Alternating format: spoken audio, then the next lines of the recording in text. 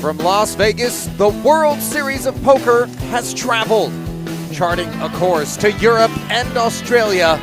And today, it begins a new chapter in the Bahamas. The big names are here, representing the biggest name in poker. World Series of Poker Paradise, the inaugural edition, comes your way next.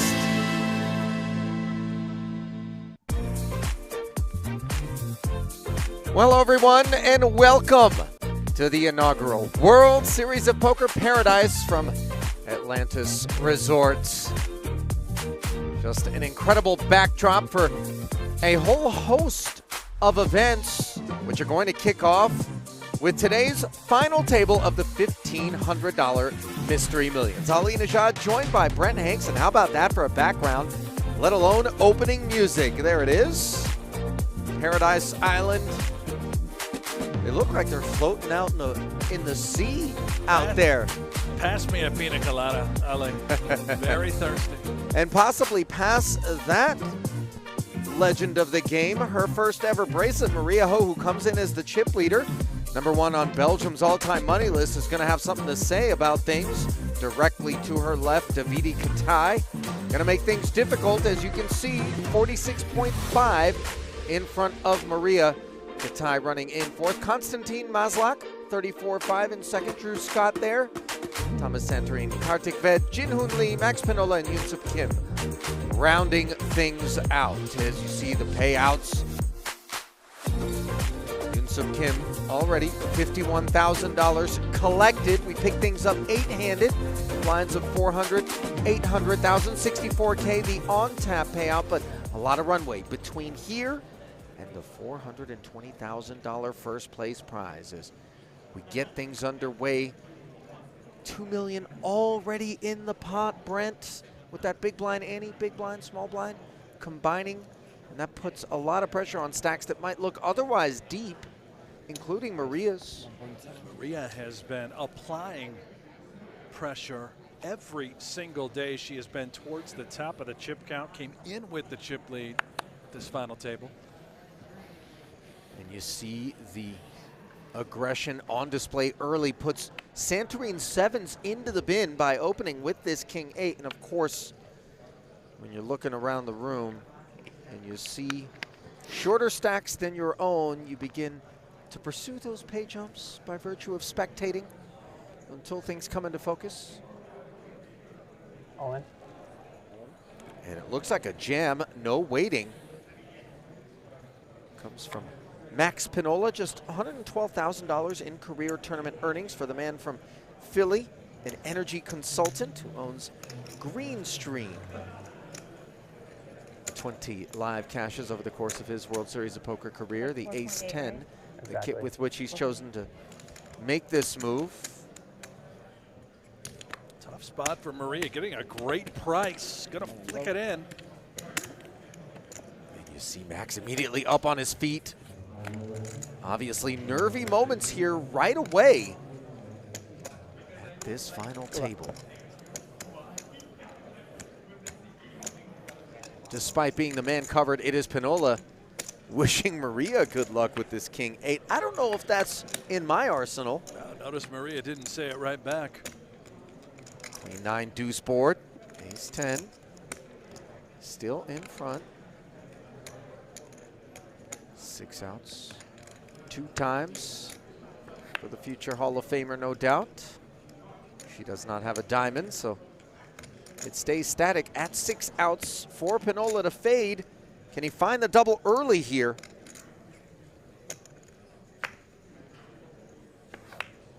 Yes, he can. Doubled. Letting his rail know what's what with a little fist pump. Subdued celebrations, but continued play. Not have asked for a hotter start. Thank you. Pinnola. A sustainability expert with a talent for translating impact data into business strategy and value. That is on his bio, my friend. I don't know what any of that means. What about this, our event format? Well, you can see it, 500 from every buy-in into the bounty pool. there's a random draw beginning on day 2 and day 3 where you can start plucking those bounties based on the eliminations. Only a few bounties left in play for this thing. I know we'll touch on this a bit later, but how about $500,000 was the largest mystery bounty that was pulled? That it was.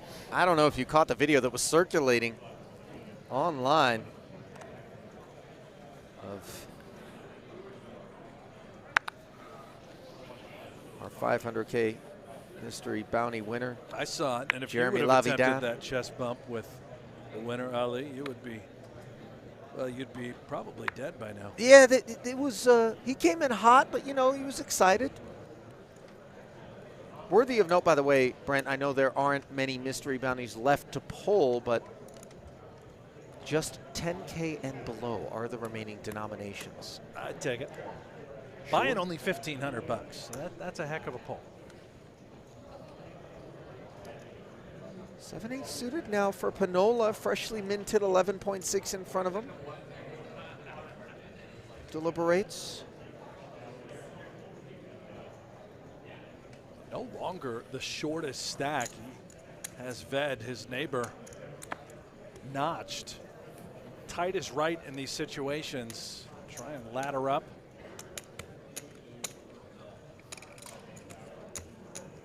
Jin Hoon Lee in the small blind has the shortest of stacks. As you see, Maslak picking up a couple of kings on the button. It always looks fishy when it comes in late like this. And you see Maslak 34.1 million, not a stack to be goofing around with for Maria, who's in the big blind. Jack 10 certainly playable.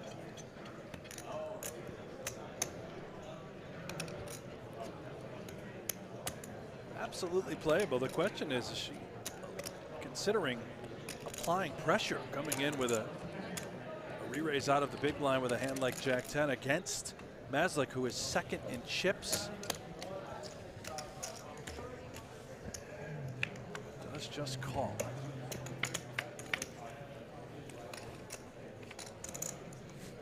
Ace, ace, queen, and not terrible texture for Maslak, as he might assume that a good chunk of the ace-x combos for Maria might have been trying to put some ICM pressure on him in the form of a 3-bet pre-flop. She does check the gut shot. Overnote, by the way, that if a king were to roll off this deck, it would be a big issue for Maria. As you see the check back from Maslak, and now a second queen. Puts 2 pair on board, making the straight draw that much less attractive, but let's see.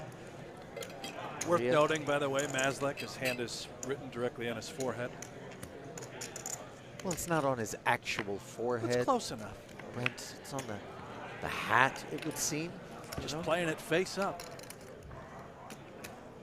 If we ever did get a character who just had kings on his actual forehead, I would order a psych eval promptly. Full knuckle down here, by the way, for Maslak, who wasn't able to get any streets of value out of those 2 kings. And on display there is the power of Maria's big stack. You touched on it, Brent. The fact that she's brought big chip stack to each and every day of play leading into this one. And wielding it to great effect. Thank you. There as Thank the you. kings just got the cuff slapped on them, so to speak. Tough start for Maria. Listening to the opening pot. And then just that one. So quickly do these add up. You see Pinnola's fist pump replay there. Does have a circuit ring under his belt, but not a poker player by profession. Took down the WPT Lucky Hearts Open. $600 buy, no limit / pot limit event. Did Pinnola. That was in about a year ago.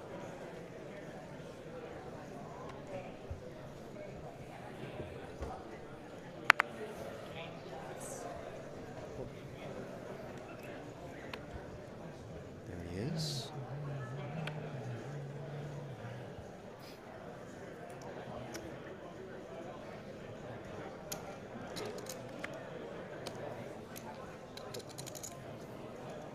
looking into the wastebasket in front of Maslak.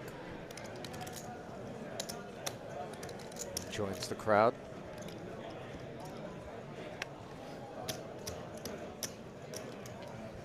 10-7 suited on the button for Jin Hoon Lee, who has just that 7 million there. Blinds have gone up to 501 million. Brent, I might have that right. Yeah, you know, thinking the same thing, Ali. Maybe good enough to shove against these two hands. I mean, you know that you need to stave off those blinds because they will eat you alive, and yet They will. But well-timed muck, given that Maria wakes up with the ace-jack offsuit here in the small blind. Davidi Kitai awaiting her choice. He's got 21 million in front of him, so deep enough to be an issue. very big hand in a blind versus blind scenario. With Kitai having just over 20 bigs to Maria's, call it 38 and change.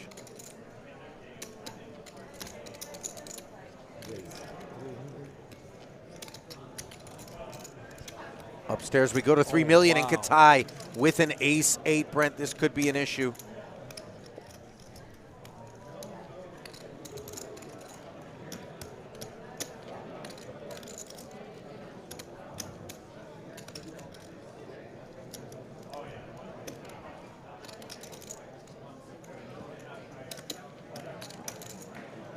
Davidi knows he's not going to fold, but he's wondering whether or not Maria is, you know, making this move with just such a broad range that the 3-bet would be fruitful. Such a sickening spot. All those short stacks around the table. You have ace-8 off in this situation against the chip leader, and now a disaster for Kitai. Ace, deuce, 3 board. He is outkicked. Little does he know it.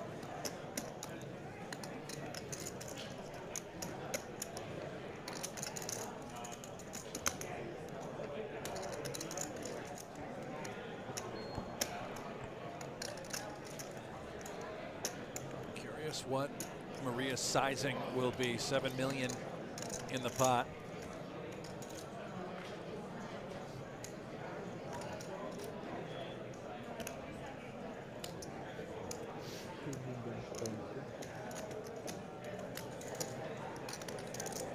$2.2 million is what Maria has settled on, and Kitai's so experienced, Brent. He understands that he needs to be thinking streets ahead here about the development of this pot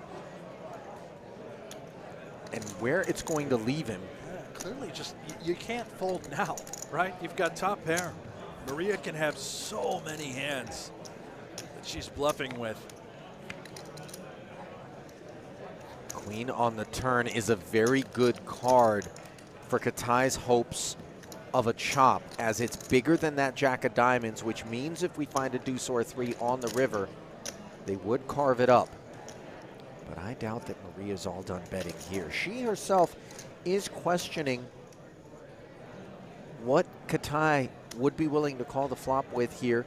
Maybe she removes a good chunk of the deuce X, 3X stuff from his range. I think you get rid of all of that, Ali. Certainly you're a little concerned about the spades.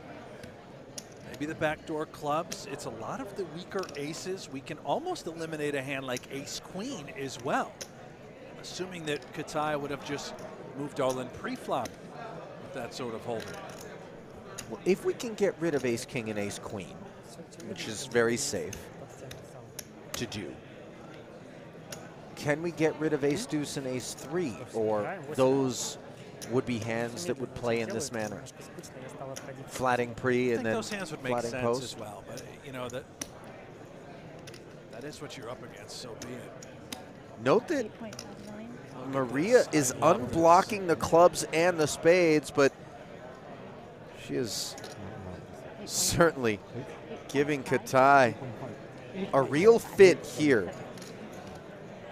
He knows right now his tournament life is on the line. Yeah. I don't think we can just call the 8.5. We only have 15 behind.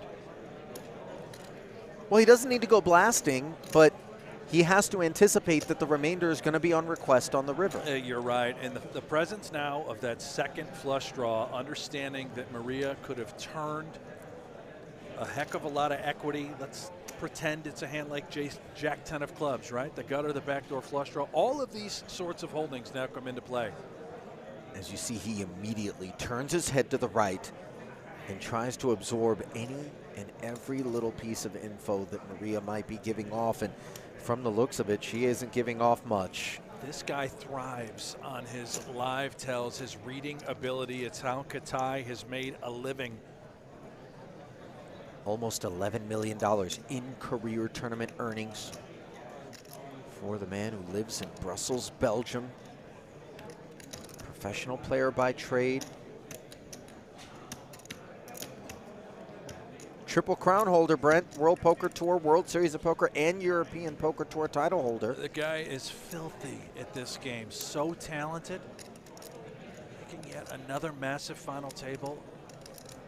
And what a critical moment for Kitai.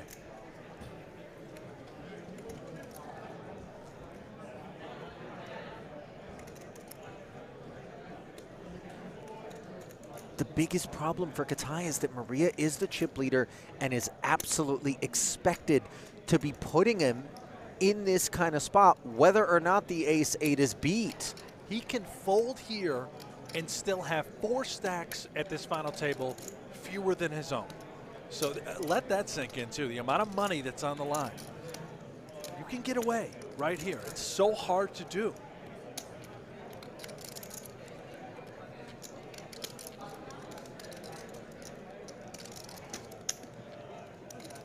Pay jump from 7th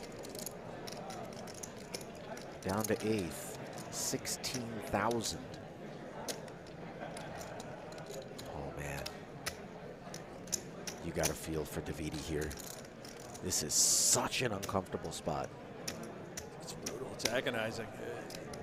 Exactly what you're always trying to avoid, but it's inevitable. Will be in these pressured situations. You have to be right. If you're not right, then you have to get lucky.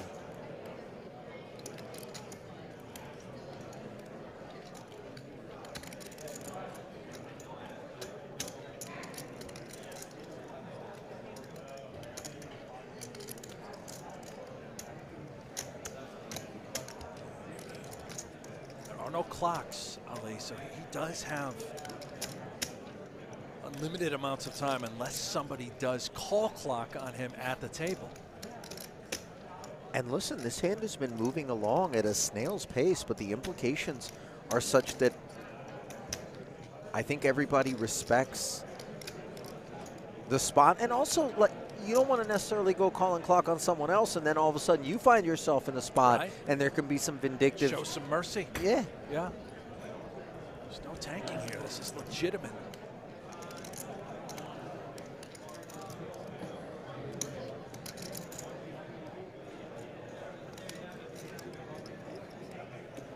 Can Davidi Kitai find the escape hatch here and now in such bad shape? Just 7% to win the pot. As you mentioned, Brent, still with a playable chip stack that covers 4 others here at this 8-handed FT if he's able we can't call the time on the to release. I hear a player talking about it. Time. There it is. The clock has been called. Time. I was going to do it at 30 and then you 20.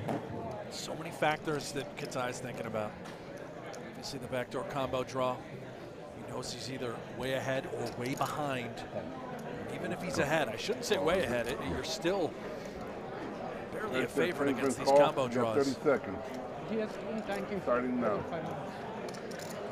Also think back to hand number 1, Maria opening King 8 off under the gun. She's clearly going for it at this final table. Is she continuing with that sort of pressure? Brutal.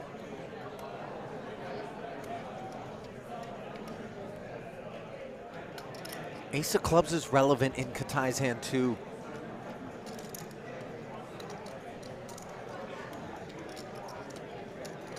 Five, 4, 3, 2, 1, 0. Hand is dead. Wow. Good bluff. Oh my. So Kitai ends up folding involuntarily, although I think that was always the idea. You know what? I don't really blame him. I would sooner have someone else muck my hand with an ace-8 there than have to be responsible for mucking it myself. Oh my goodness, what a spot. Maria Ho, all eyes are directly on her, the pro, beloved commentator, Women's Poker Hall of Fame member. And Ali, she does not have a World Series of Poker bracelet. It's looking really for number one. It's tough to imagine as you get a look at the chip denominations there, 100s, 500s, and 1 millions, those being the purples. As long as she's been at it, you know, and she plays all the games, you know, I came up when we were young playing cash games together in the LA area. Worked her way all the way up, used to play regularly in a 400, 800 mixed game with Jerry Buss and the likes over at the Bicycle. Shows you how tough it is to win one of these things. Yeah. I watched her finish runner-up to Alan Berry years ago, gut-wrenching. You know, you could tell she was excited, but also heartbroken to finish runner-up. It's been a long time coming, and now the opportunity with the chip lead at this final table, and now currently picking up the goods, 2 8s. I mean, she is going to be so lethal if she can actually pick up hands as things stand, Brent, because nobody expects her to have real holdings for now. I mean, why would they? You saw that opening hand, King 8. Nobody knows right now what she had a moment ago against Kitai. This is an opportunity. 2 8s is a premium given the dynamics. And by the way, Maria's not exactly playing with pace either. Taking her time, given that she has the luxury of doing so. Now attacking. You would expect her to be opening extremely wide range of hands here on the button, and oh my goodness. Kitai has ace-king suited. He might be thinking, I deserve this. I let go of an ace-8. I don't know if it was a good fold or not, but this hand plays itself. It's a cooler either way for both players. It's all going in. And now listen, 8s are 8s, Brent, but Maria knows that Kitai is very unlikely to be making this move with anything really less than something like an ace-king suited. The bigger pairs than the 8s were very much within his range as well. But as it stands, Maria is going to take a 5% edge into a 31.8 million chip pot. This is massive. But just that much more so for Davidi Kitai, whose tournament life is on the line. We've already had one all-in double, but on this occasion, it's not looking good. Queen 4-3, no club in sight. Kitai, 6 outs.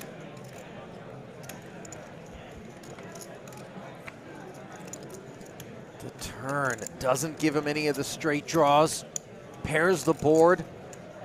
And now leaves him at risk of busting in front of so many smaller stacks here at this FT. Can he find it? No. A 10 of spades, and that's it. Davidi Kitai, just like that, out in 8th so improbably. And you know all those shorter stacks love to see it, Brent. They're going nuts. And Kitai, you almost feel sick for him. You will win a big shot anyway. I was going to jump, Maya. Gets his money in there with ace-king suited and King Jack. Can't win the flip, and Maria is just dominating right now. And I'll tell you what tarnishes that sense of excitement that comes with the $16,000 pay jump that just got realized by everybody. It is Maria absorbing what was a reasonably deep stack and now sitting with over a third of the total chips in play. You guys will find out. I mean, she just got rid of Davidi Kitai to her direct left, Ali. That was a bit of a roadblock. He's a great player. He is out of here. By the way, I opened up the YouTube chat right now. We are with you, Ali and I. They're going nuts for Maria. The chat's all calling for 8s. 8's not needed.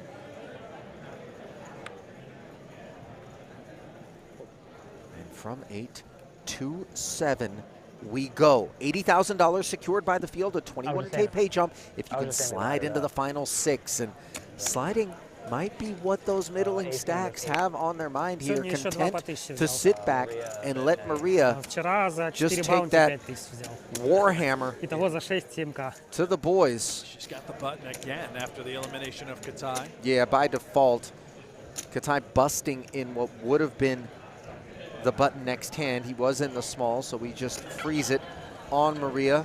Just keep an eye on the types of hands that Maria will raise with. Great example here, 10-9 off on the button. It'll be a lot wider than this, and she has once again stepped into it, the small blind.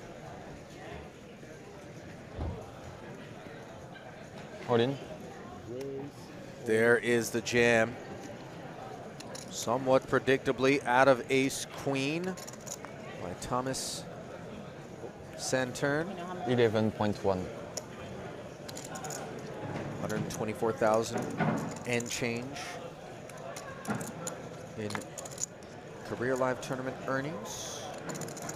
Professional poker player, lives in Portugal and France. Online grinder.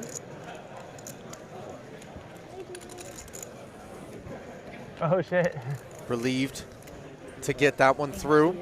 Thomas says that online you feel less emotion when you're playing poker. I suppose that's somewhat self-evident, Brent, and live everything seems to be a bit heightened.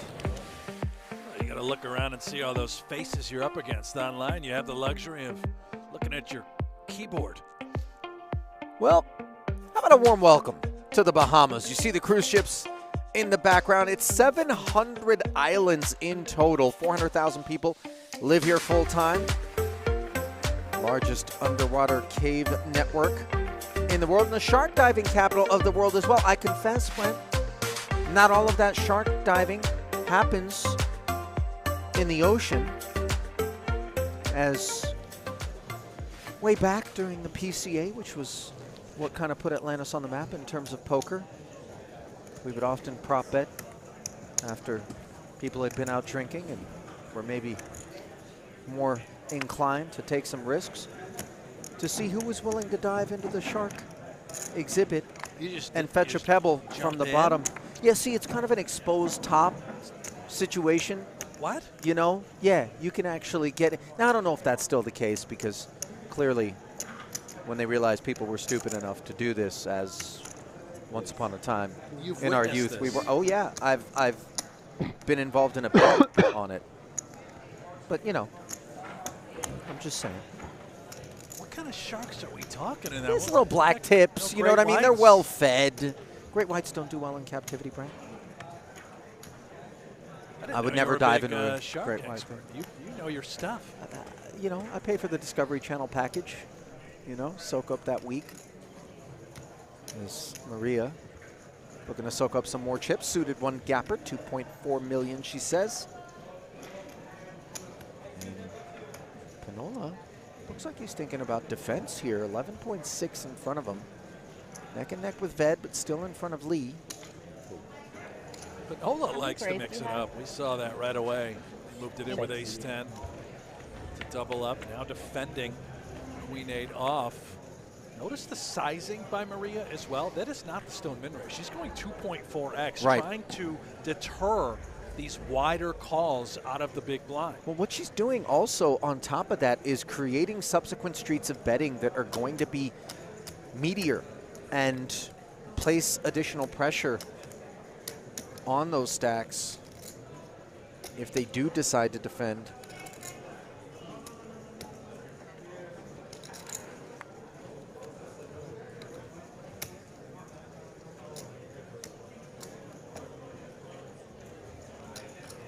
Just middle pair. Mention the sizing and what that does to the pot. It's swollen, 6.3 in the middle. Pinnola's only got 8.2 behind. Free card for Pinnola. Interesting choice by Maria, by the way. As she shows a bit of restraint, despite having outflopped the queen high. With second pair, you see Pinnola getting a look, making sure he didn't have a club draw. Indeed, that 8 is a spade. But with the check back, you wonder whether or not Max might have had an idea. Doesn't. Checks it. And now certainly it feels as though we can go to work with a pair of 7s quite comfortably into 6.3. think so. Keep an eye on what she does decide to do. Buckling back on the flop, sort of controlling the pot. Anytime you are check shoved on with that 7, you don't love it, but she would have had to have called off. And you know, she might be thinking that was something that she risked on the flop, given the stack to pot ratio for Pinnola, 8.2, 6.3 in the middle. If she were to bet standard sizing, you know what I mean? There's a lot of worlds in which he could blast potentially and then leave her playing for a little bit bigger pot than she would have hoped with a pair of 7s potentially. But in the end, she fires and takes it once more.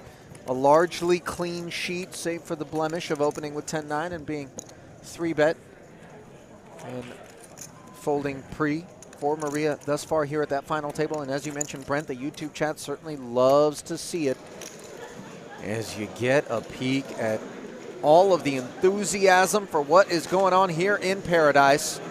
Got the final table of the 1,500 Mystery Millions. That's what we're bringing you, but you got the 25K GG Millions High Roller and the 1K Mini Main going down. Let's a look at the mini main out there. My guy Jeff Platt, Ali, he's out there playing the mini main right now. Well, I take it back. He's probably busted 2 or 3 times, but he was in that field earlier. No, if he's busted 2 or 3 times, you don't take it back. You just say he's really playing the mini main, going hard. He turned it into a full-blown main.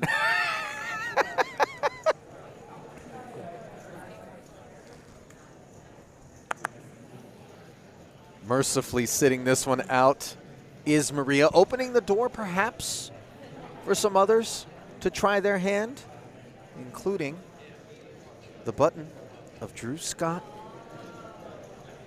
from Ontario, Canada. 15 career cashes at the World Series of Poker, $215,000 in live career earnings. This is his 2nd career WSOP final table, by the way, Brett. He had a runner-up finish, much like Maria. His coming in the $2,500 mixed big bet event in 2022. Ooh, plays all the games. Well, just, you know, mixed big bet, all the games. All the games. There's a lot of games. A lot of games. You know, that's not all the games. Games. Oh, but this is all the chips. Pinnola. Ace-10 suited. Jams. The ace-3 can let go far more simply. Valiant effort by Drew Scott. Opens for the min. Can get away from that 8 big blind shove. And before you go getting critical of the Queen-5 offsuit on the button, which now raises, no, not you, just in general, I think sometimes people look up and it doesn't pass the eyeball test for them or whatever. It is so profitable to try to pick up big blind ante, small blind money from, you know, guys that didn't look at their cards before they stuck those chips in there. You're going to get a lot of folds. Yeah. Do give him credit. His stack allows him to make those raises. And by the way, one last note on Drew Scott, looking for his first career 6-figure cash. Yeah, $89,000 for the runner-up finish in that mixed big bet, which is his high water mark to this point.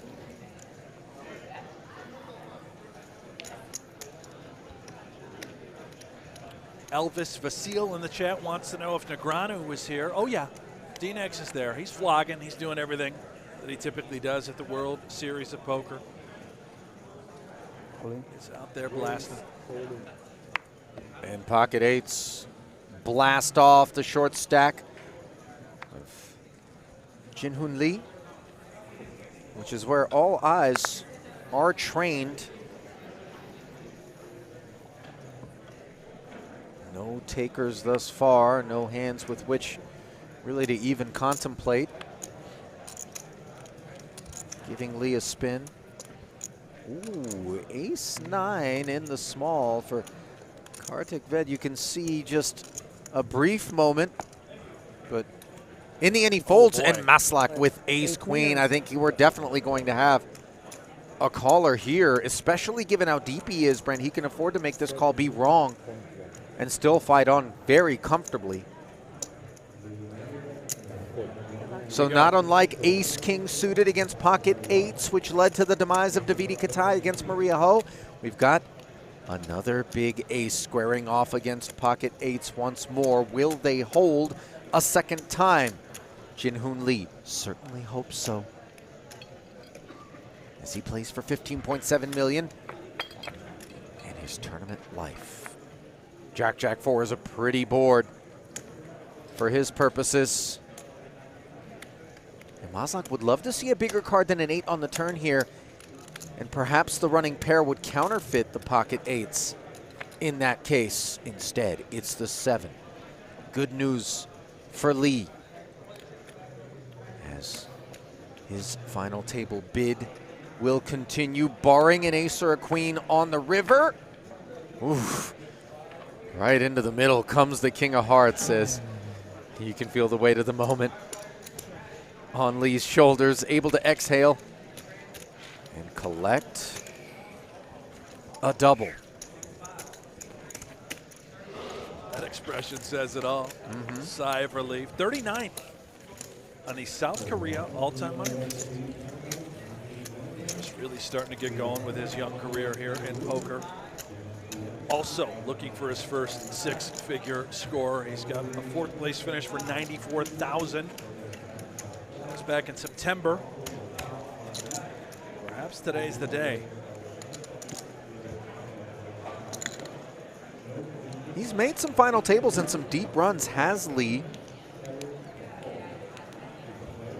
Might today be the moment that he finally ascends? Obviously, a long shot as it stands now. But just look at how critical that pickup is, Brent. When you glance around the top of the screen and you realize it puts him neck and neck with Santere and in front of Pinnola and Ved. All you can do is you try and keep your head above water. Ladder up. Santere going to be taking us up with pocket queens here. It's honey time.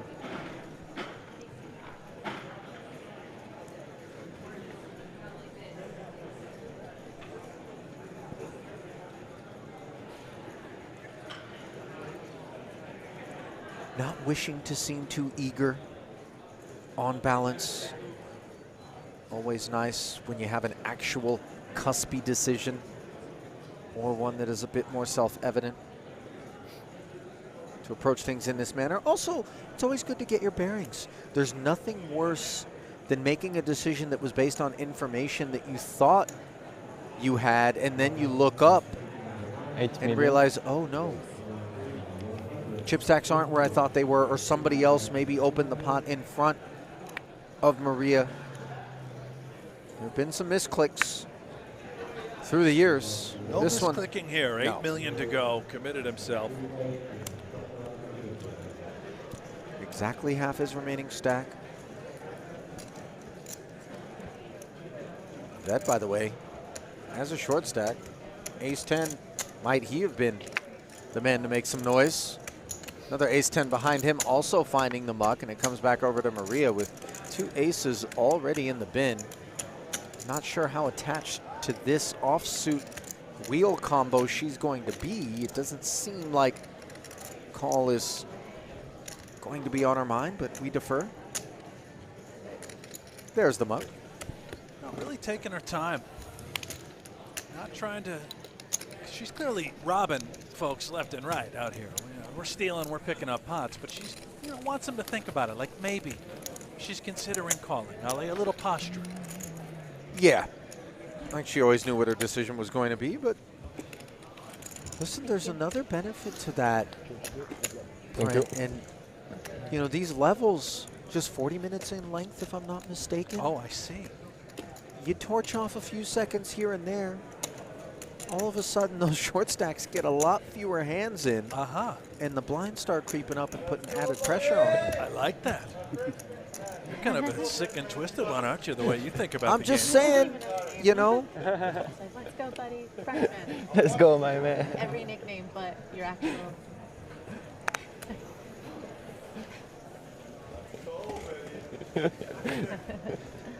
Believe Santere has picked up a fan but random? one that maybe doesn't even know his name. Just maybe they played together at some point. And he's realizing, oh, that's the guy that beat me in that one pot. My chips are being put to good use. It's a bit of a party festive atmosphere.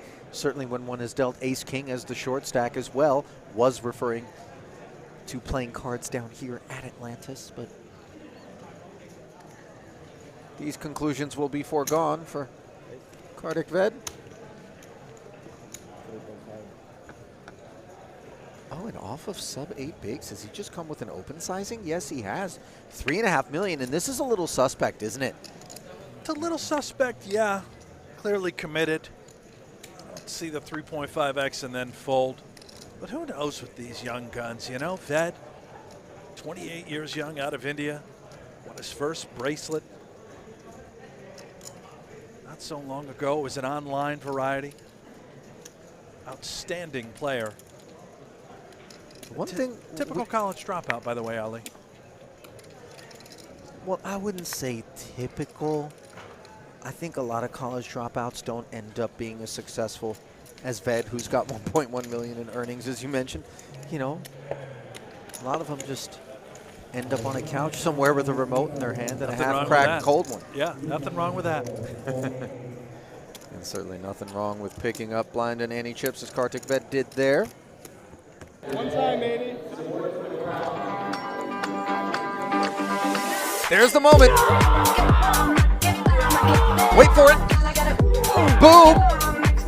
Now, you might think he's done with that particular jump. Oh, that was extreme contact. Now we're going back. We're going back. Here it is. Pow! You know, this was terrific. Oh!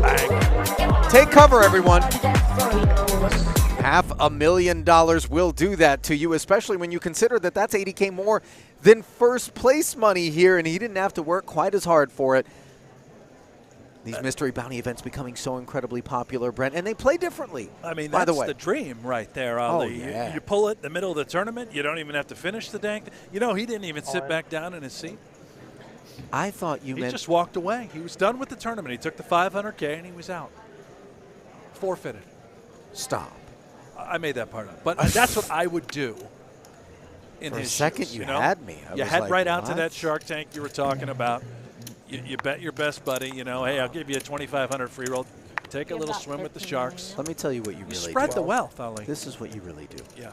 You walk up to the cage, as we see Pinnola might have Maria thinking naughty things with pocket deuces. Ballards, don't fold them. Well, yes, definitely fold them. But wings clipped, A7 suited, also into the bin as Pinnola sits much deeper than he did to start this one. But when you said that's the dream, I thought you might have been referring to having someone come barreling full steam at you as Jeremy did. Yeah. I mean, that can get dangerous. If Jeremy was coming head full of steam with me, here's the strat, I'm by in the trouble. way. When you pull that, you walk up to the cashier, you calmly ask if they have any $500,000 chips. Oh. If they say yes, you take the payout in a single chip. Walk right on over to roulette. Ah. Red black that bad boy. I love that.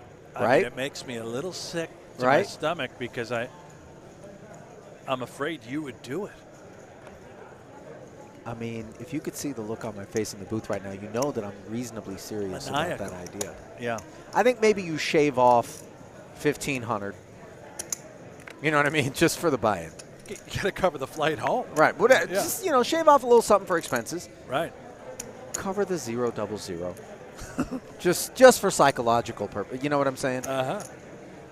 And keep an eye on this button opening range, by the way, out of Maria mentioning she'll do it very, very wide. It's not about the two cards being dealt. It's about the situation at hand.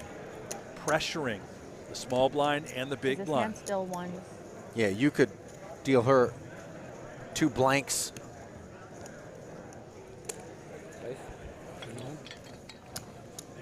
As these trash napkins making some noise on the button, and might Santere be making some noise of his own in the small blind king queen. A lot of hand, especially given, as you mentioned, Brent, we know Maria is just going to be relentlessly pounding. This has got to be close. I don't know what the ICM experts would say. Pads, if you're out there, I would imagine this is a shove, but I could be wrong. Man, very well just be a pure fold in these ICM final table landscapes. I don't believe in ICM, Ali, but, you know, these people probably like money.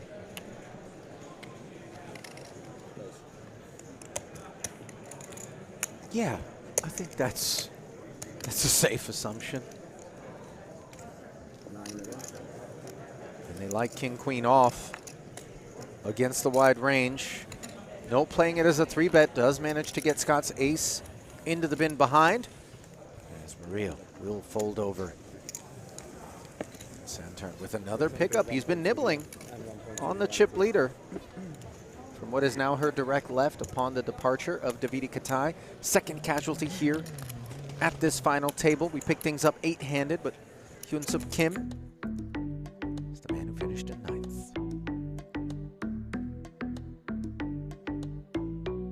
Well, how about some notables who have yet to win a World Series of Poker bracelet? You see Maria highlighted there, 84 cashes, but Roland Israelishvili.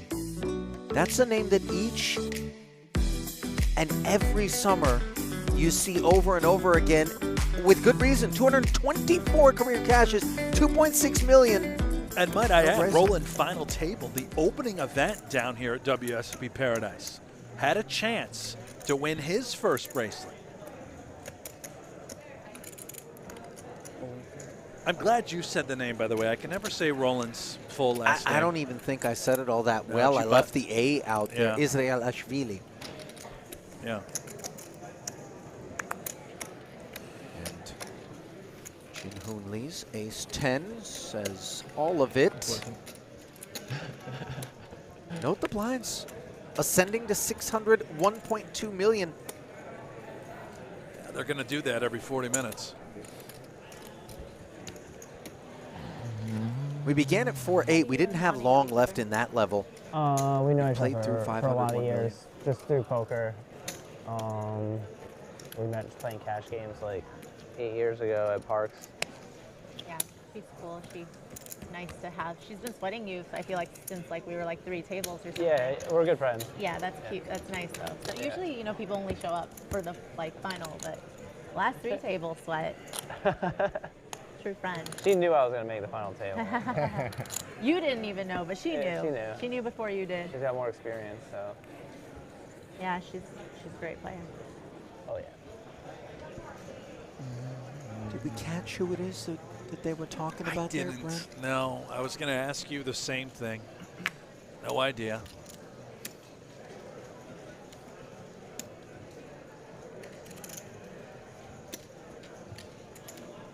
And I can't help 9 million. but think about what a stretch this is right now for Maria Ho, Ali, and I'll bring you into this as the host of Game of Gold. Oh, well, I'm glad airing that you right mentioned now on this very own GGPoker channel. Maria, opportunity coming this Friday. We're going to see if she's going to walk away with the title. Could this be the greatest week of Maria Ho's career? First bracelet and the Game of Gold title? I don't know. I mean, no spoilers. Well, don't tell us in the chat who wins. I do okay? feel compelled to let you know that it was a year ago that it was filmed. Right. An unbelievable amount of production went into that one. Resources. It took basically a full year to get the thing edited. Wow. But Your first name is Jin? I, for one, am absolutely delighted with the amount of enthusiasm that has Jin Ho? Maria, nice to been yeah, we play shown for we the play a lot product. together. And Santere shows enthusiasm for Ace A lot Jack, of Korean understandably. people are here, yeah. Yeah. Yeah, nice. It takes like 20 hours to get here, though, right? Word has come down that some Yeah. interviews have already begun for season 2 in terms of casting. So I've heard the Yeah. same through the grapevine. Can you get me on, Ali? you gonna put your name in the You're hat the there, host. Brent? You want to get me on I Game went of Gold? to Seoul to film Game of Gold there. There we go. So, yeah, it was really nice. The food was really, really good. I love Korean food. Which is best?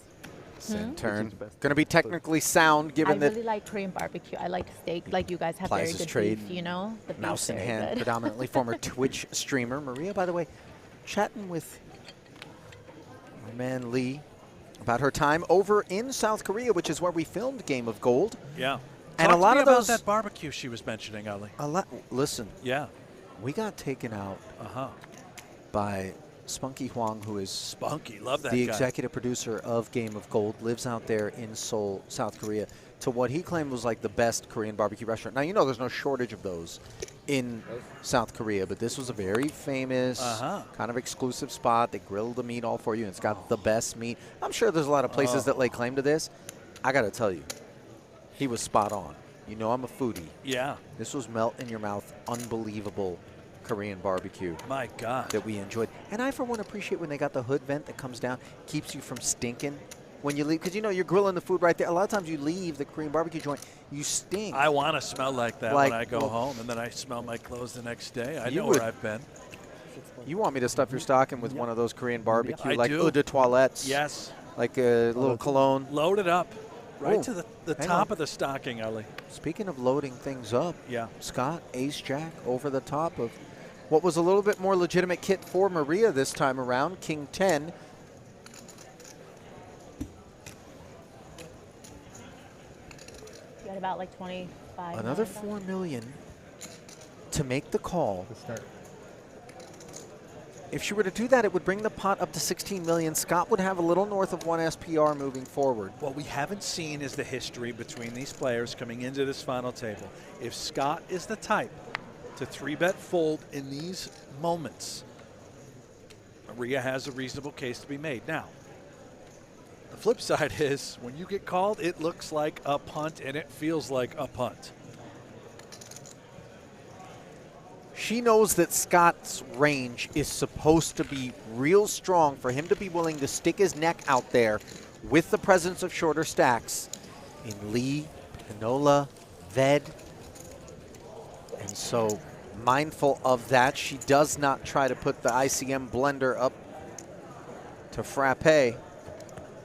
Just lays it down. Canadian all too happy to haul it in as he is now north of 30 million. That's going to be good for second place chips. Little event summary here. Prize pool of over $5 million. First place, $420K.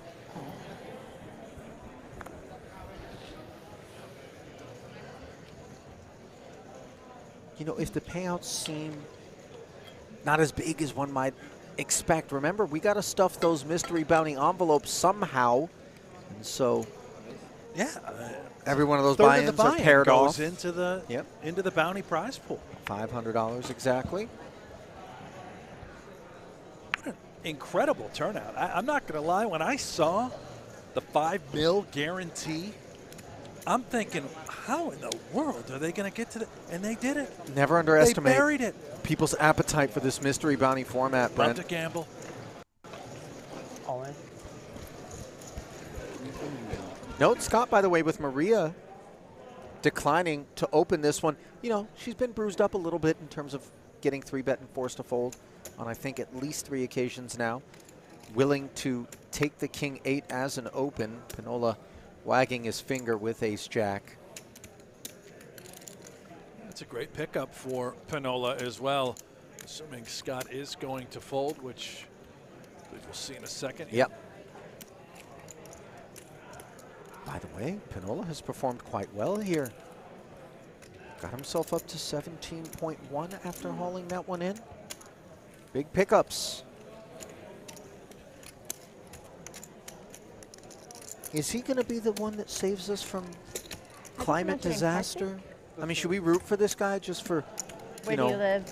Well, I don't see the sake why of we our wouldn't, future? right? I mean, even if it's all a bunch of nonsense, we at least gotta be on the guy's side. What's the worst case scenario? What, they're wrong? We were all at the Pinnola's- end of day 1 together, right? Me. Yeah.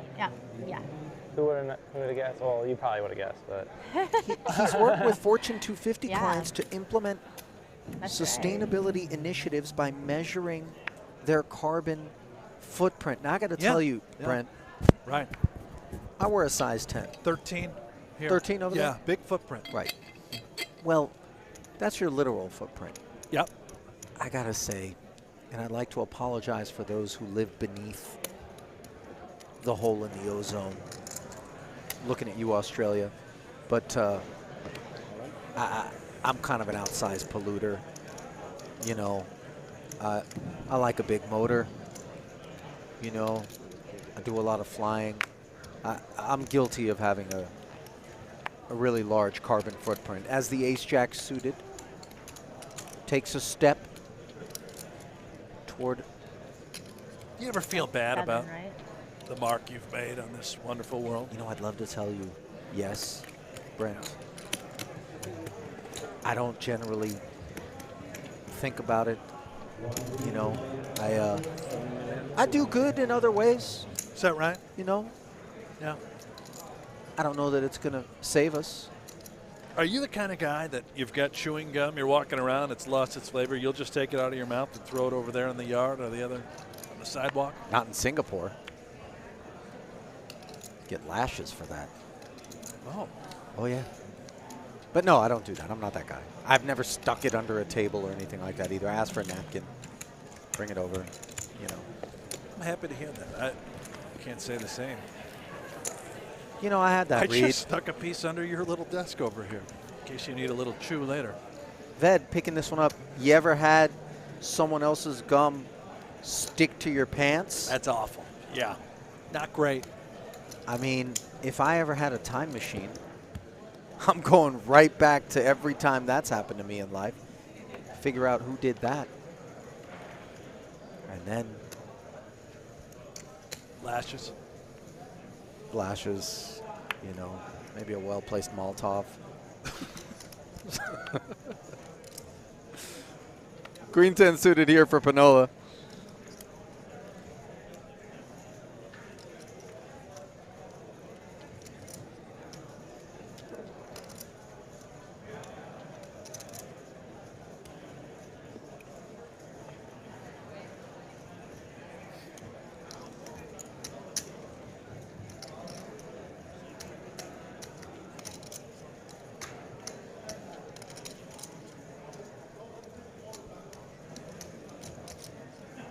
$2.4.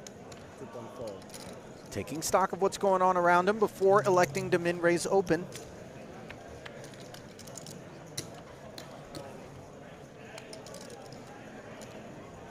Love this. Should look quite strong in the eyes of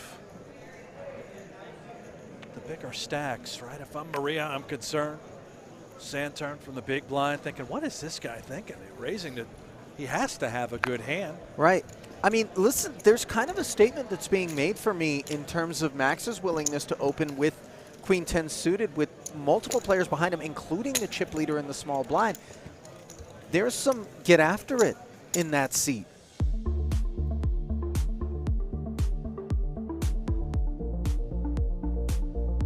Well, here's the upcoming streaming schedule from Paradise. Tomorrow, we'll bring you the GG Millions cash game. That ought to be some fun. And then, of course, the GG Millions High Roller Final Table. Going to take a few days to get there. That event underway elsewhere in the room right now, and a whole host of coverage straight through the end. I don't like dinner that much. This couple of weeks out here in the Bahamas. From Queen 10 suited to Queen Jack suited, by the way, for Max Pinnola. Under the gun this time. 2.4. And again, comes with the min raise. Kind of love the presence of this guy, Pinnola. A moment ago, hesitating, took his time, counted out the 2.4. Here, looks down, immediately under the gun, 2.4. This is confident in what he's opening. There's all sorts of, you know, tells and things you're going to pick up on people. And if I'm watching and I'm seeing this just as these folks are at home tuned in, this guy looks like he's got the goods. Imagine being at the table and going through this. Imagine 10 cents the hard way, a couple of fives into the muck, and right behind those nickels 17 come the boxcars for Maria. 2 sixes, and she is taking some interest in this pot, understandably asking for a count. And this feels like one of those spots where she could very well, especially given the VPIP seems a bit egregious from Pinnola, Almost to 20. Sure. apply pressure. Yeah. Note that it would Could work. also be a scenario where she's contemplating, yes, we could call button with our stack size in position. 3-bet folding is an option in the event that Pinnola were to 4-bet all in. And of course, there's also just fold pre.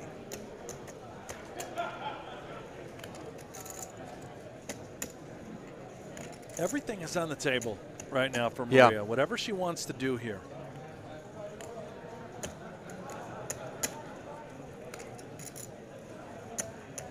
The raise is 2-4. The raise is 2.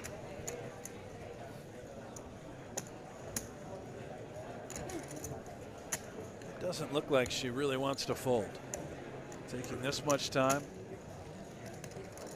She's going to go with the call. Let's see C3 in position on the button. I confess, this one felt less likely to me, but apparently she's showing some respect for that under the gun raise by Pinnola, given the landscape at present. And her flat invites Scott into the pot, one of the sixes that Maria seeks, busy in his hand, as we'll take a three-way peek here. King 8-3, 2 hearts. Sixes are still best. What's his Kitai? Maria is Jack. Oh, nice one. These three Oh, Pinnola looks like he's ready to fire a healthy shell on the flop, counting out the chips. 9 million in there after Scott calls from the big blind. Which I was also relatively surprised to see out of Scott.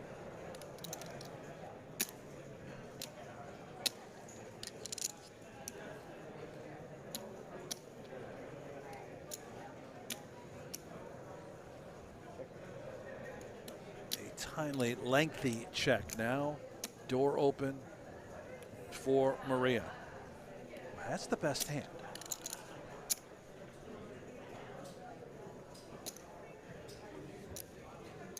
This could very well feel like ace high for Pinnola and a whole host of hands for Scott, given the price that he was being laid. The 5 on the turn would have given a set to Jin Hoon Lee. Could this have just opened up an opportunity for Scott to get mixed up and win this pot? Open ender, 9 million in the middle, and he is reaching for chips, Whoa. Brent. Wow. 5.5 million.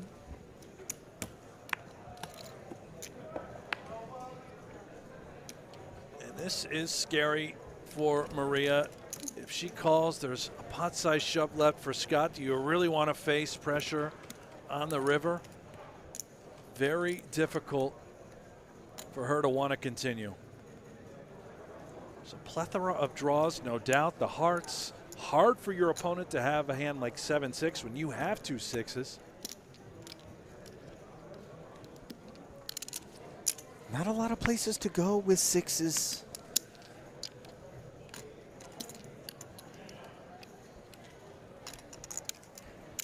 So it does find its way into the muck. Understandably, credit to Scott, by the way, for seizing the opportunity. By the way, I want to welcome everybody who is streaming from South Korea, as clearly Jin Hoon Lee has legions of fans that are soaking this one up, rooting their man on. Get a look at the event update, 3,400 plus entries responsible for creating this over $5 million prize pool. Guarantee met. Davidi Kitai, the most recent elimination. Hyunsup Kim before him. Ved has had a lot of these middling types of hands. King, queen, no action in front of him. First to act under the gun. It's been a frustrating final table thus far. Let's remain patient and poised. I believe now under 10 bigs.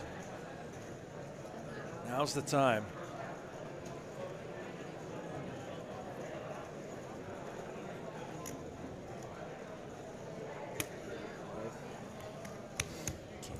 Offsuit for Ved.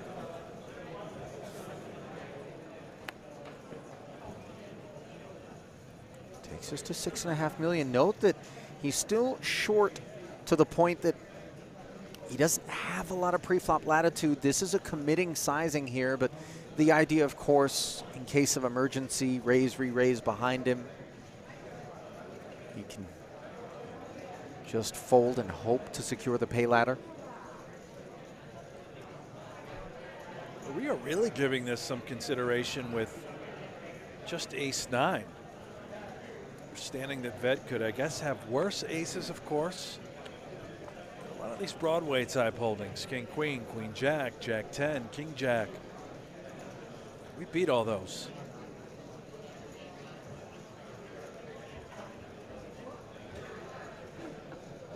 It's difficult having 3 players behind you as well.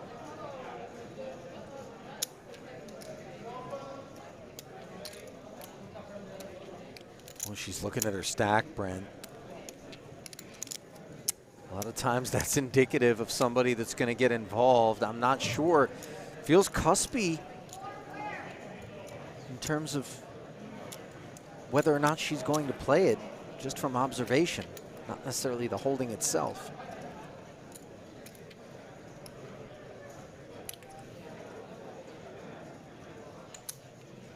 So many different variables going in.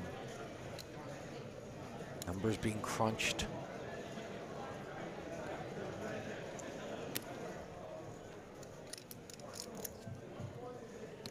Well, there's a world in which she does decide to just move it all in, and we force better aces to fold. Ace 10, ace jack, even a hand like ace queen, maybe no choice but to hit the muck.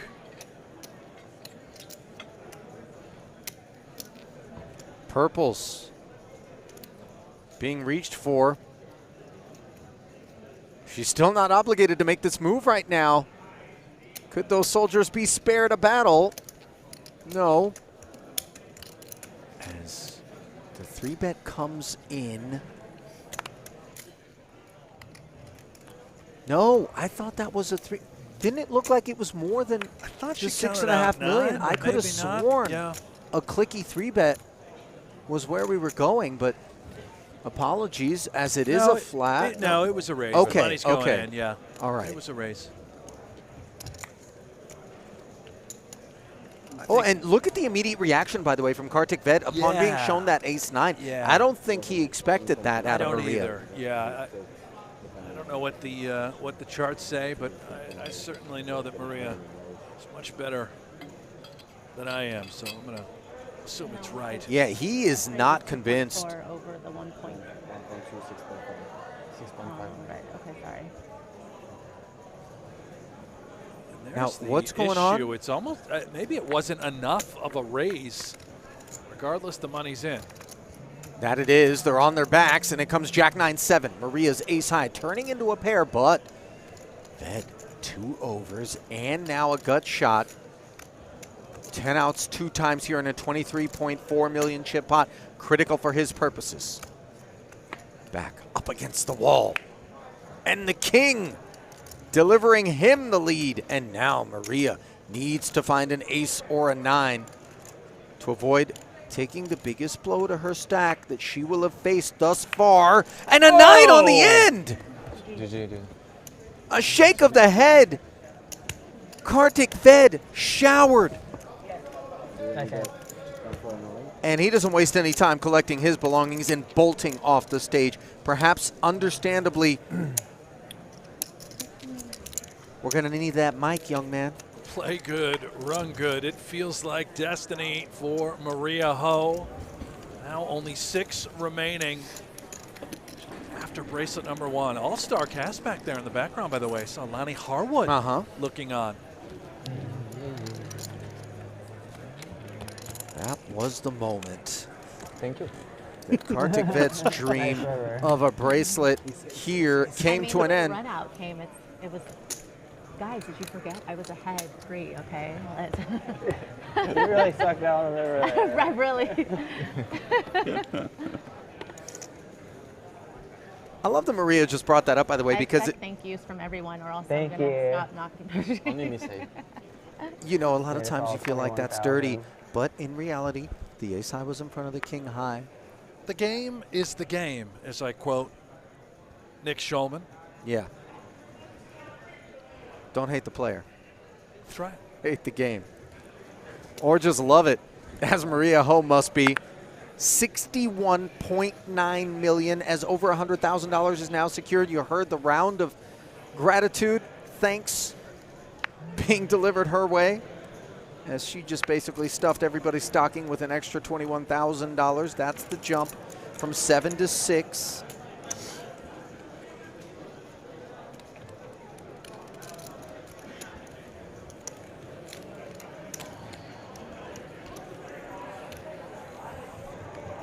High water mark pushed even higher still as a raise and take for Maria. I mean, this is Thank you. really been fairly smooth sailing for her. How about this parlay, Ale? Ale? Ale, I don't know 10 who that is. cashes, Uh-huh. you get 5 grand. 2 final tables, I believe you get 10 grand, and then if 2 bracelets, you get 50K. Is that right? Like just a free roll? When you take Las Vegas World Series of Poker combined with WSOP Paradise, that's the free roll, the parlay opportunity, a promo that was offered, which brought a lot of players out here chasing that extra cash. I mean, the 10 cashes one in particular feels attainable. But Well, 2 FTs, 2 bracelets. That's a bit more elusive. and by the way, I think I may have said it's 100K for 2 bracelets. I was going to say 50K. Yeah, I think it's What are we 100. doing, Yeah. guys? Let's, loosen the purse strings a little bit.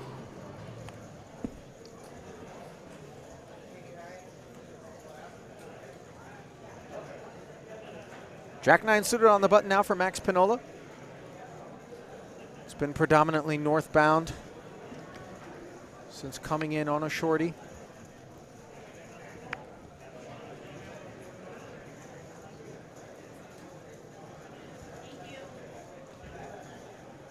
All in.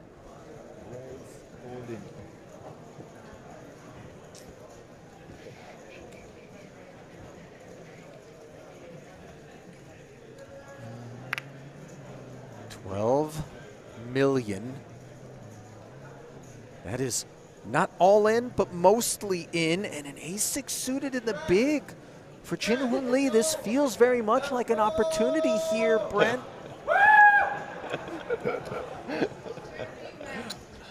Number 1 fan is back. Something tells me number 1 fan has been maybe capitalizing on what I have to I'm imagine. 5% French, according to 23andMe, so I think you're rooting for me. Complimentary cocktails here.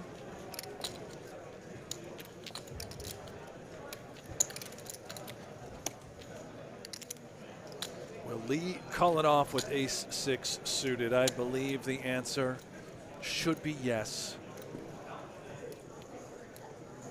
Let's see what he decides.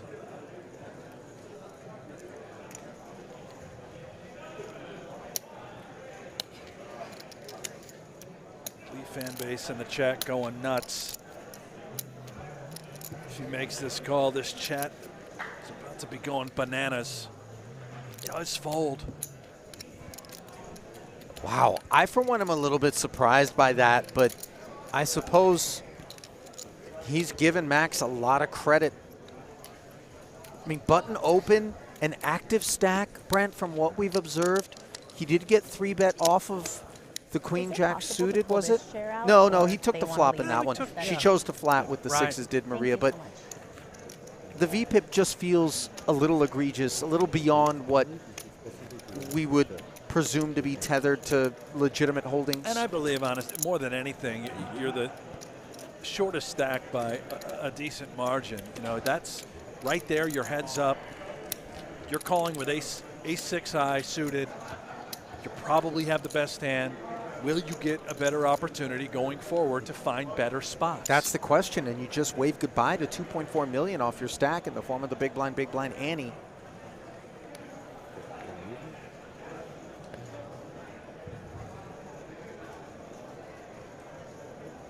So maybe circle that one as we proceed here. 6 left. In this Mystery Millions. Drew Scott, King Queen off. The open. Inferior suited king finds the bin. Oh, this is why you feel like you folded the ace-6 suited. Yeah, never a doubt. This is the poker gods in your mind now, validating your choice, saying, well done. How about this? Enjoy, my son. We'll give you a better spot, Lee. Here you go. The birds.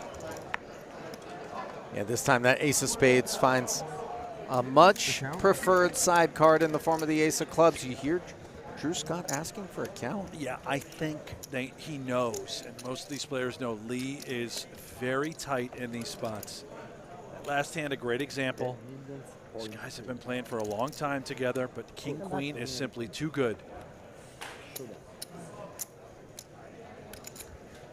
That is certainly how Scott felt about it. Devastating to be shown aces with this particular holding. Although you know that everybody but Lee is rooting for this King Queen to pull off the upset.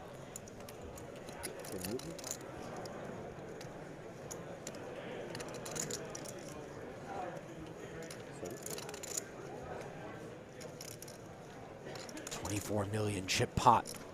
Chat ablaze. Ace in the window and no Broadway side cards out there for a straight draw. Things are looking very tidy for the South Korean. Jack of diamond, I was thinking. I was thinking the same card, all right? Oh, Jack of diamond. 10 on the turn, and now suddenly the 10 of diamond. jacks would spoil the party for Lee. Can he fade the 4-outer? Ooh. Yes, he can. We have another card after this one.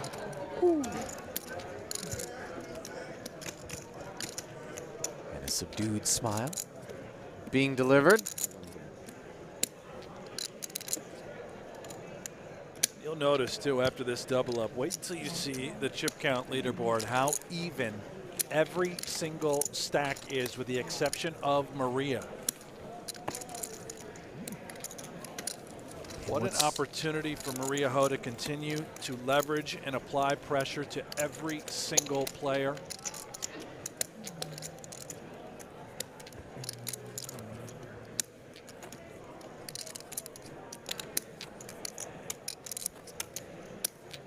Jin Hoon Lee, $480,000 in career tournament earnings, a number of final tables on his resume, including 4th place WPT Australia in a 20K no limit. So plays some of the big stuff. Other 2 deep runs coming at the WFP Syndrome 3 and 6 events. That particular series will be familiar to South Koreans. He is a professional player.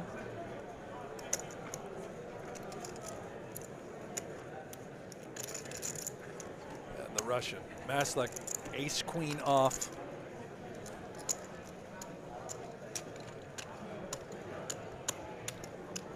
Remember, it was an ace queen against the 2 8s for Maslak, which didn't work out. This time he's going to play it as an all-in. And this, in large part, is going to be the product of that log jam, roughly 5 ways behind Maria.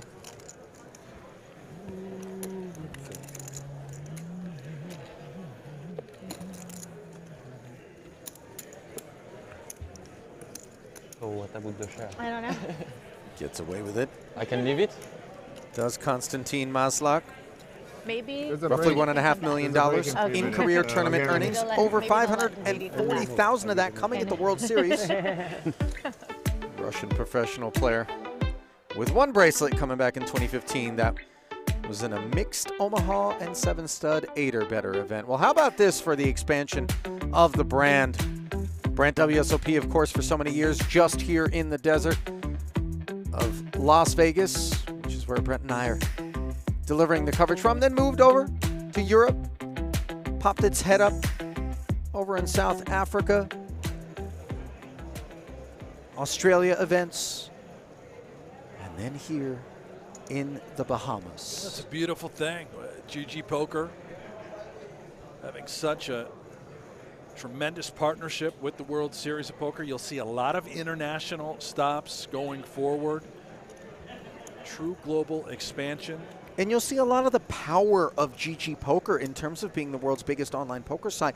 Their ability to run satellites and just stuff this field with people from all corners of the globe, which reminds me of the glory of, you know, the World Series of Poker here in Vegas. Back in the day before Black Friday, you know, when the floodgates were wide open for the likes of Full Tilt Poker and PokerStars and all these other sites, which, you know, predate GG and were operators at the time, to do the same. But now they've stepped in, filled the void in the international community. Of course, the challenges domestically still facing the U.S. market, which still has yet to rejoin the international community in terms of online poker. Some I'd like intrastate to use my one stuff, time you know? there, you know? Oh, Can we get it back? Can we just open up the floodgates again? You know what, though? Not asking too much. I got to tell you this. Yeah. The good thing about it not being back on here is that you got to take a shower. Well, you don't have to take a shower, I suppose. But you got to, you know, you got to throw your clothes on, get in the car, leave the house now and again. No back one in wants those to do days, that. Brent, I'm telling you. I know. I never left. There was a point in time where I just would fall asleep at the computer with my mouse in my hand, wake up, you know, sit back in and resume the fun. Speaking of resuming the fun, Maria Ho has got the gun. Ace, King, a premium. Oh, yeah. This is A5 Wagyu. Or I guess AK Wagyu. Just a nose in front of the min. Hoping somebody wants to target her here.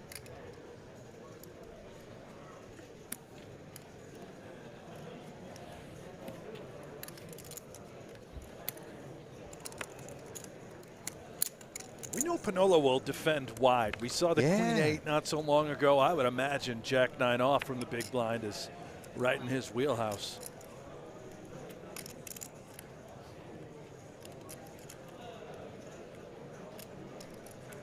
$2.5.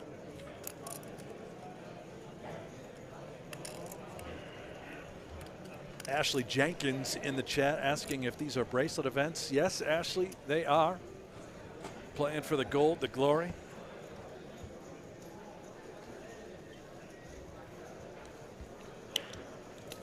We started with about shot 19 here. total. Mainly because I can see Pinnola's socks. 10, 14, 15, Oh my. The mushroom there's sock. 17 behind me. Interesting. 986, by the way. Not the board that Maria had in mind, as you see Pinnola's defense yielding top pair. Rest of the players on their feet heading for what is going to be a break on the back end of this exchange. This sort of texture is about as bad as it gets when you've 100%. opened a pot with ace king. Fortunate to have a club. She may consider checking back. She does just that. The one-liner presents itself. Again, no help for Maria.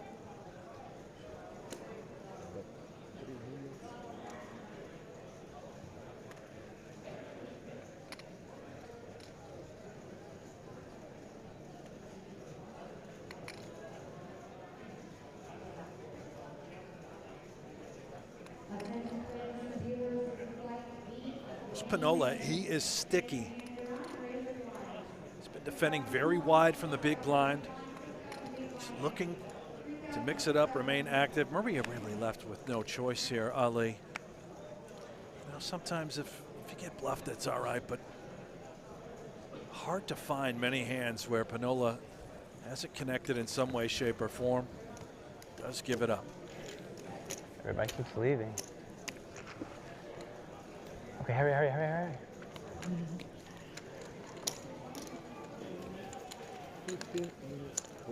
Oh, it's a break. Yeah. I was like, why? Everyone's Pinnola trying to sneak one in. Play heads up. I don't think I'd like his side there. She's got all the chips. Yeah, you're not wrong. So here's how things stand as Davidi Kitai and Kartik Ved, the casualties here in the first frame of coverage of this final table of the $1,500 Mystery Millions. Logjam behind Maria Ho beginning to stiff out. Action folded around to Jeff Farnes, 39-year-old, 17 million below the chip average with pocket fours. Farnes was so tired after playing 16, 17 hours on day 7. He says he was almost falling over during the final table photos. Tournament officials stopped play after that long day at 10-handed. Jeff Farnes from Oregon, pocket fours and a raise over to Jorstad. Jorstad, one of 5 players here born in 1988. Incidentally, the last year I was happily married in the 20th century. Jorstad, Sue, Kniff, Eames, and Suki, all 1988 babies. On the button, Jorstad with pocket tens just makes the call. There were 4 main event champions born in 1987. Joe Cata, Jonathan Duhamel, Greg Merson, and Martin Jacobson. Blinds fold, so it'll be Farnes with the fours, Jorstad with the tens. This is Jorstad's very first live World Series of Poker main event. And there's a 4 on the flop for Farnes. The last 7 main event champions flopped at least 2 sets at their final tables. I assume you're making that up? I'll plead the 5th. Farnes gonna come right out betting with the set, 2.8 million. Jorstad sees all undercards to his 10, so he's gonna make the call. Jack of spades on the turn. The middle finger check is really picking up steam in poker. I think that's a bad trend. Jorstad thinking, I guess I'm good, bets 3.1 million. Yeah, it's a good board for pocket tens to proceed. Farnes once won a PokerStars event with 20,000 players, so 8,600 feels like a stroll in the park. He was a chip leader here on the main event on day 7. And here is a check raise to almost 8 million. Oh, the rec player check raises the grizzled pro. He's standing up for all of Blackfoot, Idaho. Population 11,900, give or take a potato or two. He's a consultant in the cannabis business. Doesn't work at the potato business, though. And Jorstad's going to pay the toll here. River card. Tray of hearts completes a pretty soft-looking board for Jorstad and his tens, even though Farnes has the hammer. 7.1 million, pretty small. Yeah, too small, man. But the weekend fisherman trying to reel in the whale, the chip leader. Jorstad getting 5-1 on a call here. Jorstad stuck around after Farnes' check raise. You know, anytime something is bargain priced, I always wonder what the catch is. The catch is you lose. Very nice pot for Jeff Farnes. He min-cashed the 2019 main event. I guess he learned a few things from that experience. Well, he's learned to tell his rail that it's time to whoop it up. Farnes goes from 8th place to 4th place. And Jorstad wondering where it all went wrong. Kind of replaying the hand, resetting things, rededicating himself. Asher Kniff, second shortest stack now with the pocket tens. All in. Asher says all in for almost 18 milli. Kniff 80th in last year's main event. Dobrich was 32nd. Now both in the final 10 this year. Dobrich folds his button over to Michael Dweck, originally from Argentina, lives in Florida, ace king of hearts. Dweck, youngest player remaining, 23 years of age. Name's Michael, but goes by Mickey. He makes that call, and here we go. Flip. Flip. I have ace king. Dweck at ease. Kniff is not. Kniff with a little poker prayer before we see the flop. There's the flop, and he's at risk, and oh! sights on Asher.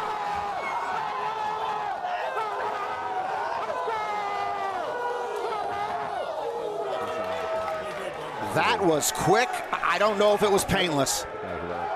10th place in stunning fashion for Asher. Kniff, he'll go pick up 675 grand. Well played, man.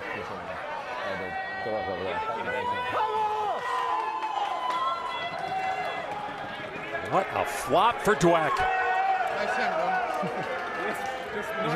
Pretty good flop. 4th place stack now for Dweck. Your stat under the gun. Never threatened to be the chip leader until a very profitable day 7. Just hung in there. Ace 10. Jorstad would like to make millions at poker because he's had a bad year in crypto. He lost a good deal of his net worth and is trying to rebuild a bankroll. As mentioned, his first live main event, he did finish 6th in the GGPoker online main event in association with the World Series last year. Around 2, Dweck. King Jack suited. The suited one gapper, also known as the Michael Strahan. 2.4 million is the call. Jeff Farnes just looks like he's waiting to pull me over on the interstate. Small blind, 6 deuce, into the muck. Aaron Duzak, Western Canadian logger, fireman, businessman, 8-5 of diamonds. He's just waiting for aces. Wow, he's reaching, Norma. Well, he is a bargain hunter. 6.5 to 1 on a call, so I can't blame him here. He's going to defend the big blind. 3 players will see this flop. 2 hearts. Your stat catches middle pair. Dweck, open-ended. Duzak missed and checks. Jorstad said the pandemic helped him sharpen his game, more time to study. He began using solver software called Munker Solver. My solver software is called Jose Cuervo. Duzak checked. Your stat checks his 10s. And now to Dweck. All of Dweck's World Series cashes before this event came this year and all in pot limit Omaha. He bets 4.5 million with his draw. You know the difference between pot limit and no limit, Lon? On one, you can only bet up to the size of the pot. On the other, there is no limit on what you can bet. You make me so proud sometimes. Duzak folded. Your stat facing the bet of 4.5 million. He's got the hand to beat right now, and with the 10s, he makes the call. 6 of spades. Your stat not threatened. Checks again. Dweck checks. I saw it first. Good call. Tray of hearts on the river. Dweck comes up empty on that board. I said he checked. He didn't call. Your stat checks again.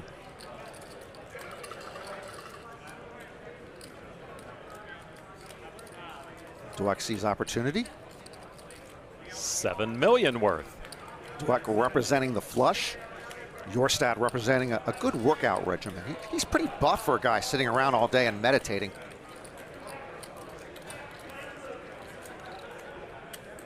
Dweck with a strong rail here, as all the other players have. Now Espen Jorstad with the best hand.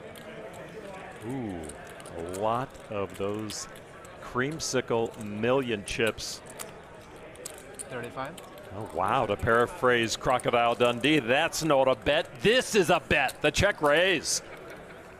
Dweck folds. I don't understand the check raise there, but I do understand the result. Jorstad using his muscle. Folded to Mickey on the cutoff. Pocket 5s. Raised to 3 million. Min raise. And now Matt Sue, ace jack. This is Sue's first World Series cash, trying to complete the anything is possible dream. He makes the call from the button. John Eames folded his small blind.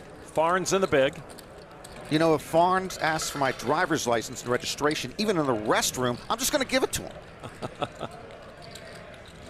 He will stand aside, heads up, Dweck with a small pocket pair. Sue with the ace-jack.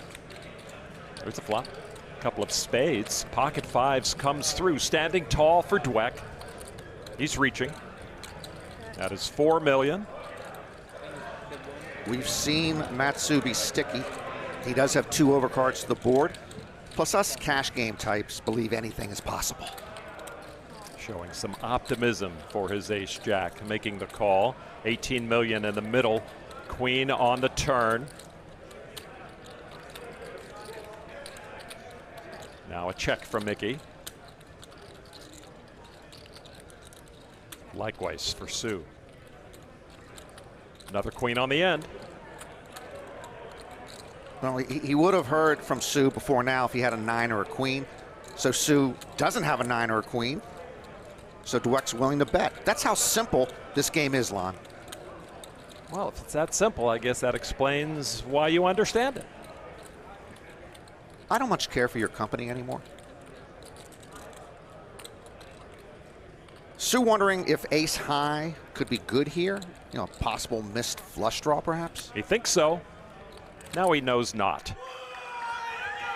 Dweck turned over those pocket fives like they were the nuts. Dweck is in 3rd place now, putting on a good show for his fans. The Mickey fan club loving it. Matthew Sue dropping down to 4th place. It's a bubble-licious round.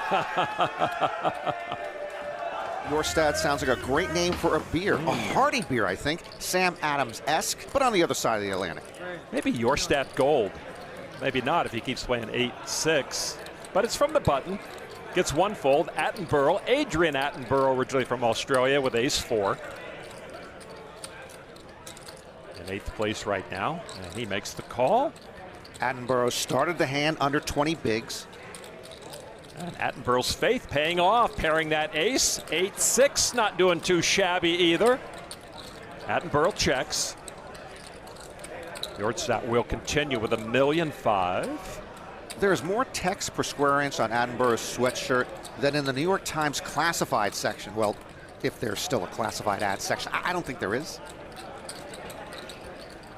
$1.5 million is the call.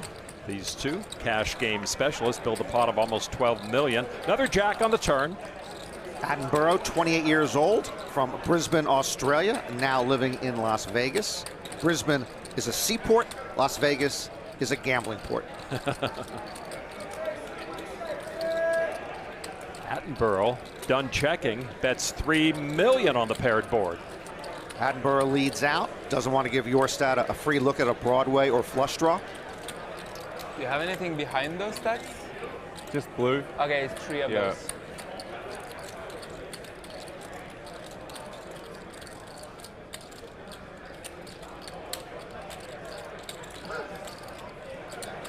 Three, right?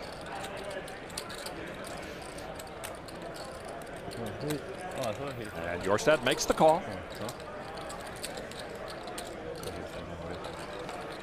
Well, Espen now pairs up on the river. With his short stack, Attenborough might put on the brakes here. Just check call if need be.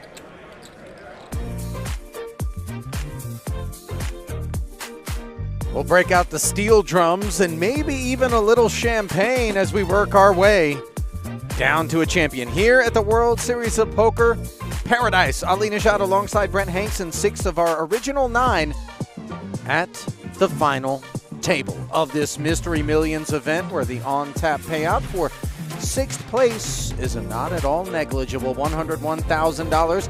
Atlantis, Paradise Island, playing host to this festive-looking Thunderdome, if we can call it that. And the festivities have been largely driven by that woman right there, Maria Ho.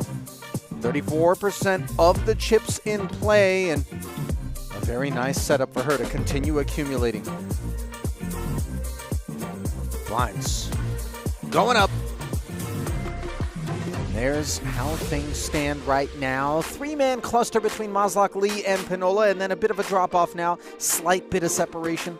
Santere and Drew Scott running 5-6.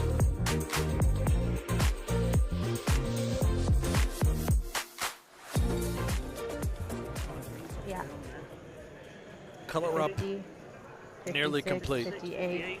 Okay. All right. It's time for Maria Ho. Thank you. Finish this conquest looking for bracelet number 1.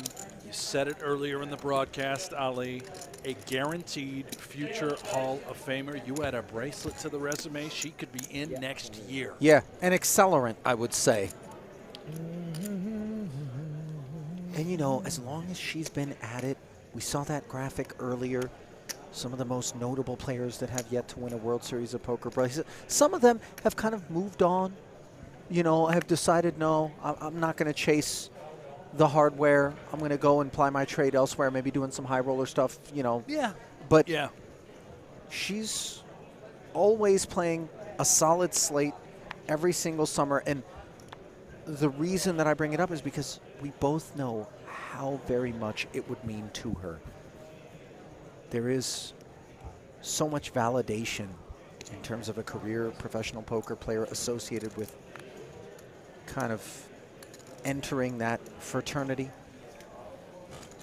One that grows each and every year and at faster pace than once upon a time, courtesy of expansion. World Series of Poker Europe just taking place a few short weeks ago. Now trading winter in Europe for delightfully balmier weather here in the Bahamas. you've got a little insight, Ali. WSOP Paradise, is this here to stay? Coming back next year? I mean, talk to me. Talk to us. I certainly hope so. Yeah. I know it can be a little bit difficult to get out to the Bahamas for some from the international community, you know, but it really has. I have such fond memories of being at this particular property. Like Fond memories are what Maslak is looking to make here at this FT, choosing ace-9 suited Great. to Can do it you with. put the gray back in front when you? Yeah, that's okay. I'm gonna fold, but can he leave the gray in front because they were behind the greens? Thank you. And within her right, Maria folding the king-8, but asking Maslak to make sure that the higher chip denominations are in front of the lower ones. This is compulsory. King Maslak. Nice little pick up there through the chip leader. That website domain, as you see the bio board there, Chess Grandmaster.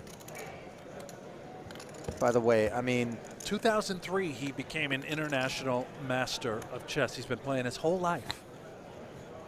it is interesting just how much the Venn diagram between chess and poker has broadened in terms of the intercept.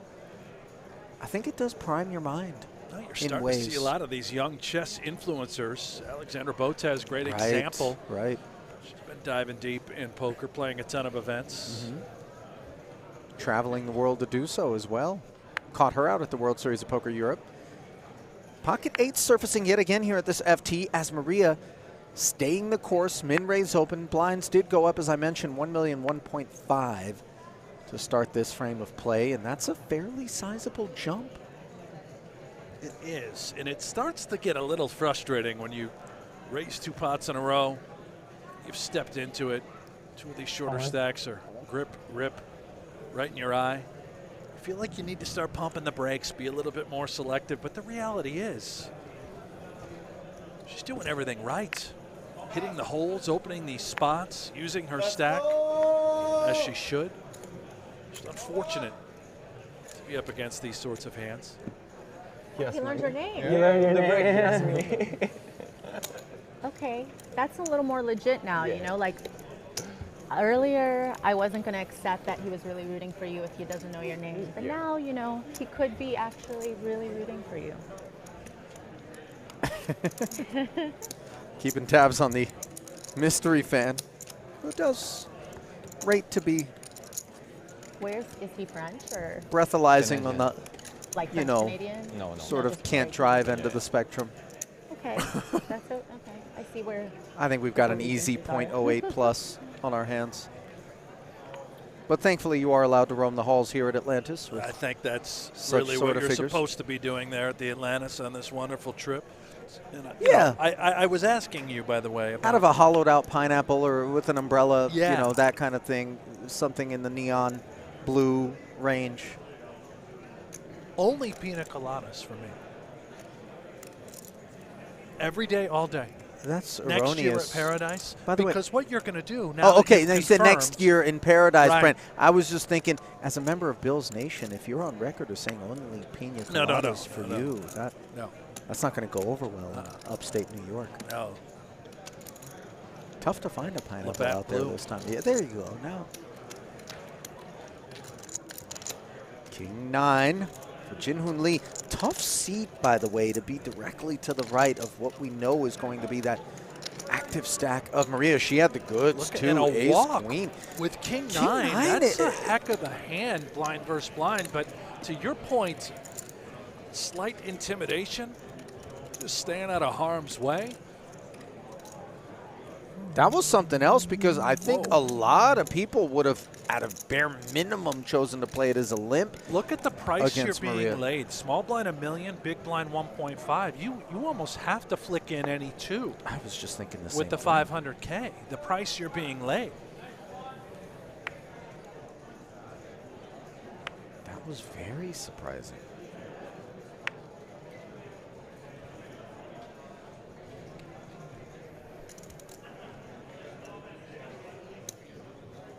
Pinnola colada, 2 sevens.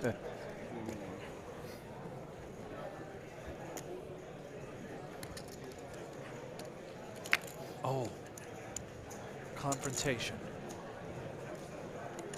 Ace King for Lee, who once again gets rewarded. Remember, yeah, the ace-6 suited, declined to play that one. He was up against a dominant ace, got aces the next hand. Here he was, King 9 offsuit, didn't get involved in spite of the aforementioned price being laid. Big blind Annie out there, your own small, just a 500K flick. And his patience is rewarded as he's able to stuff 20 million from the button out there. And this is tremendous pressure upon these 2 sevens. Pinnola asking for a count. I don't really foresee continuations. It's close. I mean, maybe against other opponents, we get the sevens in, but Lee has been noticeably on the snugger side. Remember feel good about it. the only other pre-flop jam spot, he showed aces. Right. So in terms of data points, the range is narrow. Even 8s, 9s, 10s, you're not loving life.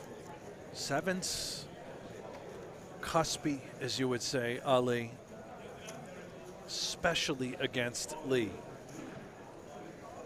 But a flip is a flip, and if the money goes in, that's exactly what this will be.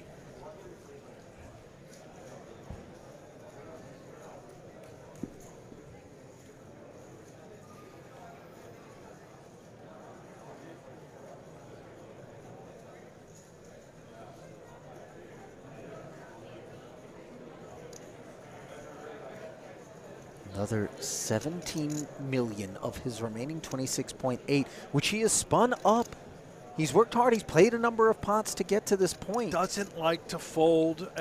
Look at the stack sizes as well. He still would have Santere and Scott covered.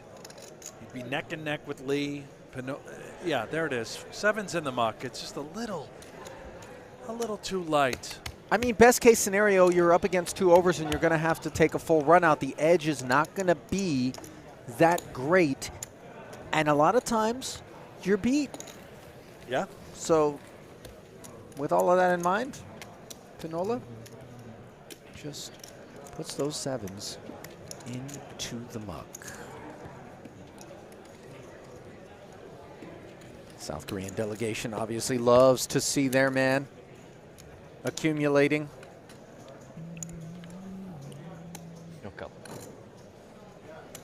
Lee right there with Maslak and Pinnola.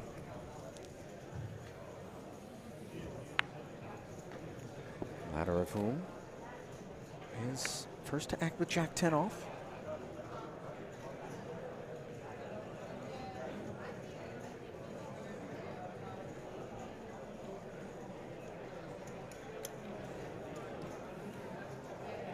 Now, this is a Mystery Millions bounty event, Brent, but we really haven't talked about bounty pursuits here at the final table for obvious reasons.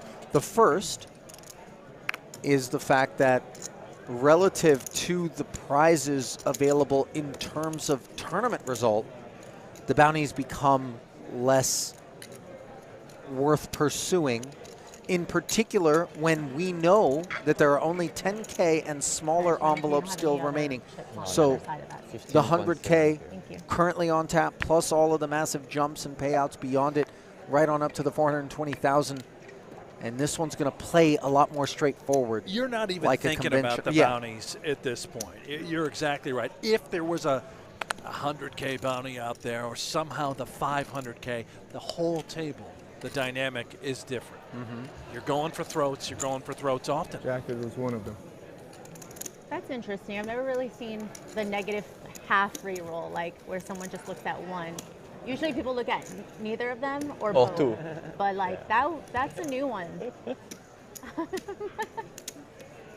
Well, I would see it later anyway, so you know. Yeah. But so you want to leave a little.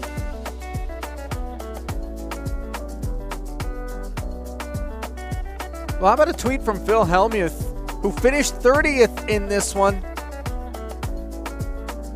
He says it's irrelevant. It's immaterial. Who cares? He's in the zone. Capitalize the zone as well. Very nice.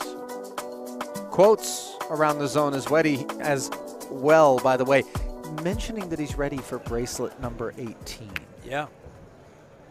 You know, he's big on that, like, mindset and, you know, the whole positivity thing and calling your shot. He likes to put it out there and then hold himself to it. Does Phil? He's one of a kind, Ollie. He had some great tweets leading into the start of the day. Okay. I need to find this one. If you walk us, I'm gonna load this in a second and just read you the final line of an earlier tweet as we watch this all in. Yeah, Drew Scott deciding the King 10 suited is adequate from the small blind for a rip, dominating the 10-4 of Pinnola, which is never going to be a customer. All right, good time for me to do it. So he tweeted at the start of the day when there were 35 left. He's last in chips. Average is 4.9 million. He had 650K blinds or 100K 2K. Wow. So yeah, a little short. The final line is, one positive way to look at it, flip the chip counts upside down and I'm in first place. I mean, that's ambitious. Yeah, okay, yeah. Sure. Yeah, there it is. That reminds me of the famous, if my aunt had, you know, different equipment, she'd be my uncle. That would make sense to me. It's similar to that. Right. You know what I mean? It's like, yes, I get it. You're not wrong, Phil. But we're here in reality where you want to talk about immaterial and irrelevant. That qualifies, I think. You know? I like your, it's not an analogy. I like your example better. It's fun to think about. Also, my mind wanders. Also fun is being given an opportunity to enter a pot courtesy of the absence of Maria for Thomas Santere, whose ace-jack goes to work. 8.4. Pinnola now with pocket threes in the small. This is a commitment from Santere, given that he only had 15.7 coming in. Let's see Pinnola at this price. Doubtful that he'll be interested, and certainly into the muck it goes.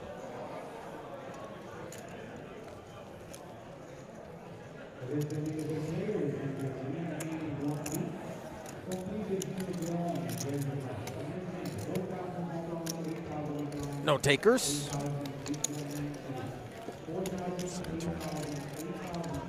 Will take it down. By the way, a couple of spots he early on in this one was 3-betting Maria, so he's got some heart, a little bit of moxie as well. Keep an eye on him. As we look back at the eliminations thus far here at this final table. Another member of the South Korean delegation was the first casualty. Hyunsup Kim, followed by Davidi Kitai, the Belgian, and then of course Kartik Ved, who really wore his feelings about Maria Ho's decision to get after his open with ace-9, 3-betting what was certainly a commitment made by Ved in terms of sizing in relation to what he had back as the shorty at the time. But it did work out for her. She flopped a 9, he flopped 2 overs and a gutty, connected with the king on the turn, and then she made trips on the river and ended his bid. Some of those hands, right? Now you look back, you analyze the tape, you wonder what are the mistakes were made. When you win a hand like that, was that the one that propelled you to victory, right? It takes these sorts of strange unfoldings, questionable calls, if you will.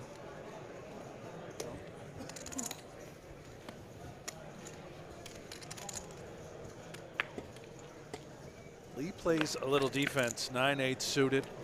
He's in rough shape if it did come 8 high.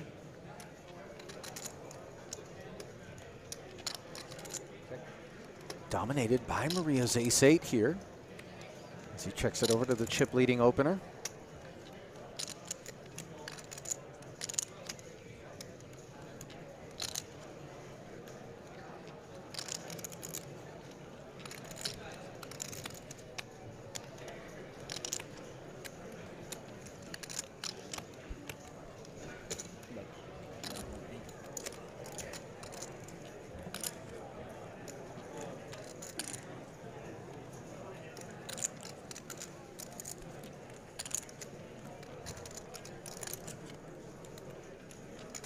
Feels like a standard continuation bet. It is under the gun raise. 665 seems relatively harmless.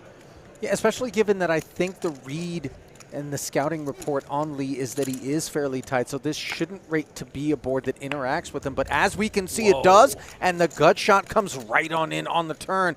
A card that gives Maria an open ender, and the ace of hearts becomes somewhat relevant here as Lee checking one more time. 12 million out there, and Maria, once she gets called on this flop, I don't think she's given this man any floats. I don't believe so, Ali. I think you nailed it. It's a lot of 8-9, 7-8, 3-4, perhaps up against trip sixes. The one sort of holding that we may consider trying to target is a 5X variety. But what fives would Lee call with pre-flop?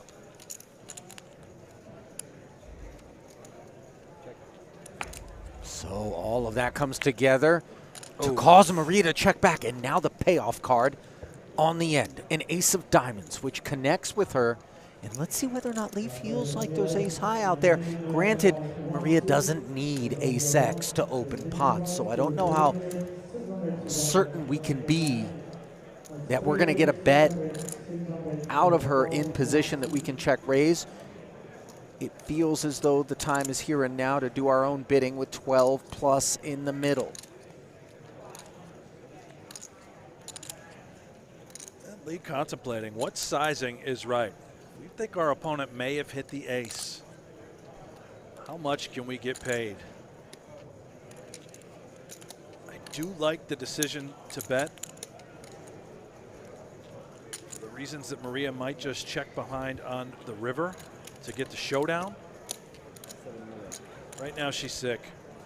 Looking what is going on. Is it trip sixes? What draws have missed that I still beat? He's never betting a 5. 7 into 12. Man.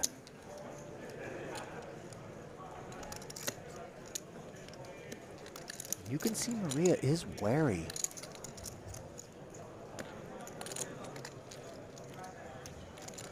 Really hard for him to show up with many bluffs. Right now, ace-8 is nothing but a bluff catcher.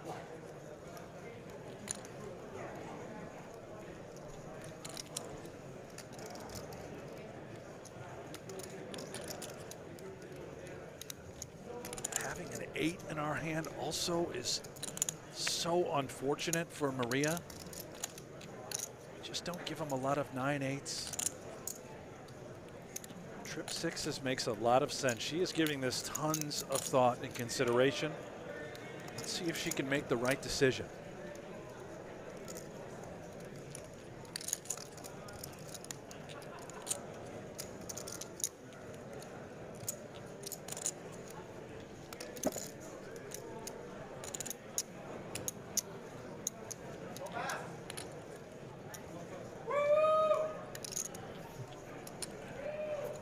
if Maria were to find the fold here, Brent, that would really, for me,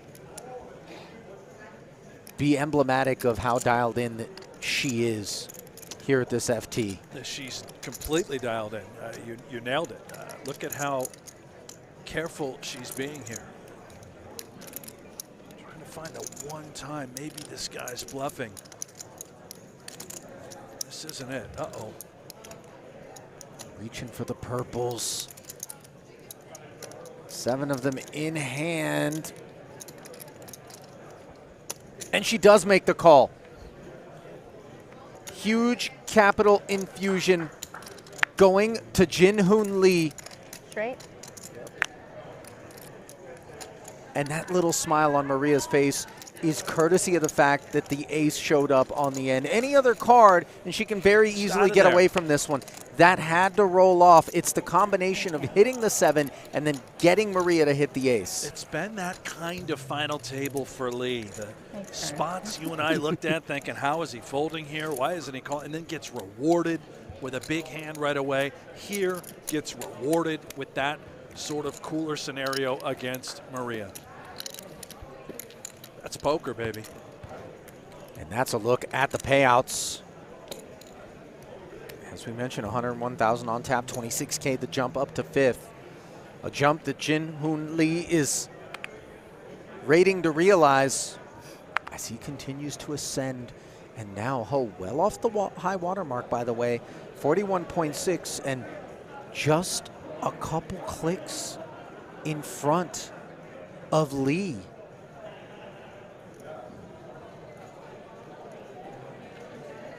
Center. King Jack.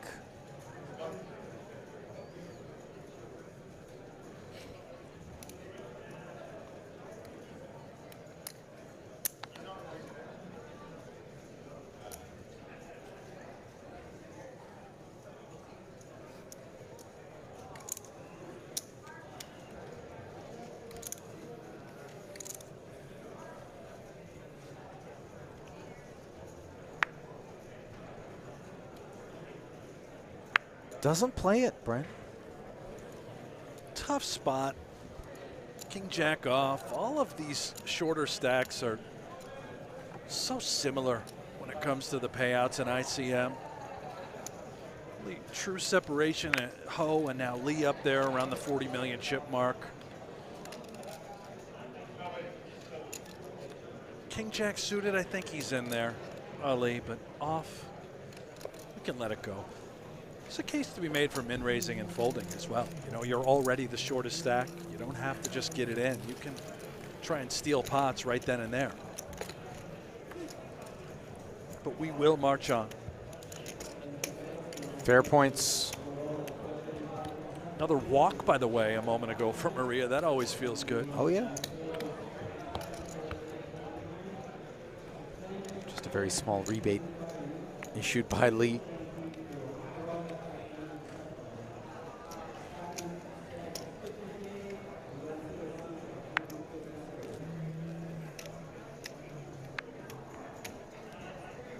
He's suited now for Pinnola, who has been, dare I say, the second most active stack here at this final table other than Maria. No, in spite, spot on. In spite, by the way, not having been second in chips and just seizing initiative of his own whenever Maria declined to open a pot. He was down there as the short stack once upon a time. Yeah, he's been extremely active. Defending, raising pots, getting involved in every way that he can. Here's the one of those hands that all the kids love to play, ace wheel suited.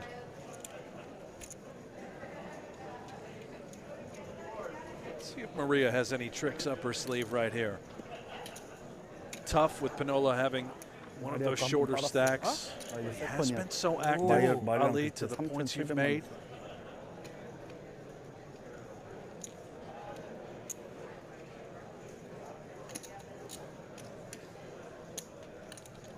Ace-4 suited. That which Maria Ho is chewing on now. Note stack depths have shriveled considerably in terms of big blind expression. 1.5 million. means that she is sitting with under 30 bigs. All in. And she rips it from the small blind. And note just how powerful this line is, as Pinnola, doubtful to want to play. I don't think we can call it off with ace-8 suited. This is a wonderful all-in by Maria.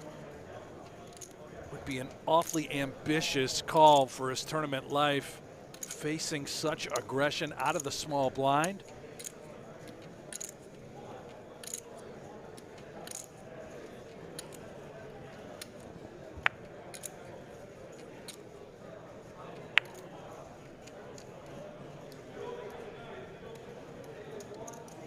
Beautiful.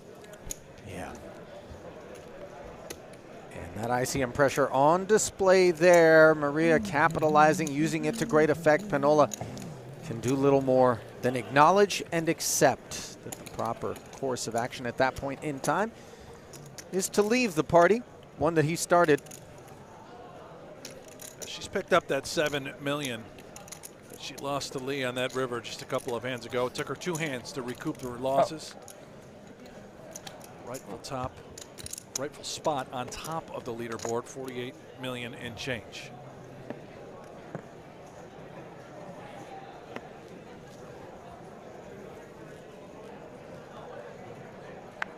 Far less tempting kit here for Pinnola up front.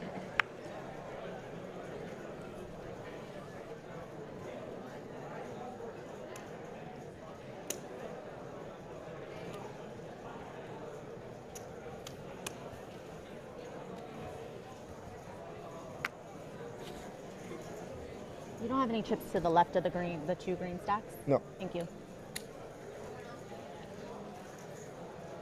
King 7 offsuit on the button. Maria making sure all chips are on display properly. Able to unleash the fury on the button, targeting these small blind and big blind stack of Santere and Scott. Now Santere's in that 11 big blind turf. If he does wake up with one to play, in all likelihood it'll be for all of it on the back end of a Maria Open.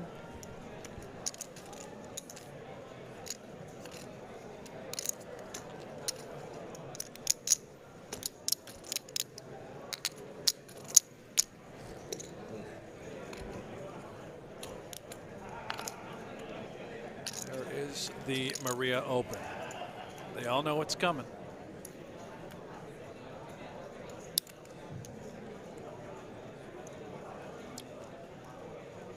Scott now decision. Do we defend with the Queen 8 off? We understand Maria can be opening quite wide. Reasonable enough, licks it in. So the defense by Scott yielding the King 10-6 board, which gives Maria top pair and very little hope for Queen 8, which knuckles over in an $8.5 million chip pot. This is such a great feeling, Ali, when you start raising the buttons with these types of holdings and you do connect with top pair. Oh, you're just printing money. See, I thought when you said this is such a great feeling, you were referring to Lee with the neck roll.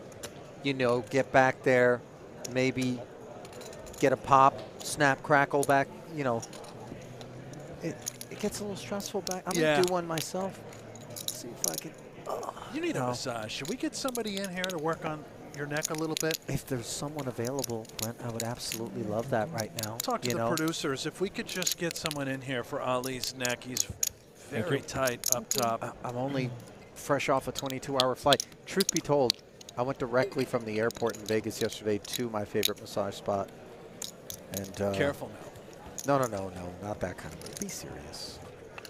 With you? I'll never ever go to one of those joints. It's I don't want anyone to touch me who might have been fresh off of some salami. That's disgusting. Right. Not interesting. Right. I like a nice elbow. You know, I want to feel the pain. I'm not one of these like pet me for an hour kind of guys. Like, get in there. The handcuffs kind of guy. Get it? No. Also not that. You know, I'm the deep tissue. Break up. You know. I'm wound tight. No, I think we all understand. Yeah.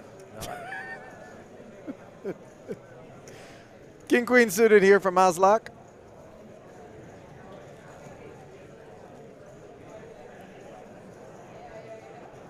Oh, by the way, both the King and the Queen can be found on a chessboard as the Grandmaster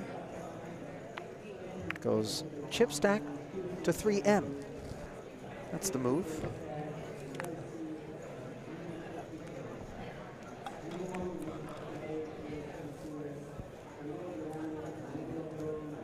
Ace, Queen of Hearts here for Pinnola. Ouch, this is brutal. Dominating and loaded for bear. Oh man, and the ultimate short stack. Sorry, Santere's the ultimate short stack, but this is so painful with King Queen suited. I think we all know what's about to happen. What a disgusting spot for Maslak. We gotta sit and find out. This is gross. This is really close, Ali. How much is it?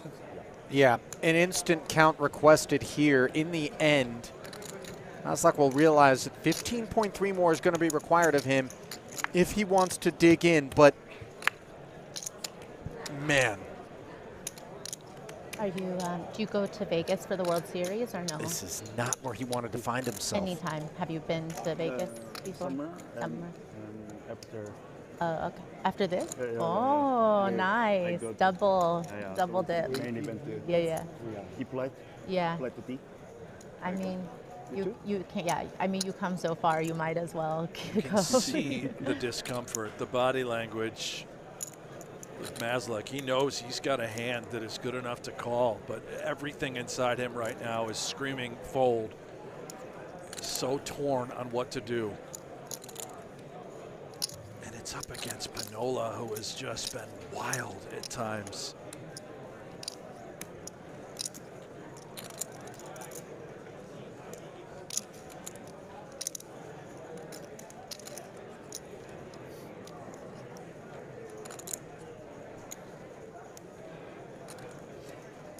This really is a hand that we value so much, Brent, insofar as it blocks the ace kings and the ace queens. It blocks pocket kings. It blocks pocket queens. But as we can see here, blockers can get you in a little bit of trouble as well. It cuts both ways. And with 420,000 up top and a stack which is deep enough to continue to play on at 22 million and step away from this 3, is this the moment for Maslak?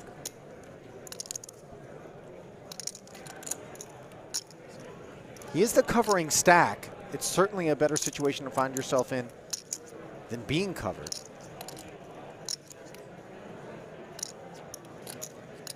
There is that 10K extra sweep with that bounty, but I can't imagine that thought is running through his mind right now. No, as you pointed out, much more so they're playing for just direct ICM than any bounties. 10K and below are the value of the remaining envelopes, the value of the pay jumps, and the actual prospects of working your way up the ladder here toward that 420K far more on our minds.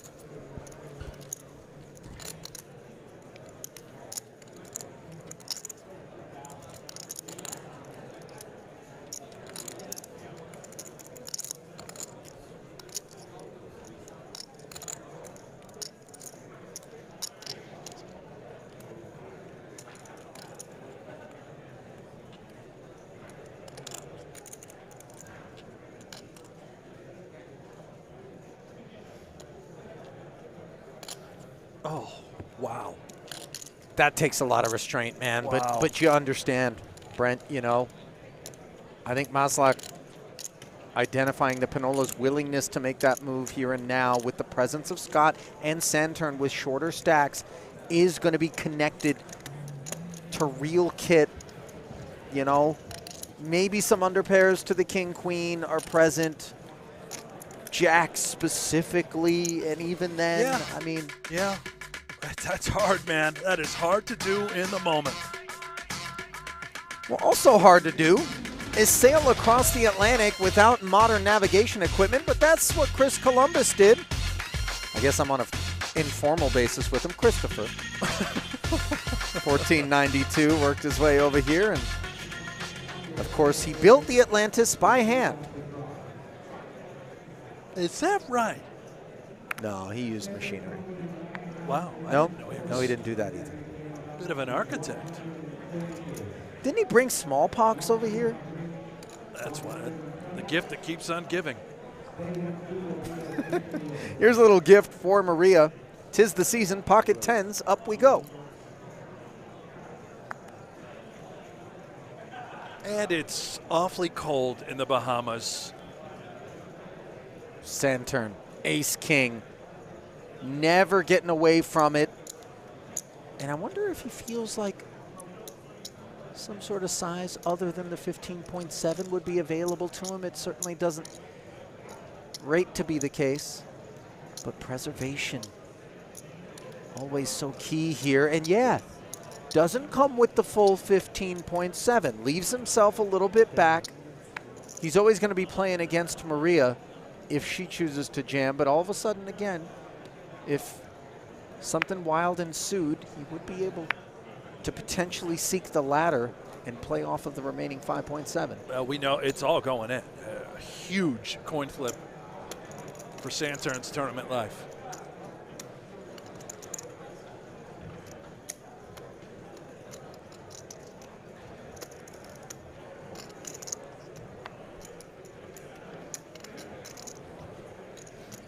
Back over to Maria. This is far too much hand for her to be getting away. Let's see if she just wants to stick it in now and spin, or if, yeah, there it is.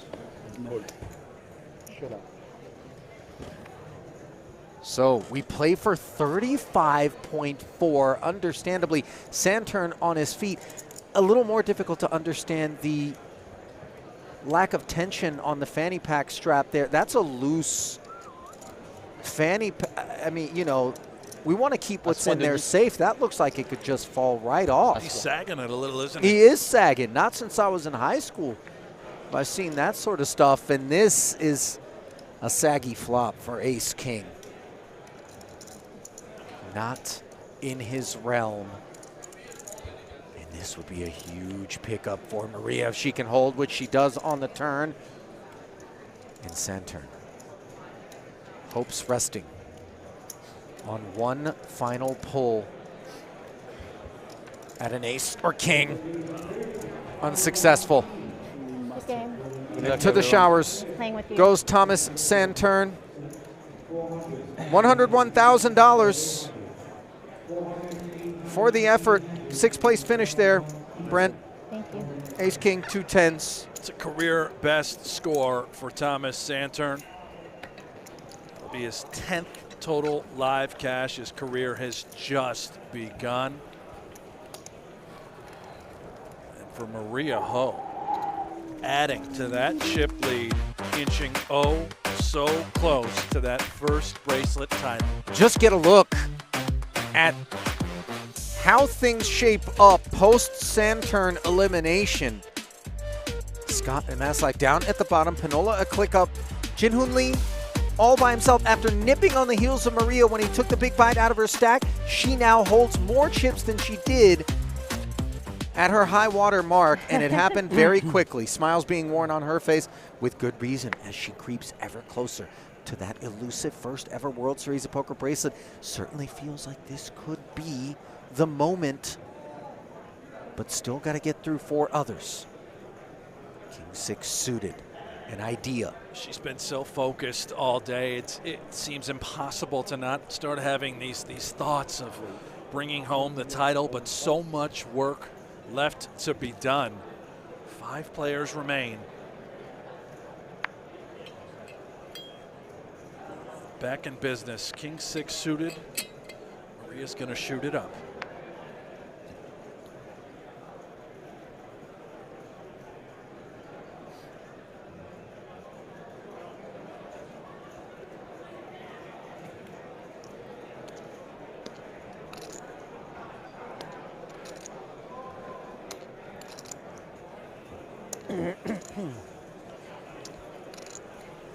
$3.5 million.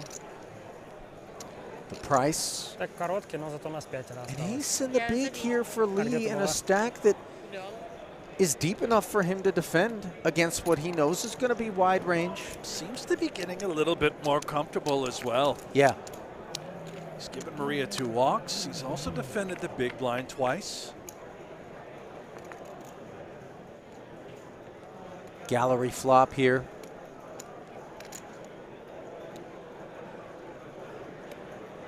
Lee checking over to Maria. Genuine decision for Maria. How to proceed Now on the flop. There was a time where the range for Lee would have been a little bit more narrow when defending against Maria's open. Right. Now, I think the range is broadened. Still, the table image is such that he's a tight player, but maybe this Queen Jack Jack is one that Maria can credibly rep and just get through. Obviously, the ace deuce lacks a future. It's pretty hard for Lee to want to continue with just ace high. He may feel it's the best, but Maria clearly had some sort of ace the last time. These two squared off in this exact dynamic, under the gun open versus his big blind. All these thoughts are running through his mind. And he's certainly well behind what could be a queen or a jack, and it's beautiful by Maria. Great continuation. These pots are so critical for her. She's now going to chip up to nearly 80 million, closing in on 50% of the chips in play.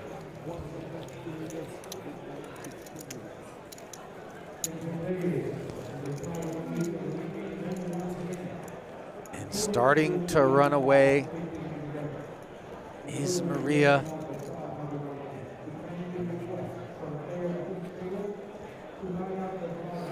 Like 16? I think it's now very ever present in her mind. The look on her face suggests that it's like, oh my gosh. Nerves are kicking in. Is this Yeah, nerves are kicking in. the moment? You start to recognize, like, wow, I have almost half the chips in play. 17-9. Five-handed. Thank you. It's impossible not to think about it. And there's only 85 total big blinds in play, as this graphic now points out. She's got nearly half of that.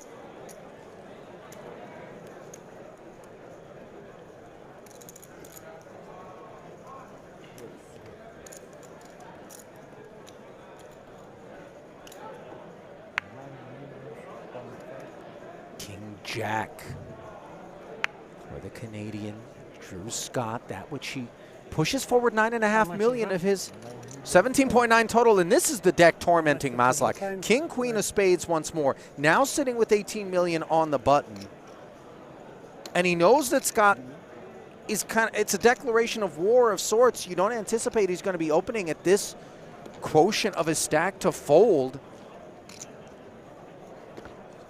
What's the range in your mind? It's just very difficult, right? These guys have less than 10 bigs.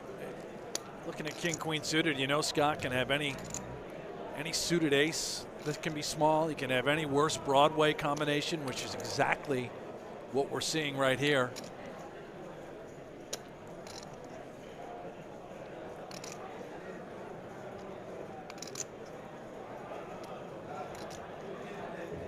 This is so tough again for Maslak.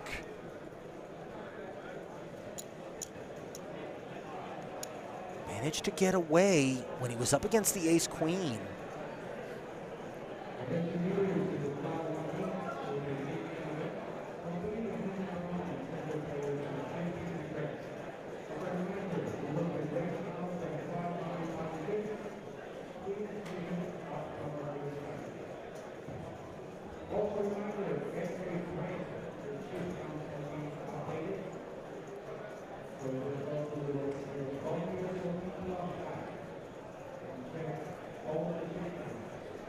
Oh, it's torture. Yeah, again, with the same exact hand and suits.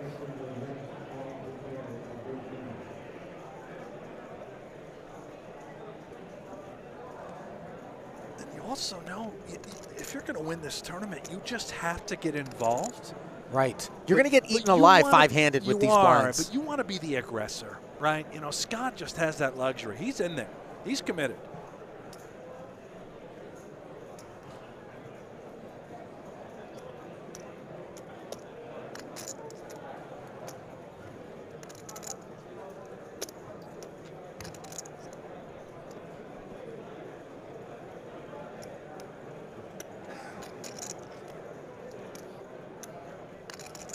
sit back and try to put ourselves in Maslak's shoes.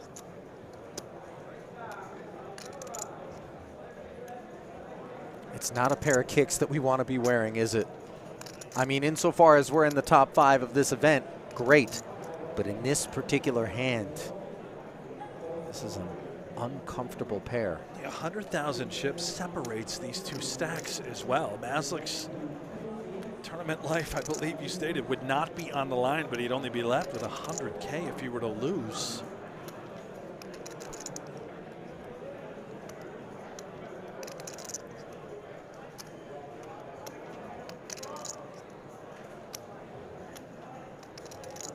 The chat is going bananas. They can't take it. They want him to get it in so bad. And I'll tell you, it's really easy for you and I, Ali, and for chat at home to sit back and we could see the cards, but this is just sickening. I mean, it's unbelievable just how good the shape he would be in if he managed to get Scott to commit with this King-Jack against a jam. It would be quite a bit different if he was closing the action as well. Let's not forget that both blinds are still left to act behind him.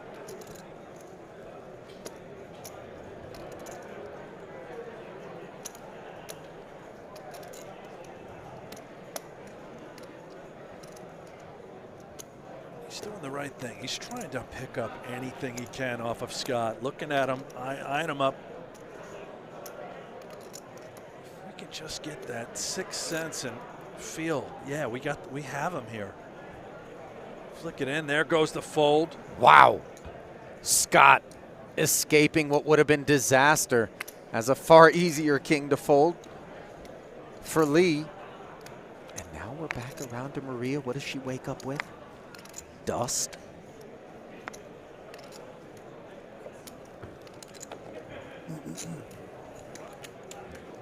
So Scott dances with the devil. That King-Jack offsuit, little did he know it was in awful shape. I'm sure he imagines that it was beaten by whatever it was that would cause a tank that was big enough to fit an orca in. Yeah, he knows. He for sure knows that he just got away with one right there. You almost start to think it's exactly king-queen. 2 million big blind? Maybe a hand like ace-9, ace-10, but man, this game's great, isn't it? I love the pain, Ali. Yeah, and the glory. You're a bit of a masochist, if I'm honest. Yeah. Brent.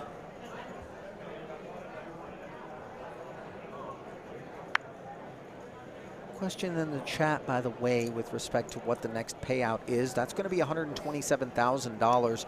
33K the jump from there to fourth, which is 160K.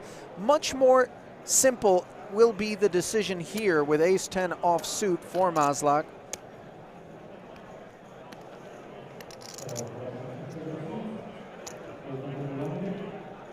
This is the situation we talked about. You just want to be the aggressor in these moments. Sure. Get committed. Pressure's off. Hand is good enough. Fold equity.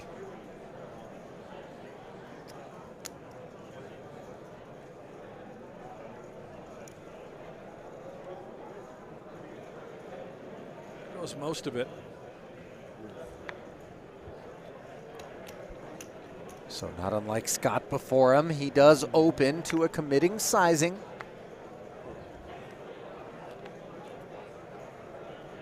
Exactly half of his stack. Gets through the two big stacks, and now over to Scott, who's holding on to some of his biscuits from that last collision, although the king-queen ended up into the mug, so no biscuits were delivered. But no, just a little gravy. Not even any gravy. Well, there's another look at our streaming schedule, which goes right through the 14th of December. Stuffing your stocking with ample amounts of poker. GG Millions cash game on tap tomorrow, the high roller final table. Day after that, and then we begin coverage of the main, 9th through the 13th, before we hand the reins over to Lon and Norm with the final table. Gonna bring in the fuddy-duddies. Get them in here. The fuddy-duddies? The icons, Ali. Brent? Yeah. Yeah, you can't say World Series without thinking about those two. Pocket eights for Maslak. Not a whole lot of thought, I would imagine, going to be required for this one. It will be opened.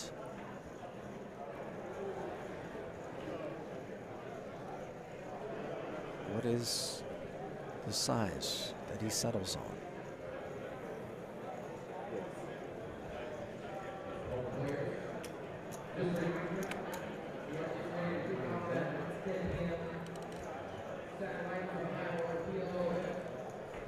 Once again, 9 million. This doesn't represent a full 50% of his stack, given the pickup last pot. Getting through all the way to the big blind of Pinnola, ace. 18.8 back. Already 4 million out there with the blinds at 1-2. This would be ambitious, Ali, with ace-6 off.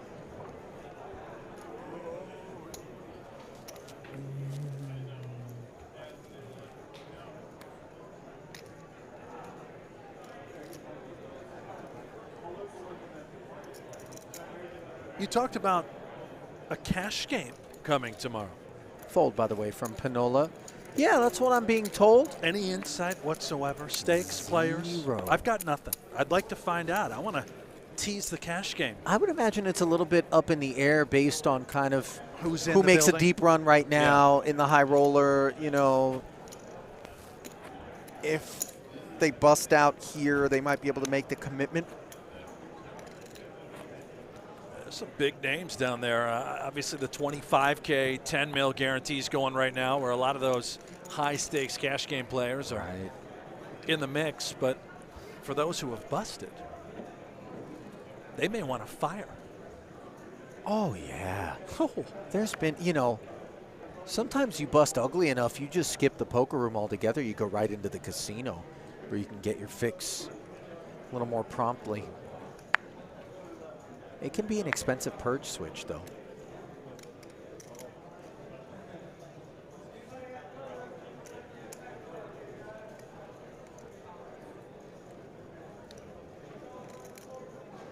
Jack 8 suited now for Maria.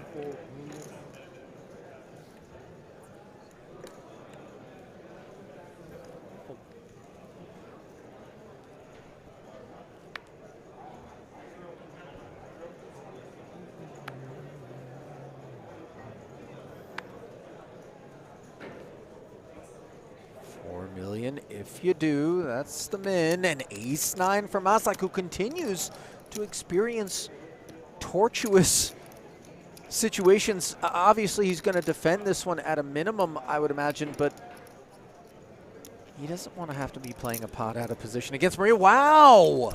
Now, this one is deeply surprising to me, Brent, perhaps more so than the two king-queen suiteds. Yeah, I mean, obviously it's ICM related with the two shorties be having 17 and change apiece. Yeah, but I mean, you're only 3 million or 3 big blinds in front of each of those guys, and you've got 2 million in the big, 2 million investment. Now that Thomas is gone, you're rooting for me? I'll take it. I'll take it. Thank you. And it looks like Mystery Fan, now that Santere has been showered, has directed his enthusiasm toward Maria. So obviously his allegiances are staunch and not the slightest bit.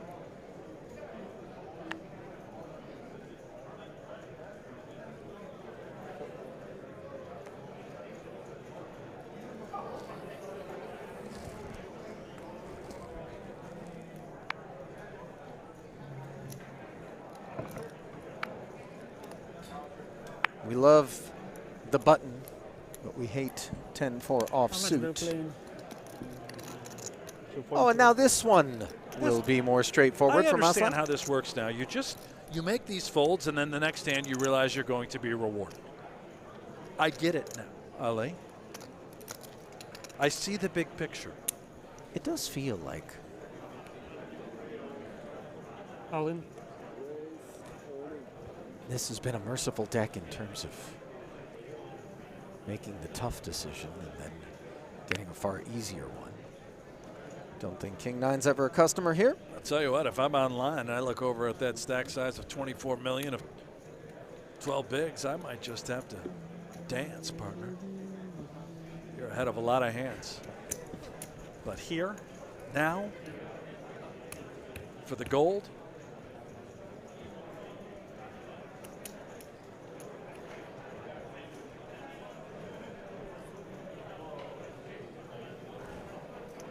Lee is giving it some thought.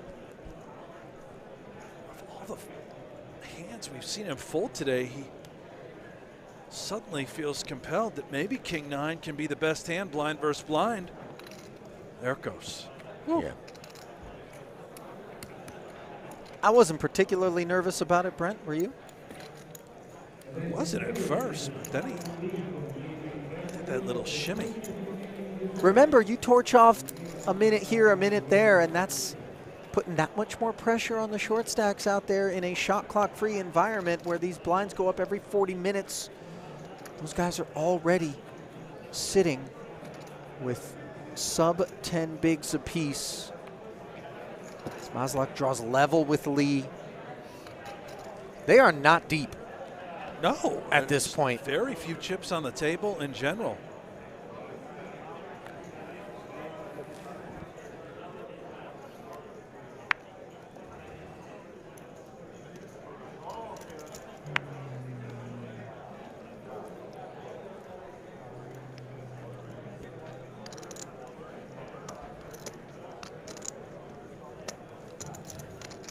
Fold it around to the blinds. We're gonna see a lot of this. And okay, now his turn. I see. Ali. Again, big picture.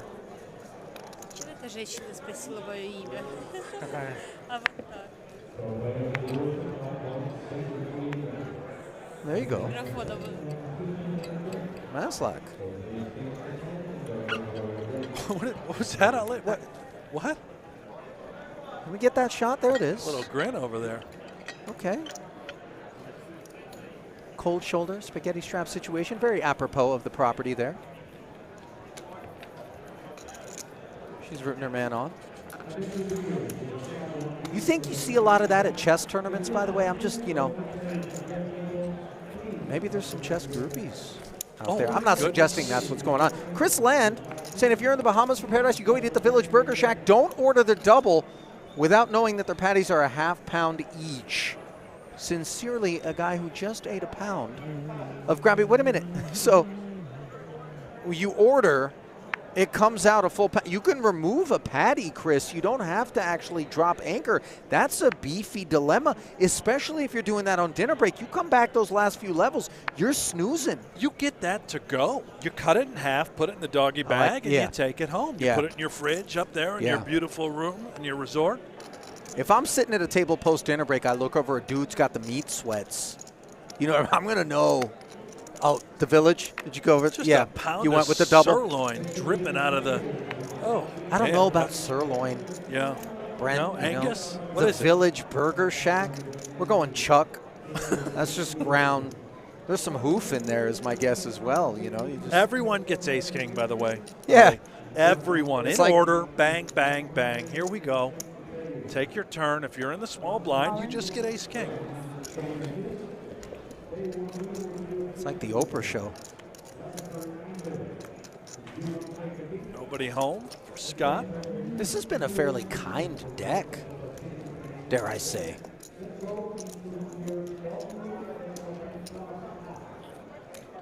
You ever had a pound, a burger that weighed a pound? You ever attempted it before? I don't think I have. A 3/4 might be the upper. That kind of caps my range. What's that spot down on Fremont Street where they have the heart attack? Stop. Isn't that the Didn't size the of their dude burger? who owned that place die of a heart attack? I mean, you know, they're known for their pound burger. I mean, he kept it real. Do you think when you find out that that happened, you're like, oh, yo, That place isn't false advertising. I'm going down there.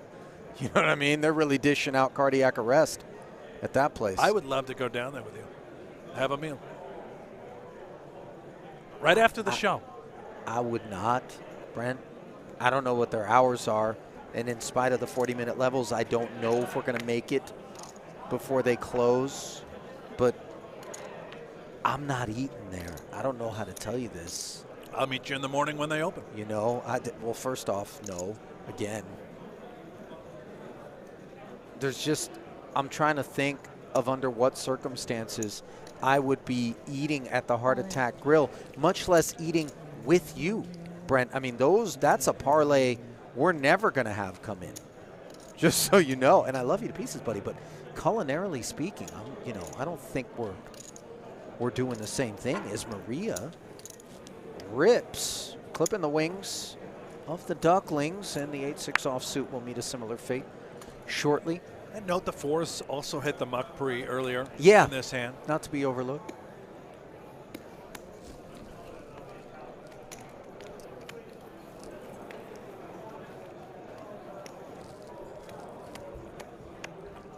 Well, welcome to Paradise. And I'm not just directing that toward those of you who are joining us for coverage of this first day of streaming here, of this Mystery Millions. Part of a solid docket from this inaugural World Series of Poker Paradise, but I'm also referring to Maria Ho as an absolutely heavenly setup for her here to take down her first ever bracelet, already with 9 career 6-figure cashes. What a 10th this would be.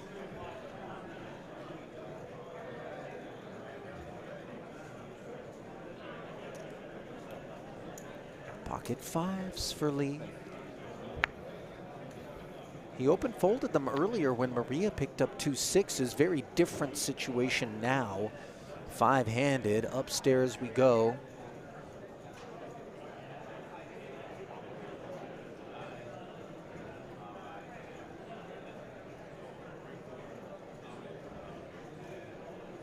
Perhaps considering one last look in the muck. Okay.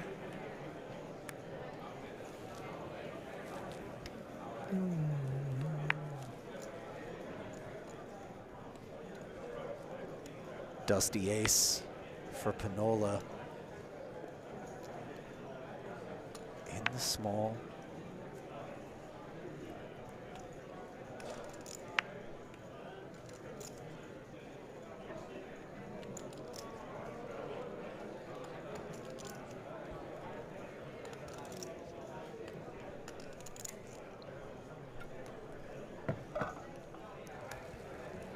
He's chewing on it.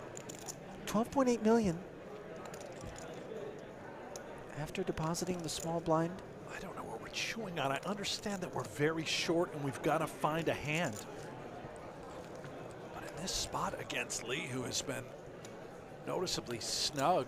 I mean, listen, Lee opening a pot as a middling stack with 3 shorter stacks than his own out there to the right of Maria is tethered to strength more often than not. Now, granted, we see a couple of 5s here. Maybe this is toward the bottom end of his opening range.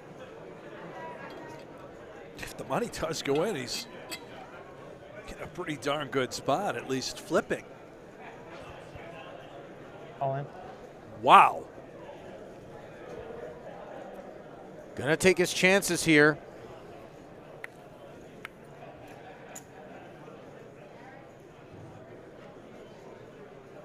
Oh my goodness.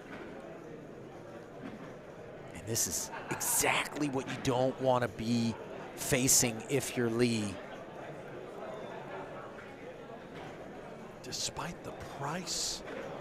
I think we remove deuces through 4s, which means, again, it's 2 overs or the over pair. And so the 5s do go into the muck. And Pinnola rewarded for his aggression there. And surprise on the face of Brent Hanks here in the booth. Seemingly no fold equity there, but because of the chip stacks, this ICM dynamic in play, Lee maintains that second pole position on the leaderboard, whereas Had he called, he would have dipped down below 20 million in the event of a loss. But I don't know, Ali. I think you have to put it in there and make that call. I'll tell you what. I want to try to get into the mind of Jin Hoon Lee a little bit. This is a big moment. This is the final table of the Mystery Millions. This is an event where 420,000 is up top, where we're still sitting on 100,000 and change as the current payout. 127, of course, to be exact. And even in those moments where you know what maybe is that which we're encouraged to do, which is dig in, I've seen so many deviations. I know. I hear you. I hear you. And tough to do. It just speaks to the gravity of the moment sometimes. You know? Even just doing it with as many eyeballs as you know are watching out there. Sometimes maybe playing in.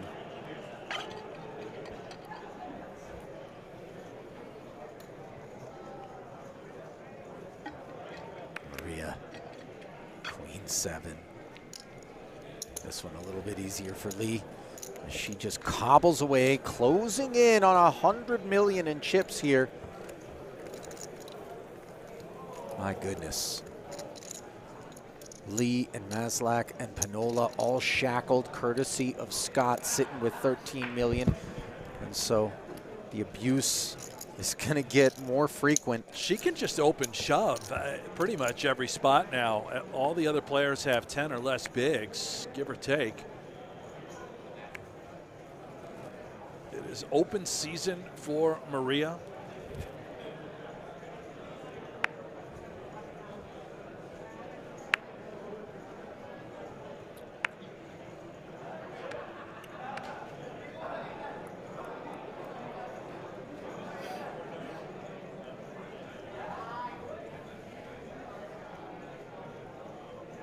Queen 10, suited one gapper on the button now for Maslak. Obviously, Maria in the big is a concern, as is the presence of Drew Scott. It's a decent amount of hand, but again, this is a guy who's shown that he can find the fold with King Queen suited on not one but two occasions. Scott's in the big blind the next hand. He'll be committing 4 million chips into that pot. Is merit to just simply mucking the Queen 10 suited? I don't have it in me.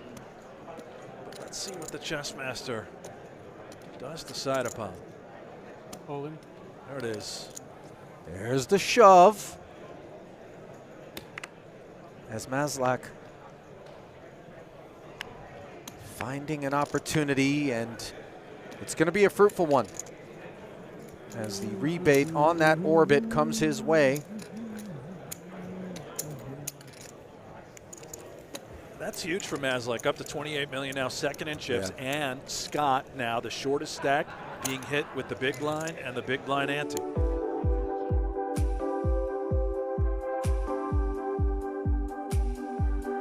Flashing back now to the dearly departed. Thus far, here at this final table, it was Hyunsup Kim, not on stream, eliminated in ninth, followed by Davidi Kitai, Kartik Ved, Thomas Santere. Pinnola just keeps getting hit with these beautiful suited connectors. He passed on 10-7 suited a moment ago. Now the tempters. 9-8 under the gun. I mean, listen, normal circumstances, these hands are nice ways in which to speculate. But you got ICM on your mind. You got 420,000 on your mind. You got the eyeballs of so many trained on you.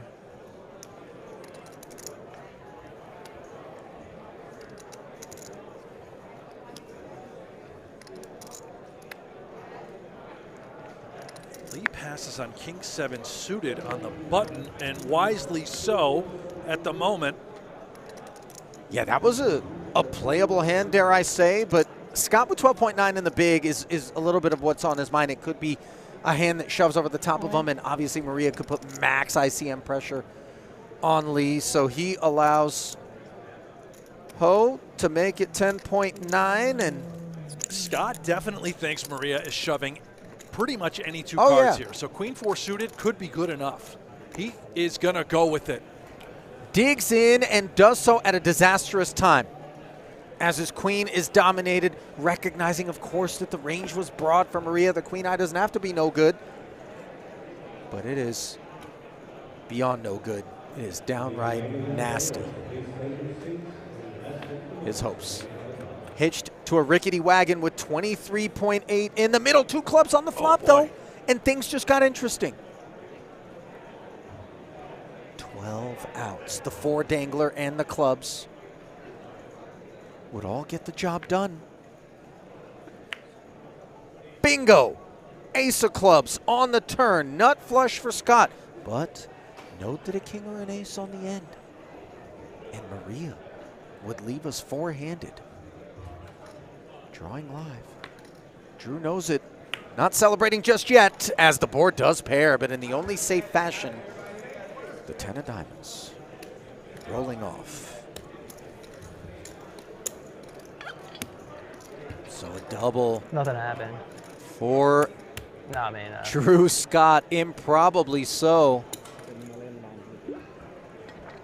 And of course, sturdy for Maria. Only loses 6 bigs, that hand, Ali, but that stings when you give it in. It's such a favorite. All these stacks now, Maslak, Lee, Scott, Pinnola, look at them. Separated by just a couple of bigs, right around the 10 to 14 big blind mark.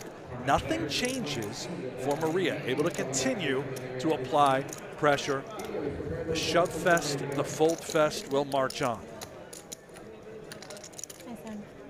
I mean, it's easy to kind of look out there and think there's some poker that can be played, but in reality, 10 to 12 bigs is where the bulk of these guys find themselves here. And Maria is just ready to go clubbing. And I'm not talking about nightlife here in Vegas. I'm talking about harbor seals out on the ice shelf in Nova Scotia. Now, explain that one to me. It went right over my head, Ali. Now, as a lover of animals, once upon a time it came to my attention that there's a culling of these innocent white seals by these fishermen who take umbrage with the fact that the seals eat their bounty. And so they run out there with these spiked clubs, man. And, you know, these little seals, they're just chum, man. They look at you with these big, innocent black eyes, and then kaboom. You just down they whacked. go. Yeah. It ain't fun. It ain't right. You saw that on your Discovery. Yeah, Drew Scott might know some about. I mean, he's Canadian. You know what I mean? I'm not saying he's out there club in hand, but you know, that's his part of the world that goes down in. I'm on Team Seal, by the way. Yeah, I'm Team Seal in that spot. You know what I mean? Yeah. They live in the. That's their food source. Anyway, all in as Scott looking to do a little dining after the double up, rips an ace-3 into Pinnola over the top of Maria. Wow, and this starts to now get frustrating. You just doubled up, Scott. Your chips are starting to sink. You had 90 million, now you're down to 70. Still a large chip lead, but you're feeling all of the pressure. The bracelet is oh so close. It feels like the train's coming off the tracks a little bit, Ali. Bouncing off of his low point, though, and doing so much to the chagrin of the remaining field. Here at his first final table on the year. Looking to finish off with a bang.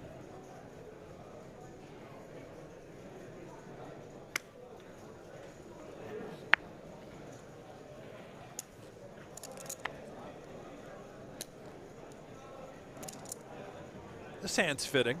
Queen 4 of clubs, exactly what Maria had double through her. It's a little bit different now, Scott. Deeper on this button, but nevertheless, Maria does what she's supposed to be doing here.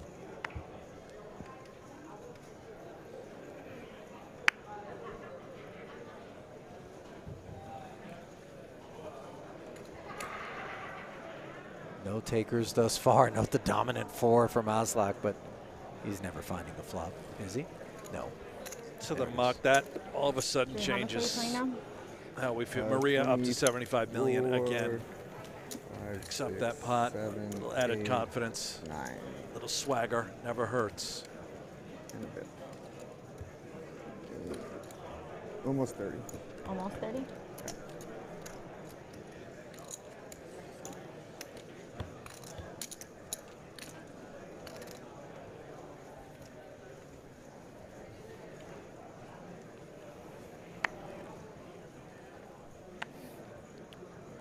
Sailboats now down in the Bahamas.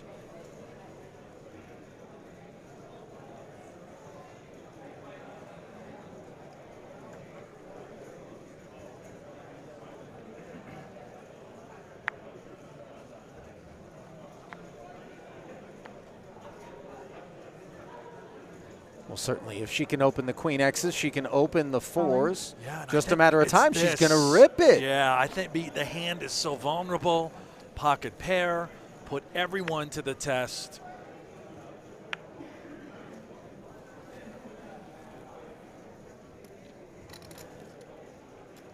And you just close the door of ever being shoved on light. You also force folds from hands like 5s, 6s. Even if they've got 10 bigs, they may have to throw that into the muck.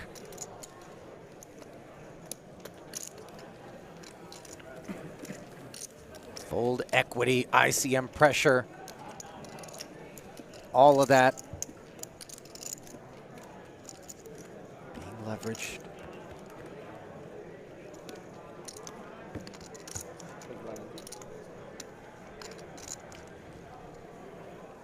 Shout out to the YouTube chat, by the way. Love that you guys are out there showing enthusiasm for this live stream of the Mystery Millions here at this inaugural World Series of Poker Paradise here at Atlantis Resort in the Bahamas.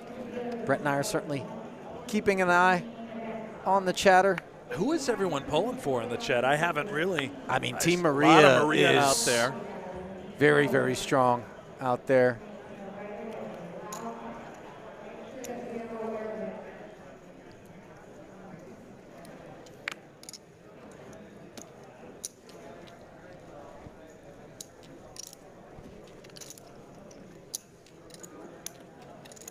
Lee's turn. 9s.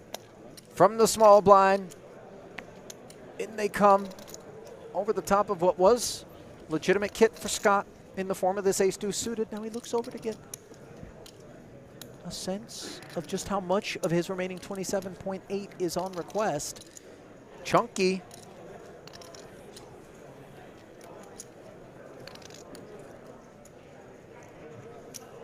You weren't kidding about the chat pulling for Maria. It is.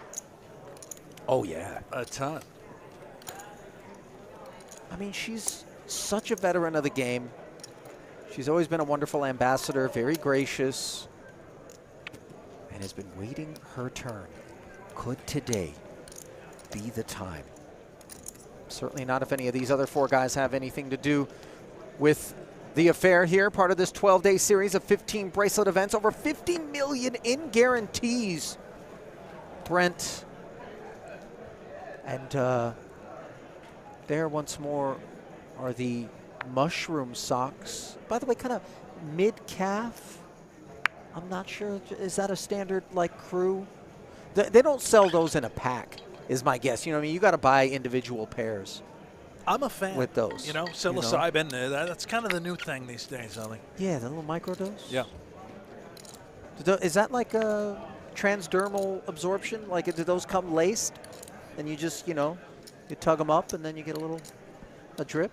of sorts? Well, that'd be nice. About as nice as King Jack suited here for Maria. I think it might be a little nicer than King Jack suited, by the way. I mean, nice is subjective. Depends but on the dose. I don't think anyone hallucinates when they pick up King Jack suited. Oh, well, again, depends on the dose. I don't think you're going to solve a heroin addiction with King Jack suited or PTSD from one of several wars. You know, just it's King Jack suited. A lot of people love the hand. Very few love our waxing poetic about it in that way, in all likelihood, as we see the limp from Maria with the King Jack, Brent. And now this becomes interesting. Oh, no. Scott waking up with Ace Queen. Does Maria think that maybe she's going to be able to pick off what could, with some frequency, be Scott just trying to seize initiative in the face of a limp? Maria's just made this awkward for herself. Yeah, let's see. This is really treacherous. I don't know the plan for her. We're going to find out as it's a limp call to limp jam. Sizable out of Scott, $7.5 million.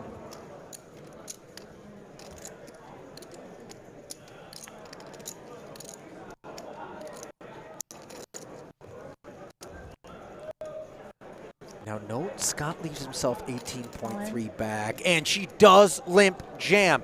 This is music to Scott's ears. The minute that he makes that snap call, Maria knows King Jack is not performing well, and suddenly Drew Scott, Brent, who was the short stack, is going to take a 3-2 advantage into a 53.6 million chip pot, which would put him in the chip lead, dethroning Maria for the first time here. If it holds.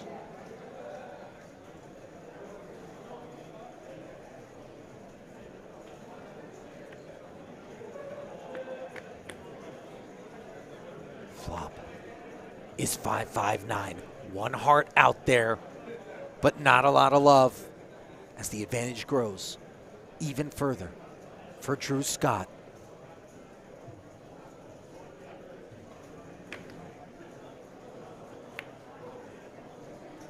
Hang on a second. The deuce of hearts on the turn, and now added outs for Maria as the advantage shrivels a click. 32% of the time, Maria is going to leave us four-handed. All the rest, Scott doubles into the chip lead. Which will it be? The king on the end, and Maria showers Drew Scott. Oh, my. Nice playing with you.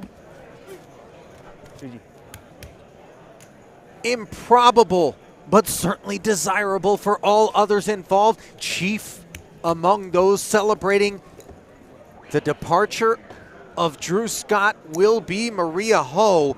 Things are starting to feel a little preordained. I think she's going to do it, Ali. What a river. What a moment for Maria Ho. And that was not a Today. sterile incident. Fully master. Look at the composure, too. Just didn't even really show any emotion, just Well, I dialed mean, in. There's unfinished business here, trying to close it out. Gray, 20 I mean, stack? she knows how dirty that Okay, was. She's been on the receiving end as well as the giving end here at this final table of bad beats. 84 cashes all time at the World Series. Only Kathy Liebert and JJ Liu have more. -1. Еще одного Мария сняла. Over 100 million in front of her. A better than 4-1 lead over Maslak. This is the dream. 10-5 suited. Look at what the stacks you're up against.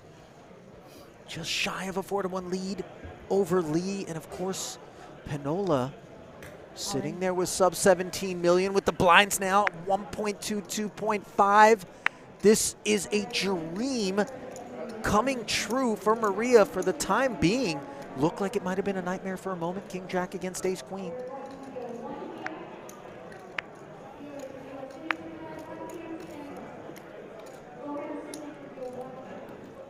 Pinnola giving this genuine consideration to call it off with King High.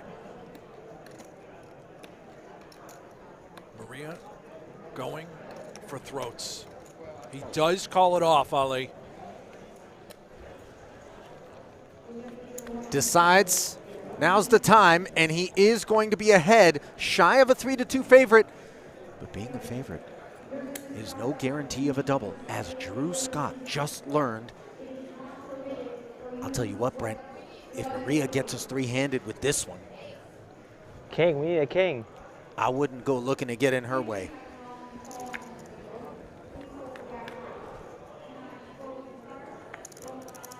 King, Queen, 9 board, gut shot against top pair. Outs available to the 10-5 on this heartless flop. But even more heartless would be a jack. 31.1 in the middle. Jacob doesn't pay us a visit on the turn.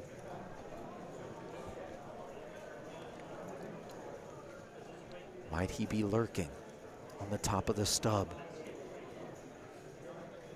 Anxious moments for Pinnola. And the double is secured. Like 14? Maybe? Just a little flesh thrown for Maria and massive for Pinnola. That double up puts him now second in chips.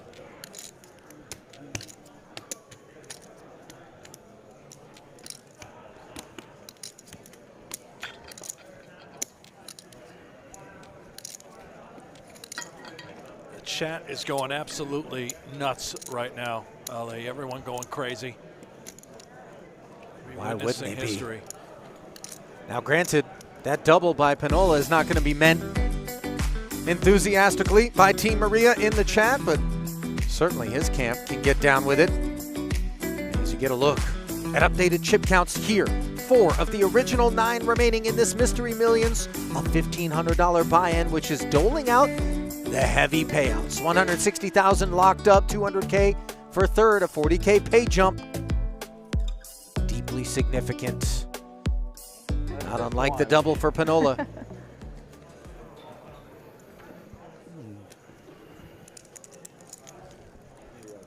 Thank you. The magic mushrooms there. He's about to lose that stack. Is that hanging off the edge of the table, or is that just a weird angle for me? Now they're on the table. I thought he had the lavender right up on the rail. What are you, insane? Who Maybe stacks I'm on their the magic chip mushrooms. on You the know, red? I don't know. I thought something weird was going on. What's going on?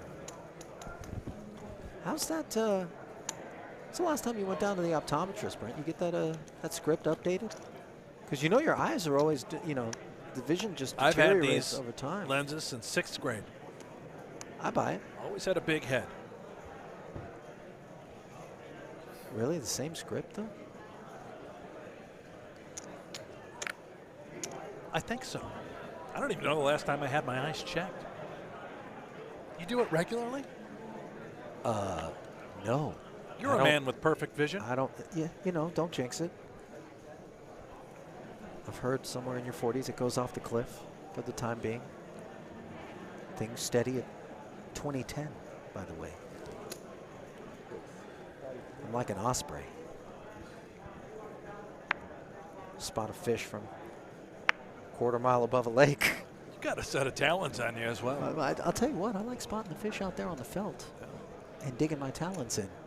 Although, certainly, this is a seemingly fish-free environment if these guys have fought their way right up toward that last stretch, vying for a shot at the summit against what we have to imagine is certainly going to be Maria Ho versus one of these three. Maslak finally espousing King-Queen. Jamming over the top of that button open. And then sliding his stack right back toward the point of origin. Along with new friends.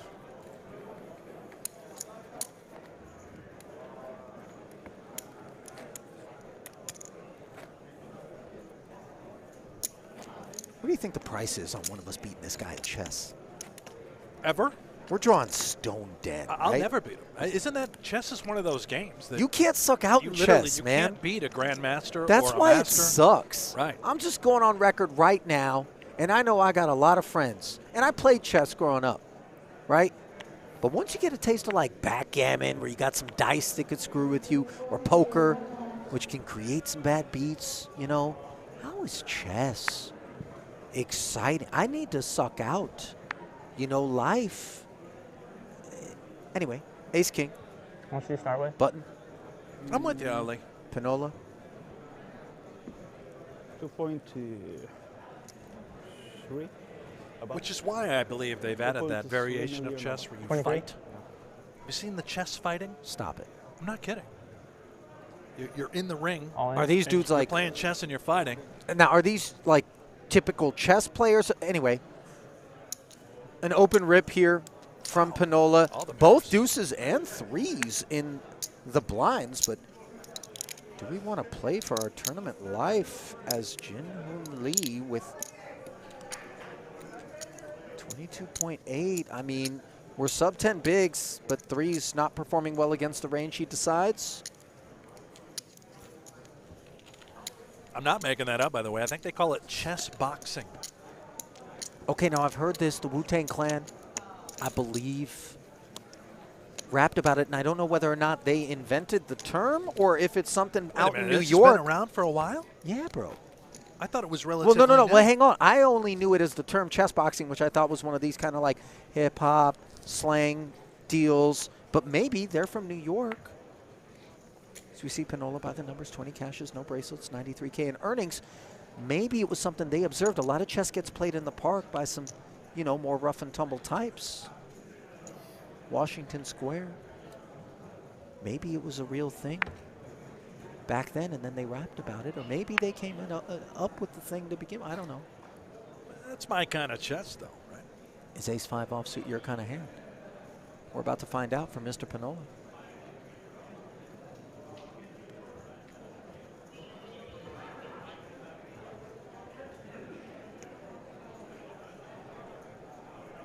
As Pinnola reaches to raise, I believe, as the chat has corrected you, you're referring to shadow boxing, which was a Wu-Tang reference I am familiar with, not chess boxing. It's chess boxing, Brent. Look it up. It's a track. I believe it's called The Mystery of Chess Boxing. They rap, I'm telling you, not shadow boxing. Fair. I know what I'm talking about. You yeah, were listening to Van Halen when I was in these streets, all right? I'm a Wu-Tang You had a guy. Def Leppard cassette melting in your car. I had both. Wait a minute. Did I really put that read on you accurately? Did No, you have but both you're the Halen Van and- Halen Are you era. the- I'm the Wu-Tang. Our ages No, are... but the thing is, you were not. You know, you were in exaggerated, Buffalo. like You 30 said you're right. I was listening Right? to Van Halen at 20, but yeah. 30. I know they're both in New York, but Buffalo and Manhattan, the 5 boroughs, you know, these are planets apart. Meanwhile, King 8 offsuit, a good bit apart.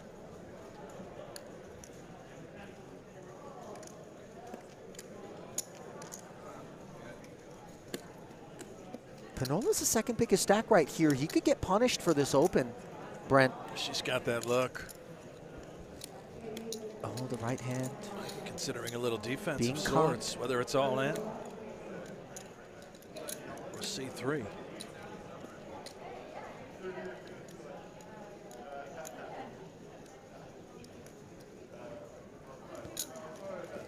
we go. Let's get rocked. We'll call. Shout out Def Leppard. Oh, God. Don't do it. So Maria defends and flops a gutter. 9-7-5 board here, bottom pair. The evolution of ace high.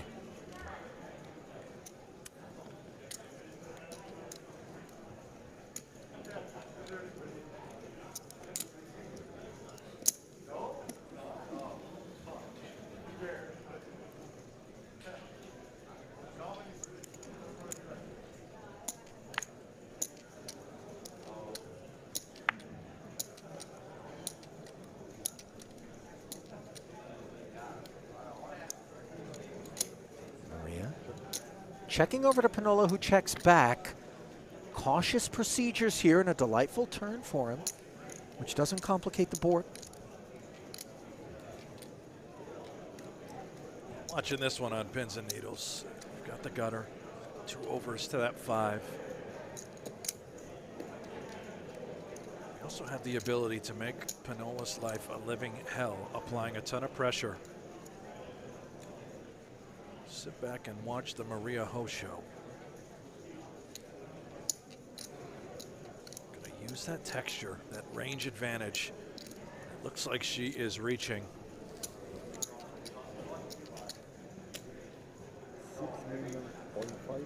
Oh, man. It's 6.5. Half pot. And just consider how uncomfortable things become for Pinnola, who is adrift here as played. Just defense from Ho, which we can imagine she can make very wide. And then a couple of overs out there. If we call, we add 13 million in total to what was already a slightly inflated pot. Well, Ali, she's setting up what would likely be a river shove Right. for the rest of his chips. Because you look at the SPR that he would have.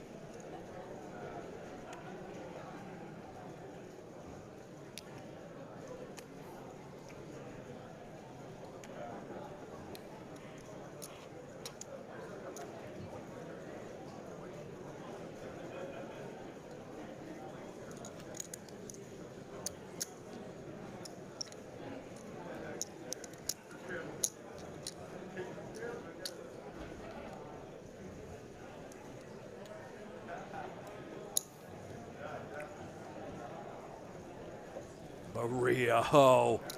How about it?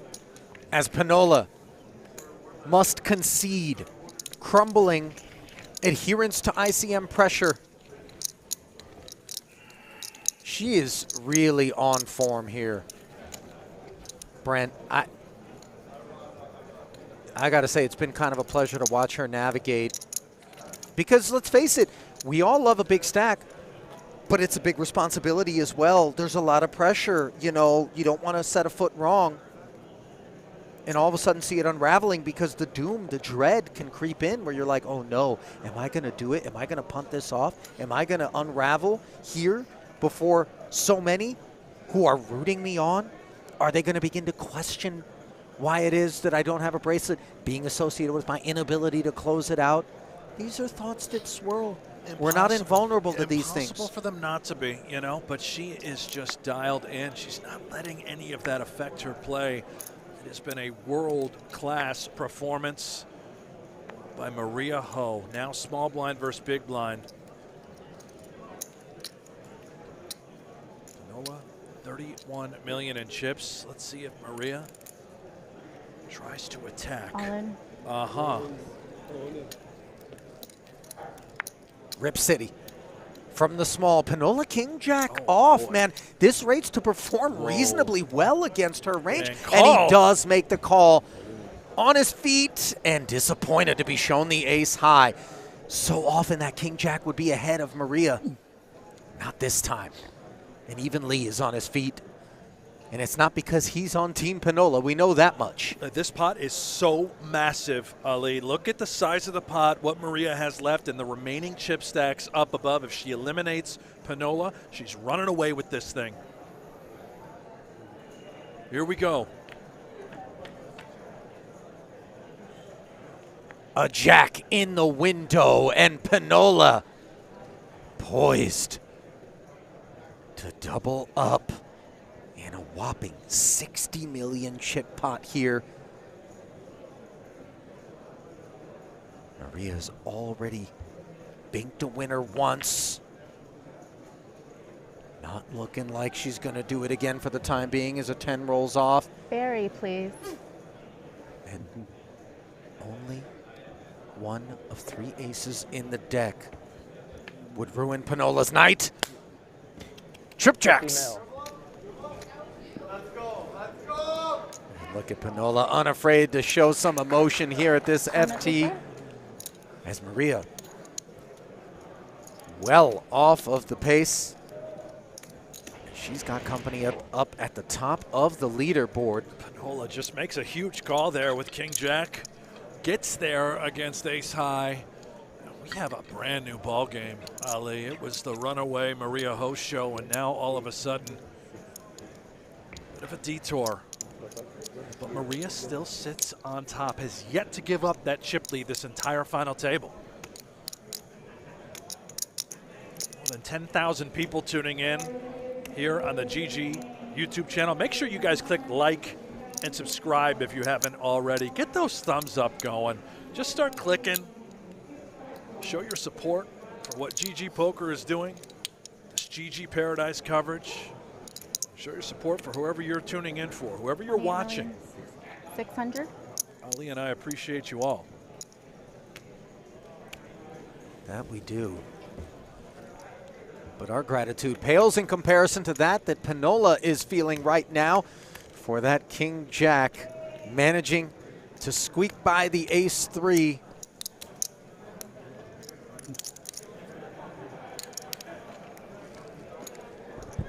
Who are you guys rooting for? Of course you. I know, I'm joking. I like having you guys' energy on my side. Not always it helps. Yeah. You heard Maria with calls for Barry on the end there. B-A-R-R-Y, not the fruit. Referring to Barry Greenstein, who penned the Ace on the River book. Barry Greenstein playing this series? Oh, any idea? No idea whatsoever. I haven't seen him in a minute. Last time I saw Barry, we were playing a little bit of mix over at Hawaiian Gardens in Southern California.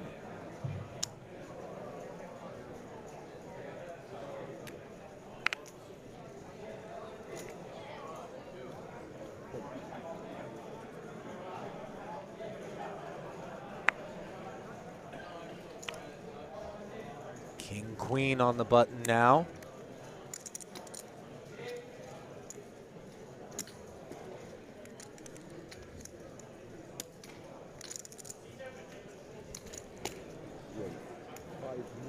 Not able to bludgeon as she has been for the bulk of her tenure here as chip leader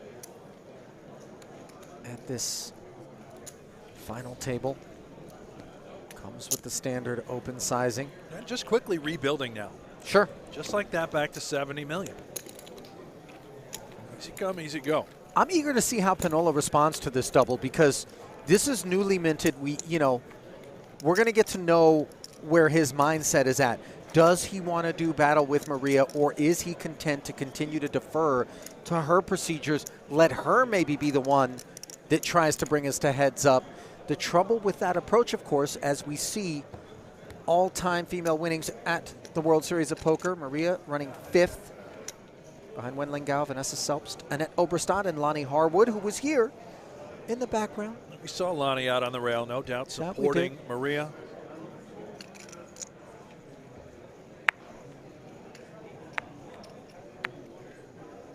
But let us keep an eye on Max Pinnola. 16. And this will help inform 21, us. 22. He's got the Doyle on the button, off suit, but he's got Maria out of the way. Will he activate? No. Folds the button here, Brent. And so, dare I say, after a single data point, maybe Pinnola's going to take a little bit more of a passive approach toward an eventual confrontation with Maria that rates to be an inescapable one, although clearly now Maria a little bit more vulnerable at 70. Oh, wow. Maslak rips into Lee, who wakes up with aces his second time with that hand, and Maslak can hardly believe it. He knew Lee would have to wake up top of range, and he did just that.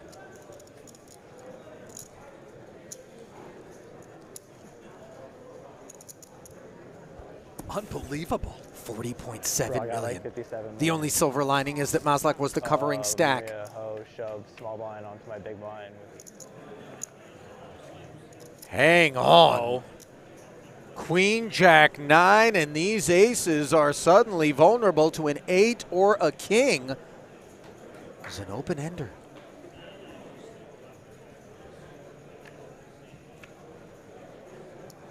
Heart on the turn, but it comes in the form of a pair. So while the King of Hearts comes off the board as an out. 5s and 10s are added to the equation. 10 outs for Maslak. 4 diamonds is safe. So Maslak will take his seat, but he will not take this pot as he is left with just 3.9 million. 1.5 bigs, Brent. Just down to crumbs. It's hard to fault Maslak for shoving there, blind versus blind. These pots are so critical. You get so many folds, but he walked right into aces. Lee has had the hands when he's needed them most. Jumps up to second in chips.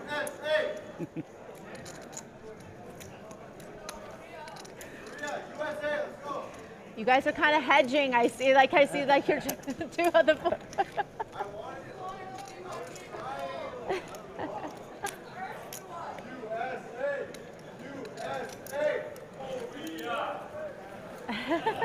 Yeah, you guys got some representation.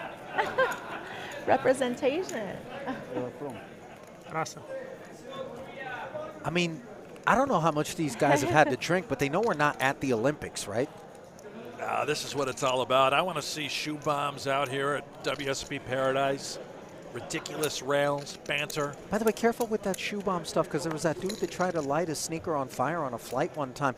You're talking about pouring beer into your actual shoe and then pounding it. Isn't that what they call it at all the soccer games? And typically the Brits will do it at the WSOP Well, the rails Brits in will Vegas. drink out of anything. That much we know. Touche. It's a bit of a national pastime out there. Well, Maslak finds an ace on the button.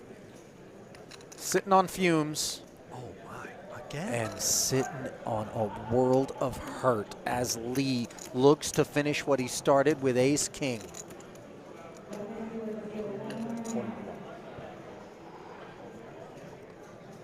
Well, first it was check. And now it's looking very much like mate is around the corner.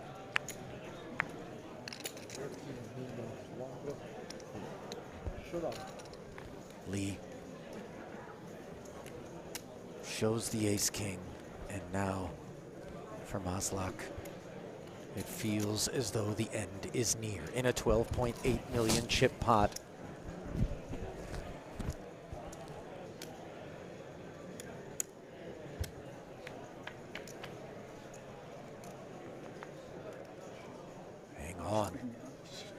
Never easy. The thought that swirls through the mind of an ace-king here is Jin Hoon Lee fading the 4 and the 6 on the turn.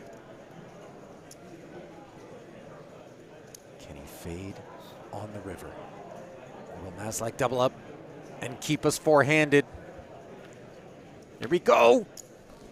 It's the ace, as both players do hit the pair, but kicker issues for the Russian. And that'll be that.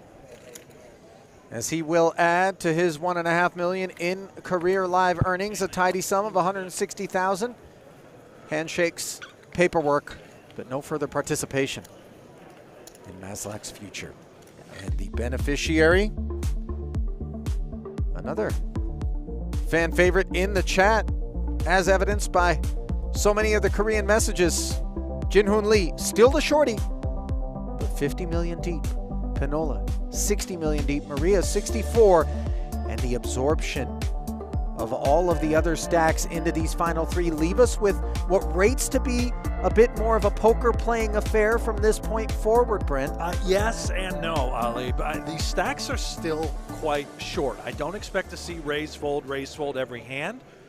Take a look at this. 2.5 million is the big blind. Not Rip City, I would imagine. No, it's going to be close. We'll see a lot of coolers, a lot of all-ins. Lee, this helps when you pick up big hands. Short stack has 20 bigs. Nobody has more than 30 bigs. There will be inevitable a collision. Just two green stacks behind, right? Yeah. Okay. I start with like 57 or 58. Ace Queen. Welcomed by Lee's button here. Dominating Queen 8, although that doesn't rate to be one that Maria's interested in.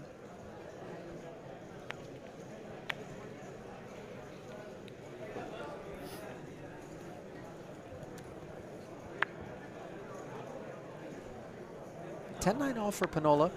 We have seen him defend big blind time and time again at this final table. Even when he was relatively short stacked here, second in chips, a bit more than 20 bigs. Seems reasonable.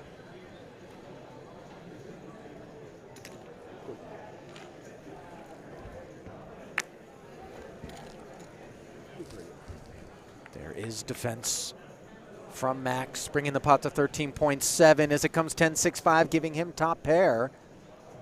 Out flopping the ace queen. Diamond working for Lee. Action checked over to him. Not a board texture that I would imagine he's going to be a fan of.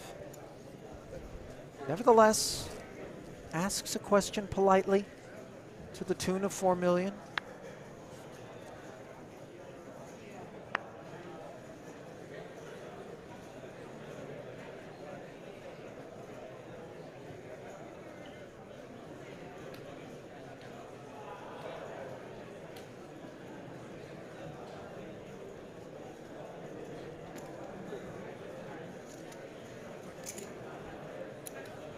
We're going to come with check call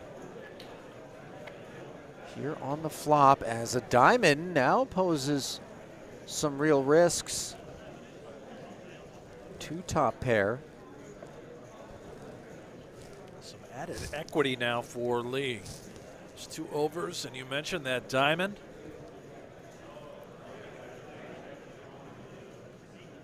Lee has to be concerned about being up against a pair. So the check back, and now a very clean river for the 10-9 as Lee ensures that he had the opportunity to realize equity, which does not come through for him. 21.7, looking like it will very much be headed Pinnola's way.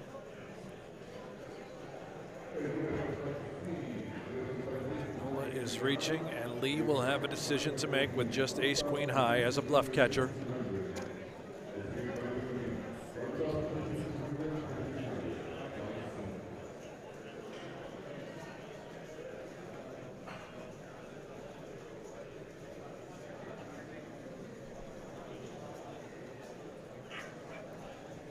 $7 milli, 1/3 pot, but with what frequency is Pinnola just desperately trying to pick one up here? That's what Lee's asking himself, is he's got the bluff catcher. He's trying to find some hands he beats. I had like 7-8, 7-9, 7-4 suited. There's plenty available. And what hands would he value bet?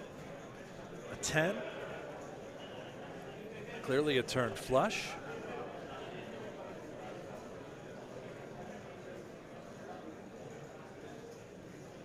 Would he ever do this with just a 6? And there goes the fold. Wise decision.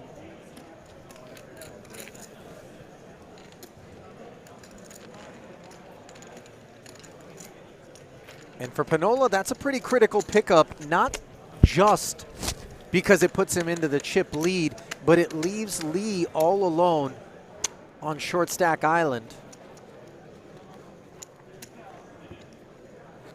First time at this final table, I believe, Ali, that Maria Ho has not held the chip lead. I think for just a hot second, Pinnola might have taken it over when he doubled through her, but you could be right. It was short-lived if so. And to be fair, it's only 2 big blind advantage for him here at the 1.2, 2.5 level.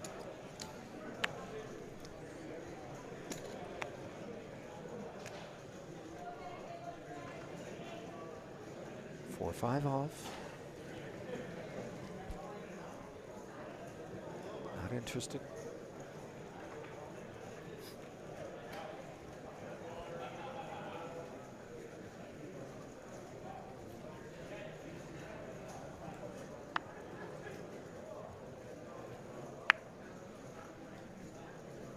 10-6 offsuit. Freshly doubled. And then freshly minted as the chip leader, Pinnola. Oh, I had that data point on the button. Folded when he could have put some ICM pressure on with that 10-deuce offsuit. Not going to shy away from 10-6. Comes with the call.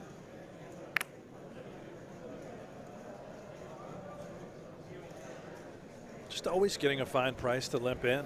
You can mix in your limps with your raises. I don't really suggest folding at these stack depths. So we'll see 3, ace, 6, 5. Lee, king high and a flush draw. Pinnola with second pair. First to speak.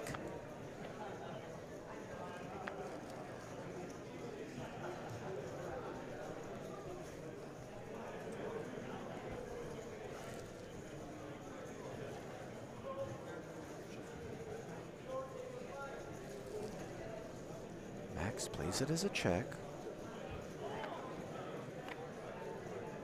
And the heart rolls off, leaving him drawing dead. Lee making the baby flush.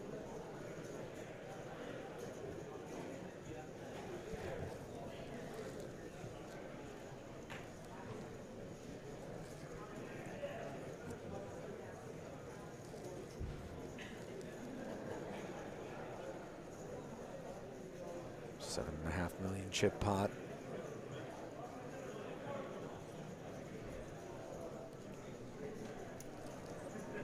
Checks.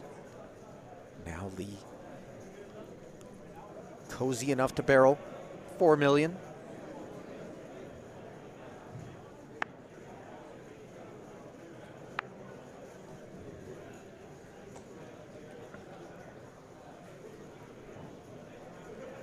Where's he start the hand with?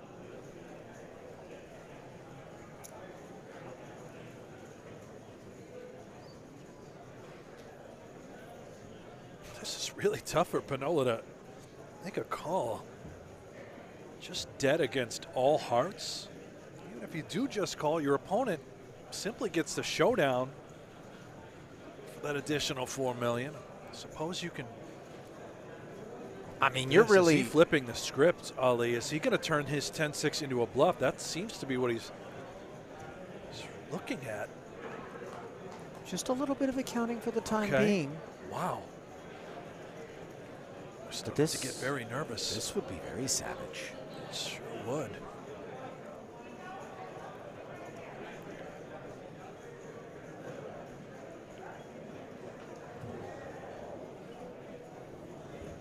There's the anticipated course of action. One never knows, though, whether or not somebody wants to embrace the ICM be damned mantra. The Leroy Jenkins sort of approach to the game. Well, all these years later, by the way, that video is still so good, timelessly entertaining. So good. For those that don't know what we're referring to, just give it a watch. Look up Leroy Jenkins on YouTube. It'll be the first result.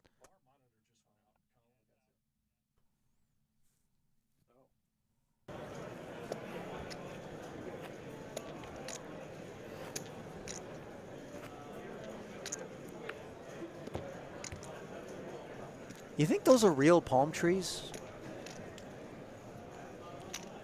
Well, I can tell the flowers are real once. Can you, though? Yeah, the flowers are real. How do you know the flowers are real? I can tell by the texture. No, what are you talking about? One over here. This ain't a 4K stream. The texture, this guy. Yeah. First off, those flowers, even when real, look fake. Yeah. You touch them, they're like that waxy, plasticky bird of paradise. I know what is my that? flowers. I'm a bit of a florist. Botanist? Botanist? Is that the right word? No, my flowers. Nothing Look at blooms in those. Buffalo. What are Aren't you talking they beautiful? about? You see, that's look at the wind moving the First real, off, there's no wind indoors. The little breeze, Brent. air conditioning, blowing the leaves right above. That's as real as it gets. I mean, if it's fake, they've done a really good job of making it look somewhat sick on that one frond. directly to the right of the Pinnola graphic. That's very real. That might be a real, but is that the palm tree? Ace-9, small blind, Lee, that's real. And let's see for Maria, pocket 4s. Okay. Does she want to go sailing? Well, down here in the Bahamas, why not?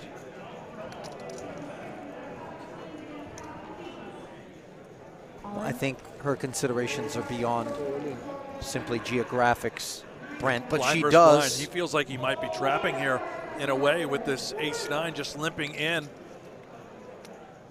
Glasses off. Oh, yeah. What a moment. And he does make the call. So suddenly, Maria Ho taking the best of it, but just an 8% advantage and a nervous flip on a weighted Not me, coin. but they are. We're playing for 90 million. And you know who Pinnola's rooting for? The pocket 4s. You always know with the structure that's a bit speedy at 40-minute levels that you could find yourself in flippy moments. And Jack 6-5. Maria gotten over the big hump of the flop, but still has got to fade 2 more cards. Draw free texture for the time being.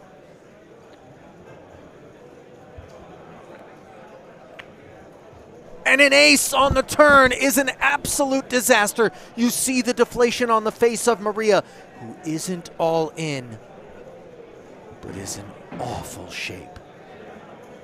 Can she find the 2 outer and get heads up? No. How much is A board pairing 6. She asks for the count. 48, right, or something?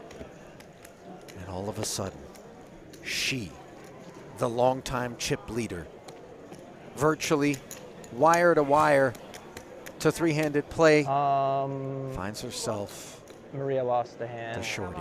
Just 2 all-ins, a lot. so critical. Yeah, I think she's. She couldn't hold. This game can be so agonizing, so painful, and Maria's knocking on the door, not out, still in with 17 million. 43,100. See if she can get it back together.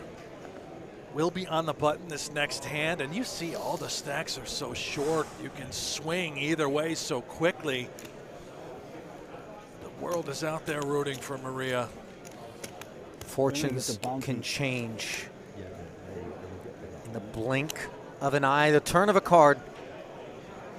And it was the turn, which was disaster.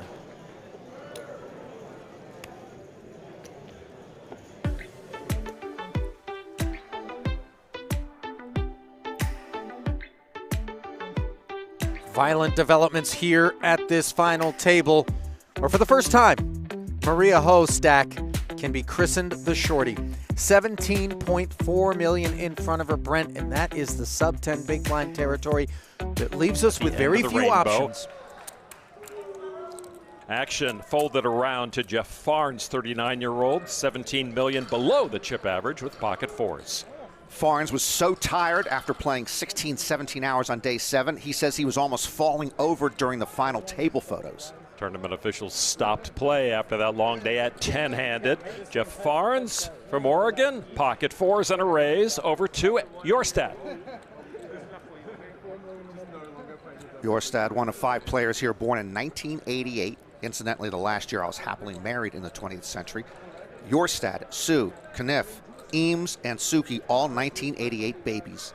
On the button, Jorstad with pocket 10s just makes the call. There were 4 main event champions born in 1987. Joe Cata, Jonathan Duhamel, Greg Merson, and Martin Jacobson. Blinds fold, so it'll be Farnes with the 4s, Jorstad with the 10s. This is Jorstad's very first live World Series of Poker main event. And there's a 4 on the flop for Farnes. The last 7 main event champions flopped at least 2 sets at their final tables. I assume you're making that up? I'll plead the 5th. Farnes gonna come right out betting with the set, 2.8 million. Jorstad sees all undercards to his 10, so he's gonna make the call. Jack of spades on the turn. The middle finger check is really picking up steam in poker. I think that's a bad trend. Your stat thinking, I guess I'm good. Bets 3.1 million.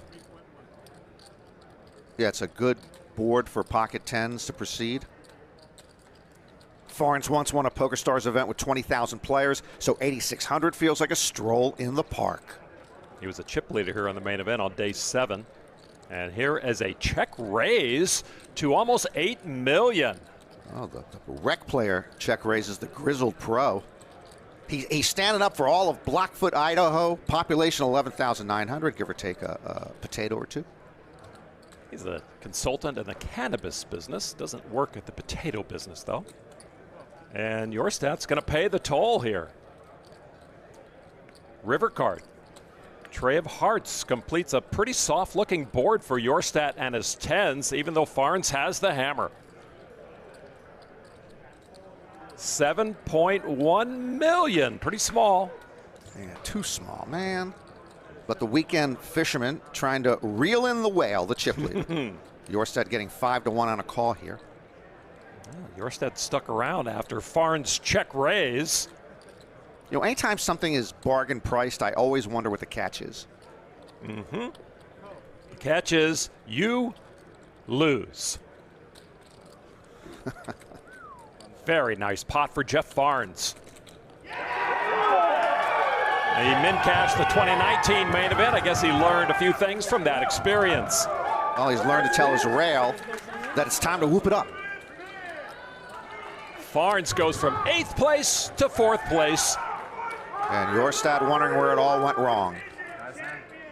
Kind of replaying the hand, resetting things, rededicating himself. Asher Kniff, second shortest stack now with the pocket tens. All in. Asher says all in for almost 18 milli. Kniff 80th in last year's main event. Dobrich was 32nd. Now both in the final 10 this year. Dobrich folds his button over to Michael Dweck, originally from Argentina, lives in Florida, ace king of hearts. Dweck, youngest player remaining, 23 years of age. Name is Michael, but goes by Mickey. He makes that call, and here we go. Flip. Flip. I have ace king. Dweck at ease. Kniff is not. Kniff with a little poker prayer before we see the flop. There's the flop, and he's at risk, and oh, boom, boom, boom, out go the lights on Asher.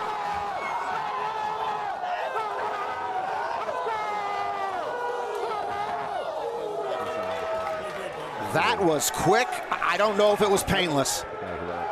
10th place in stunning fashion for Asher Kniff. He'll go pick up 675 grand. Well played, man.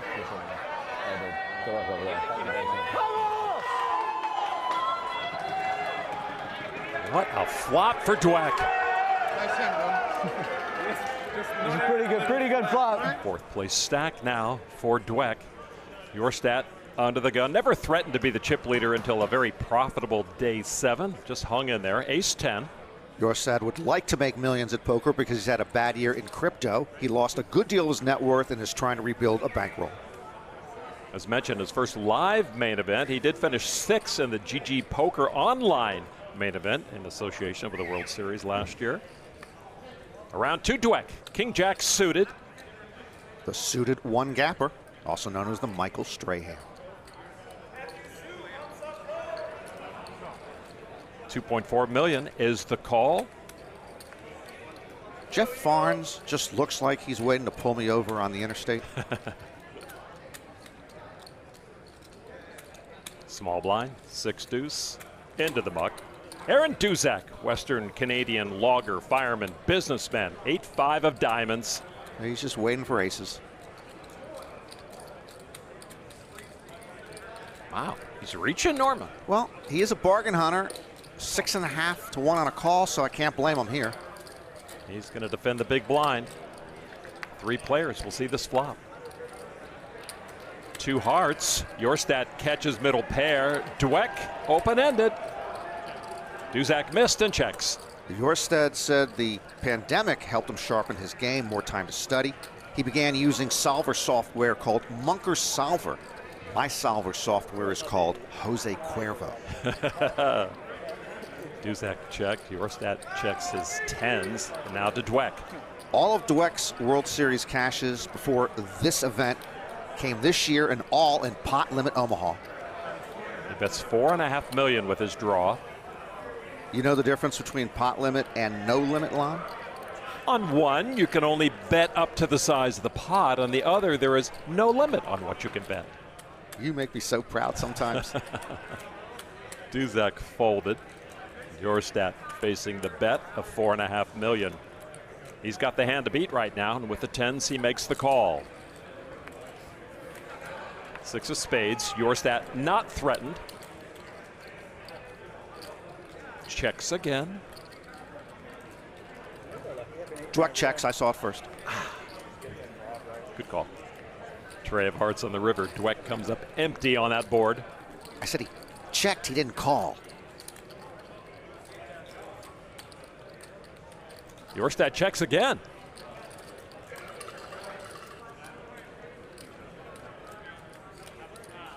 Dweck sees opportunity. $7 million worth. Dweck representing the flush. Jorstad representing a good workout regimen. He's pretty buff for a guy sitting around all day and meditating.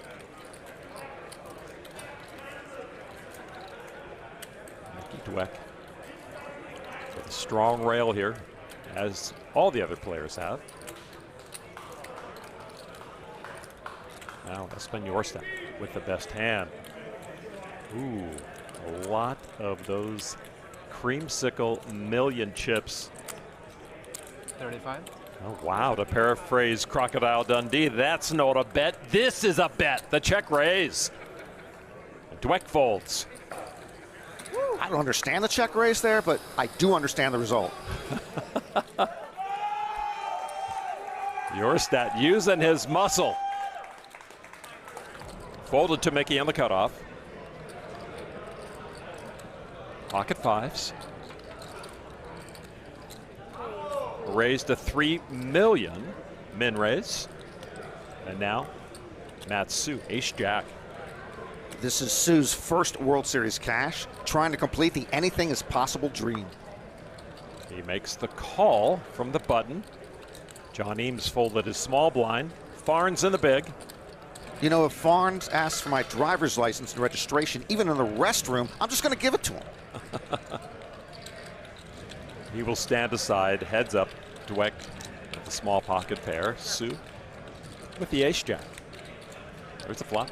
Couple of spades. Pocket fives comes through, standing tall for Dweck. He's reaching. That is $4 million. We've seen Matsu be sticky. He does have 2 overcards to the board. Plus us cash game types believe anything is possible. Showing some optimism for his ace jack, making the call. 18 million in the middle. Queen on the turn. Now a check from Mickey. Likewise for Su. Another queen on the end. Well, he would have heard from Su before now if he had a 9 or a queen. So Su doesn't have a 9 or a queen. So Dweck's willing to bet. That's how simple this game is, Lon. Well, if it's that simple, I guess that explains why you understand it. I don't much care for your company anymore. Su wondering if ace high could be good here. You know, a possible missed flush draw, perhaps. He thinks so. Now he knows not. Dweck turned over those pocket fives like they were the nuts. Dweck is in third place now, putting on a good show for his fans. The Mickey fan club loving it. Matthew Su dropping down to 4th place. It's a bubble-licious round. Jorstad sounds like a great name for a beer. A hearty beer, I think. Sam Adams-esque, but on the other side of the Atlantic. Maybe Jorstad Gold. Maybe not if he keeps playing 8-6. But it's from the button. gets one fold. Attenborough, Adrian Attenborough, originally from Australia with ace-4. In 8th place right now, and he makes the call. Attenborough started the hand under 20 bigs. And Attenborough's faith paying off, pairing that ace. 8-6, not doing too shabby either. Attenborough checks. Jorstad will continue with $1.5 million. There's more text per square inch on Attenborough's sweatshirt than in the New York Times classified section. Well, if there's still a classified ad section. I don't think there is. $1.5 million is the call. These two cash game specialists build a pot of almost $12 million. Another jack on the turn. Attenborough, 28 years old, from Brisbane, Australia, now living in Las Vegas. Brisbane is a seaport. Las Vegas is a gambling port. Attenborough done checking, bets $3 million on the paired board. Attenborough leads out, doesn't want to give Jorstad a free look at a Broadway or flush draw. Do you have anything behind those stacks? Just blue. Okay, it's 3 of those.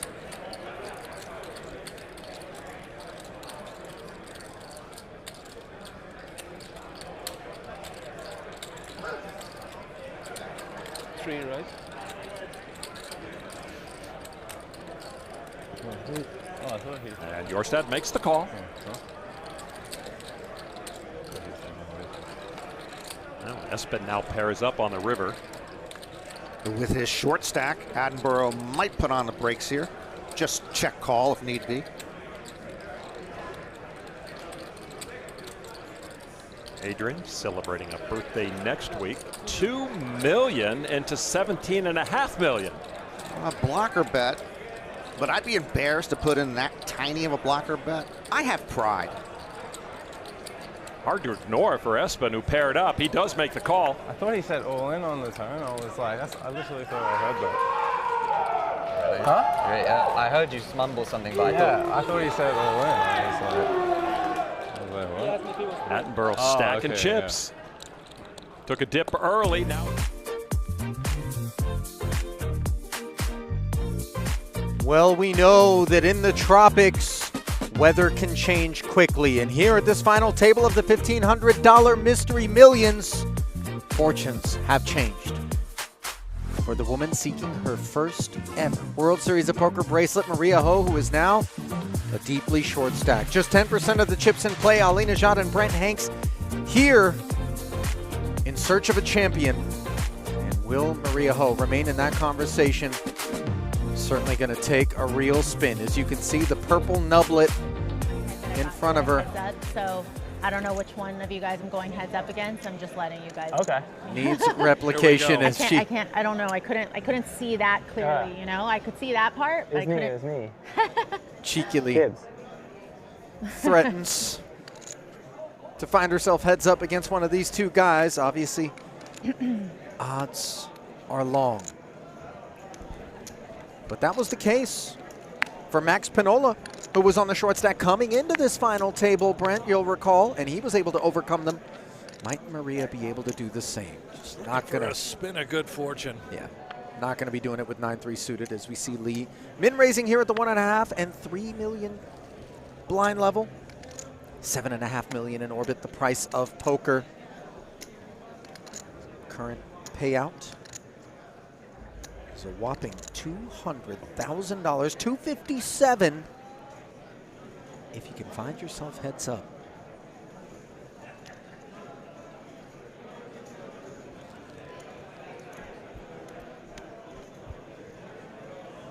Pinnola has defended wide throughout this final table, but this scenario is a little different. Maria Ho being so short, you almost don't want to get tangled up with the chip leader at all. He does pass.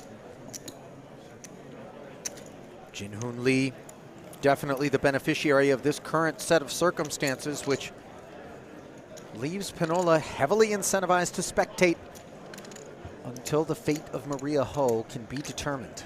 For all the homies out there, this hand right here, right now, on the button, we need to find something to spin it with. For all the homies, Brent? Well, Maria and I go way back. Right. Perhaps you were unaware when she used to stream live on Twitch. It was the homies, she would call her crowd. Ah, okay. I thought you were maybe like a Bone Thugs and Harmony. I am. Kind of, you know, pour some out on the block. I was a little bit confused, but bit of both, really. In any case, 5-4 off was not good enough. She will sit and suffer.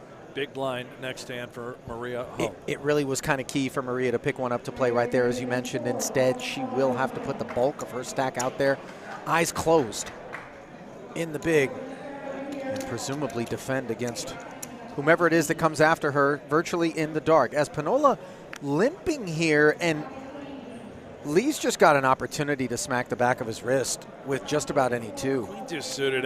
You know, you don't have to just move it all in. You can, of course, but just a large raise applies a ton of pressure. You know what sort of hand you're up against without having to put your stack or his stack at risk. He does knuckle. Ace 7-5 middle pair for Pinnola.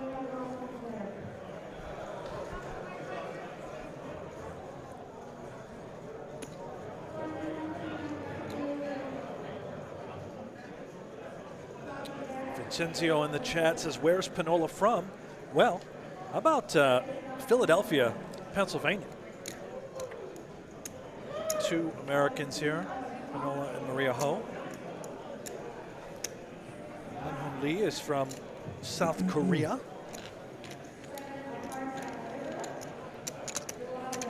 Pinnola able to take that one down.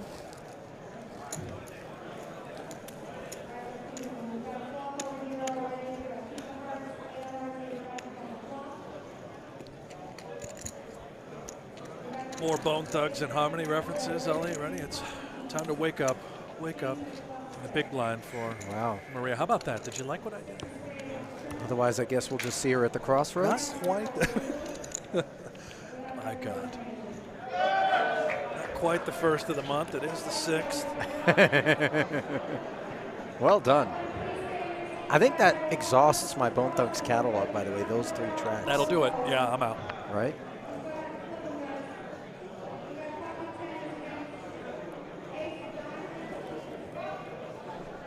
Queen 3 suited. Pinnola is content to let Lee be the man, and this is a little ironic because it's the ace 9 which left Maria in this spot. When she took 2 4s into battle, what's she going to wake up with? That's good enough. Here we go. Yeah, king high, and she didn't have to be up against ace high. There's no way you could win with that hand twice. I'm sorry. Good luck. 29 million chip pot. And the man uninvolved is the one on his feet as a $57,000 pay You got jump. me, right? Is that which hangs in his balance? Right, Dolly?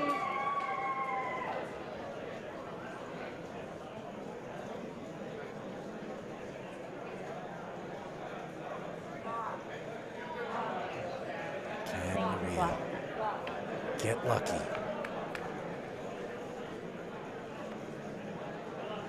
Doesn't look that way. And maybe a little bit of a needle in the form of the 2 4s on the flop. Can she find a backdoor gut shot? Courtesy of a 3 or a 5. Immediate path to victory for king or deuce. So there is added outs. 10 in total. 23% of the time, Maria finds the double. I'm a commentator, so I kind of feel the need to start like calling.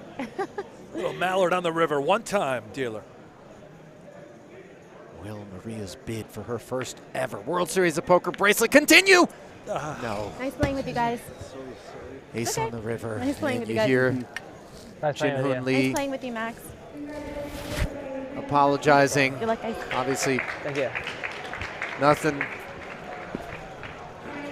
to apologize for, although many will be sorry to see Maria Ho and her future Hall of Fame talents exit the arena. Me and you. No, she's probably sick right now, but what a performance Yeah, she we put played on. short I stack, thought yeah. this was the one the whole way through. Third place Never give finish, up. 200 dimes, bunch Yep. of bounties on top. Maria will add $200,000 to her big $4.5 million in career live tournament earnings. 2.1 in total of that now coming here at the World Series. But tremendous amounts of disappointment. It really looked like this was going to be the one, but instead it will be Jin Hoon Lee of South Korea, over 100 million in front of him, going heads up against Max Pinnola, who came in as the short stack. Both players have outperformed, but only one can be the victor and lay claim to the $420,000 first place prize. As we kick things off with Lee on the button and an ace.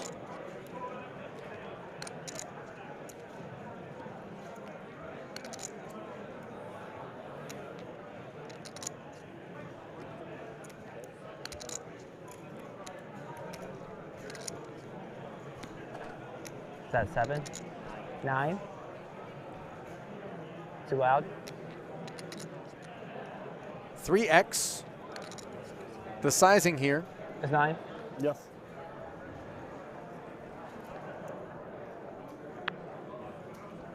Lee taking 1.5 to 1 plus chip advantage into this heads-up battle.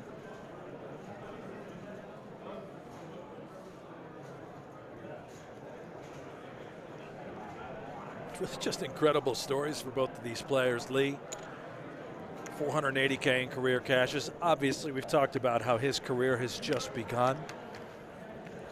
And Pinnola, just more than 100K in earnings.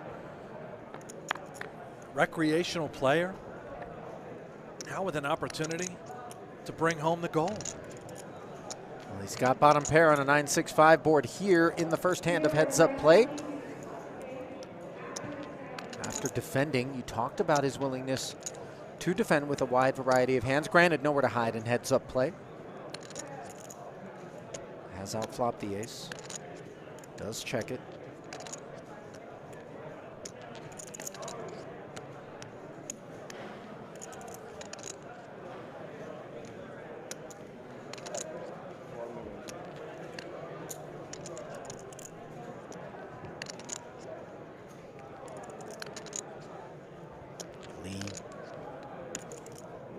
Little 4 million chip tickler into 21. That is conservative sizing. Certainly not the type that's going to be shedding bottom pair, as you see Pinnola make the call. And now all of a sudden an open ender for Lee. The 7, the less desirable path, given a 4-liner to the 9 high straight would be available. A little added equity.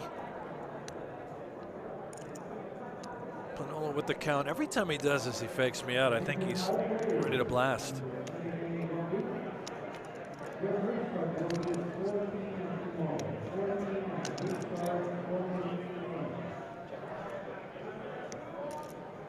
Second check out of Pinnola.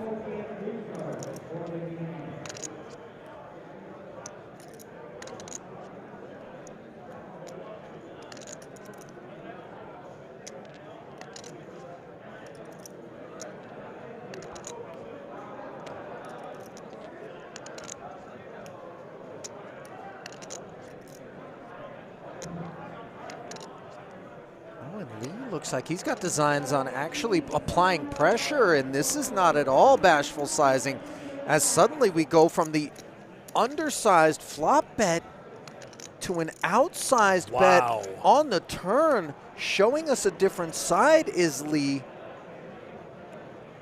You're exactly right, Ali. We have not seen this out of Lee, and this is beautiful sizing up. Applying maximum pressure to any 5 or 6 holding, and even with a 9 you wouldn't feel great. This is beautiful.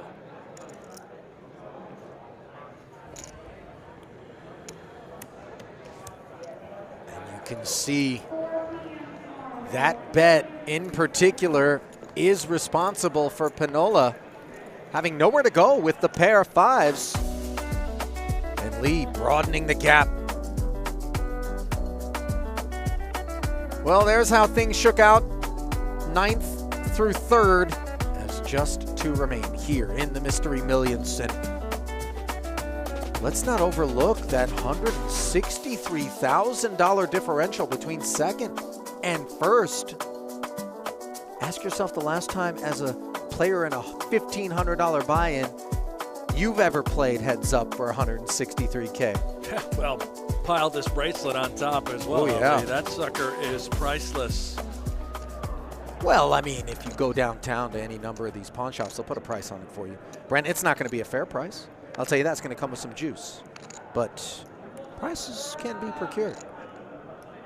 Is that right? I'm not suggesting you do it. It would be an embarrassment. You know?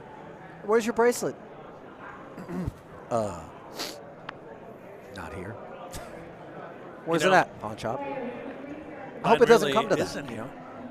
Huh? I gave it to my dad, and he lost it. Please tell me that's not true. That is true. How did he lose it? I don't know. Now, for those that don't know, Brent Hanks, World Series of Poker bracelet winner. I don't know, Ali. It hasn't been seen since about a week after. I wonder if he found a pawn shop. Dad liked the slots over at the. Oh.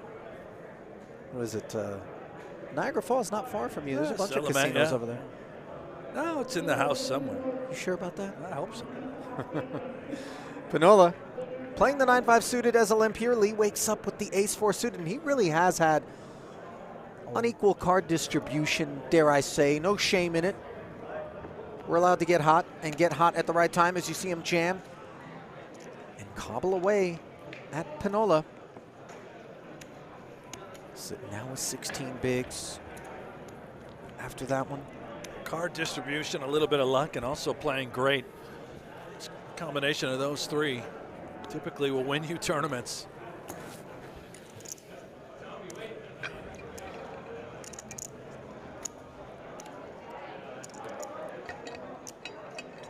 Time for the magic mushrooms and those socks to kick in and take full effect if Pinnola's going to get back into this thing.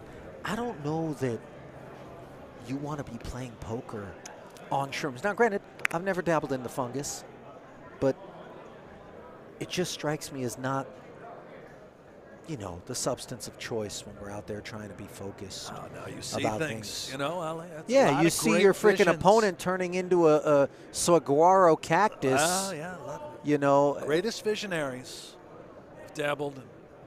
Right, but creative. not heads up in a, you know. I'm just saying.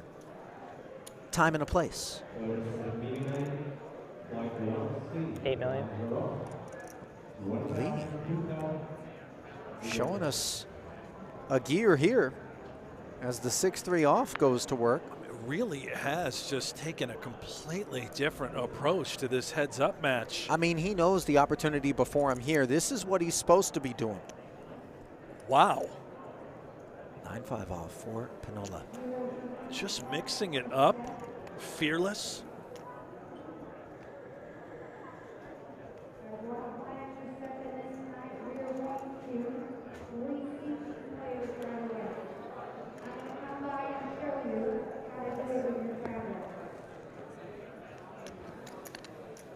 The intel that you're receiving too, when you're up against Lee this entire time at the final table is very snug, very conservative, and he's been hit with the deck from time to time. Now, he throws this at you.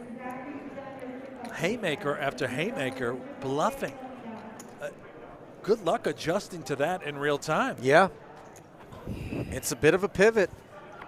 No doubt about it. But Lee's no slouch. Brent, we talked about his multiple final table deep runs, second, third, and fourths. The top 3 career cashes for 91K, 63K, and then 94K in the 4th place finish, given that it was a 20K buy-in event, respectively. And the fact that he's got that line item on his resume means he's a player. More often than not, granted, every now and again somebody might saddy into something. All in? You know, you get a benefactor, believes in you, but $480,000 in career earnings. And certainly has looked tidy here at the final table. 7 deuce offsuit, an easy release here as Pinnola Shows a bit of fight, understandably.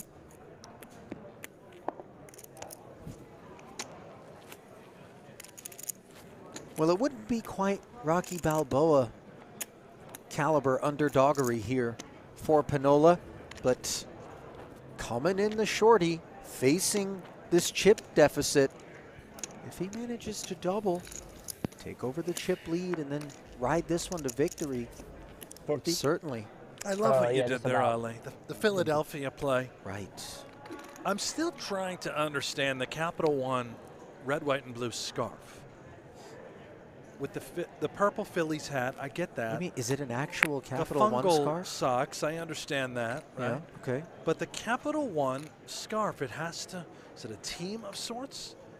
I'm not certain what that belongs to. It's affiliated with. Don't they have a Major League Soccer team out there in Philly? Weren't they in the finals, the MLS? You follow that? No. How do you know? You're I a very just sharp do. guy. Yeah, the Philadelphia Union. That's got to be it. By the way, Doesn't because you know that the look like scarves are a big thing. Yeah. You know what I mean? But I don't think those are their colors. Maybe he opened up a new checking account. I'm just saying, you know what I mean? A little promo, come on in. Get yourself a free scarf. It gets cold in Philly this time of year. You know what I mean? Although that scarf doesn't look like the one that's going to keep you warm. You know, that's a bone-chilling cold out in Philly. You're not going to make it through an Eagles game. That one dropped me. In that one there. Yeah. You know what I'm saying? No, By the way, new checking account would be nice. He's going to meet the minimum balance to avoid fees with this cash. Probably $200 bonus cash, too, right? A lot of offers out there. Right. You know, take advantage of it now. No free ads coming. 4.5%, 5% accounts are available. Be a nice little passive income on that cue ball that he's locked up. My bad. You know what I mean? I wouldn't know what you mean. I've never had the opportunity. You know, we've read multiple lines from Pinnola's bio in reference to his energy consultation. You know, he doesn't play poker professionally. Rec.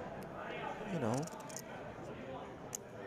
predicts corporations' energy needs and finds ways for them to save and achieve energy efficiency. I'll tell you what, if he can knock a few hundred off my AC bill in the dead of summer here in Vegas, I got a little stocking stuffer for him. Sure you do. That's kind of small-scale business. He's not taking those clients, not after this win. I think he's going to go full-time after this W. Yeah? If he brings it home. You I'll saying, predict it. You saying there's an energy business for sale in Philly coming up soon? Both players sharing a jack here. Limp pot suited variety on the button. Far more desirable than the offsuit dominated iteration. For Lee, who knuckles, giving the inside of his hoodie a good sniff. Queen 8-5 off. Hopefully uses good fabric softener. Neither of these holdings softened by this board. 9 million in the middle.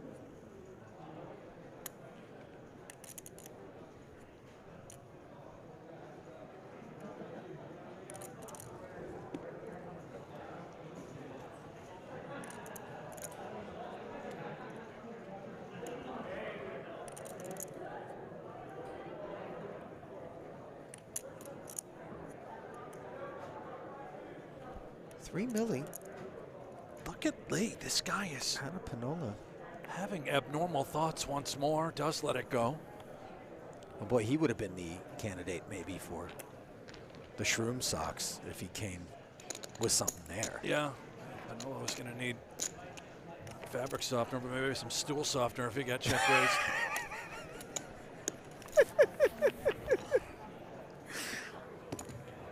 You ever use that? You ever been backed up, Brent? You ever pop an X-Lax? Oh, I eat them like candy. I hope not. That's disgusting. I've never used who. I mean, just power through, man. You know what I mean? Like giraffe ganger. You know? Oh, yeah. That's how it goes, man. You What a sit on clip. the throne and you cry. What a clip. Oh, Maybe, one of the maybe my greatest. favorite ever. I mean, how It's many up there. how many times you play the loop? I'm at like 50 Yeah, minimum. easy. I've showed everyone I know. For those that don't know what Brent and I are talking about, a streamer, content creator for poker, was in a tournament. Main event champion, by the way, online edition of GG. He won the main. I mean, just hilarious. He picks up 2 kings. Guy puts in action that leaves him going, this is exactly 2 aces. But then he references a pot in which someone famously folded, Juan Pardo, pre-flop, a couple of kings in a live Triton Series event, and says, we don't do that here. We call and we lose. That's how it goes, man. I'm not doing it justice. Just find it. Have to respect it, too. You know, I believe him. He's never folded kings in his life, and frankly, because of that video, neither will I. He's inspired me to always call it off with kings, no matter what. Now hang on, because we've got developments. Some prospective confrontation here in the form of 2 overs and an open ender for Lee. The party starter on the button. Pinnola defending and picking up. Second pair in the gutter. The 5 would be catastrophic.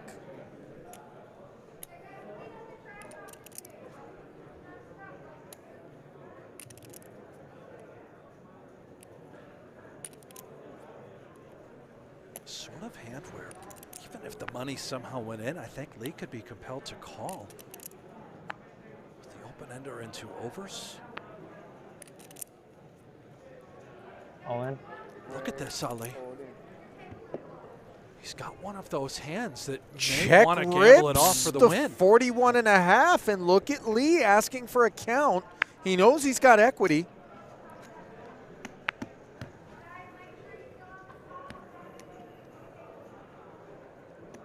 Nine high's never a winner here. It's not, but you think you may have 2 overs and, of course, a live draw.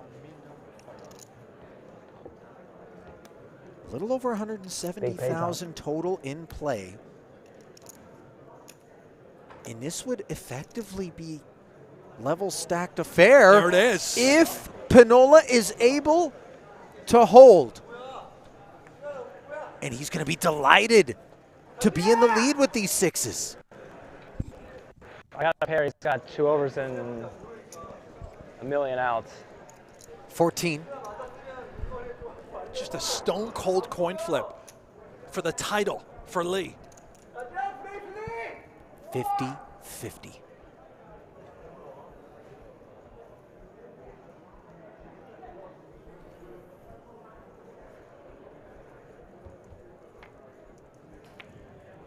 Four.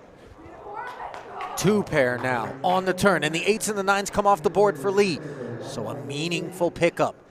But the 5s and the 10s are still the guillotines.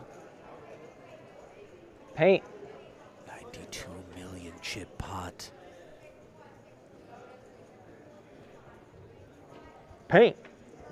Can Jin Hoon Lee find what he needs? No.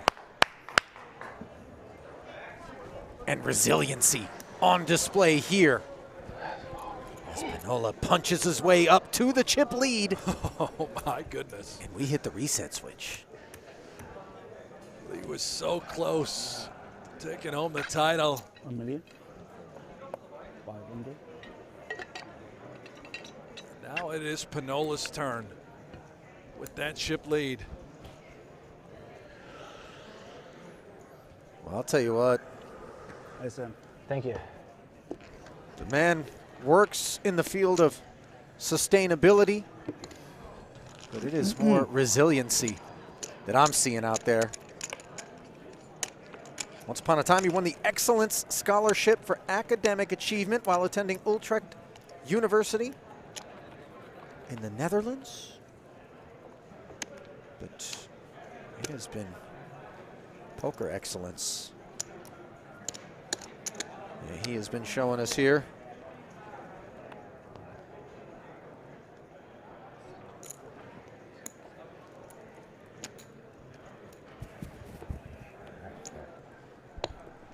Oh, sorry.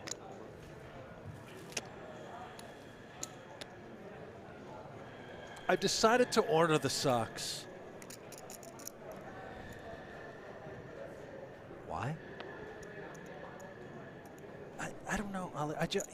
Because of what? Look at this. Now aces on the button. This It's the is socks. exactly what you want when you've got the covering stack all of a sudden. And maybe it's going to look a little bit over-exuberant, a little speedy. Yeah, like we're just trying to run him over. Yeah, let's see if he's up against anything.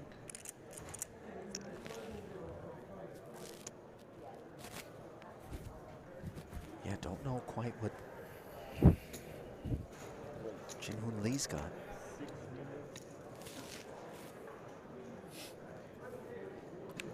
Well, it's dust. Not much under the hood. Yeah, unless we're playing Baccarat.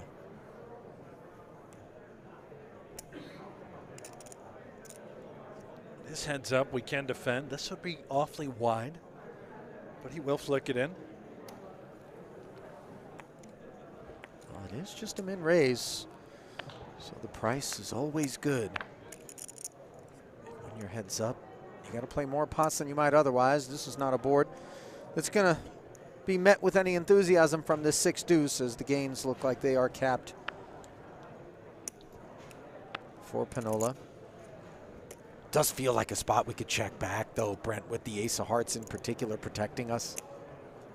Remain under repped, powerful. Potentially also getting extra, a bigger street from any sort of pair. Or just induce, right? Exactly. Bottom of range, maybe just ask a little question.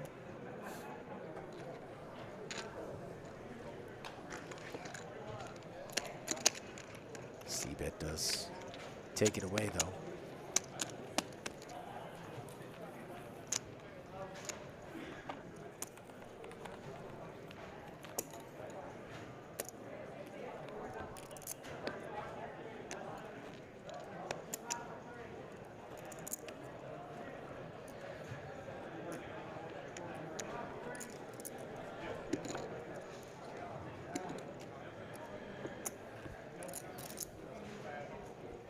Pinnola now up over 100 million chips.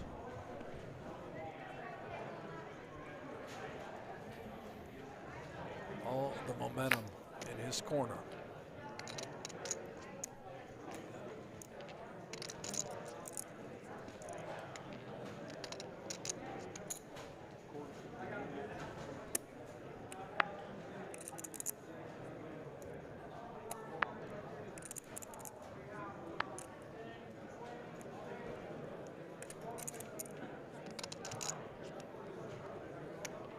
Queen 4 offsuit.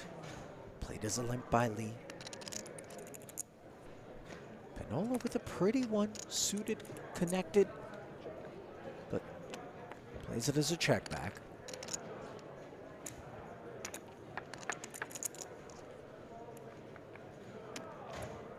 Ace Queen 9 giving him the flush draw and giving Lee second pair. This one could get interesting.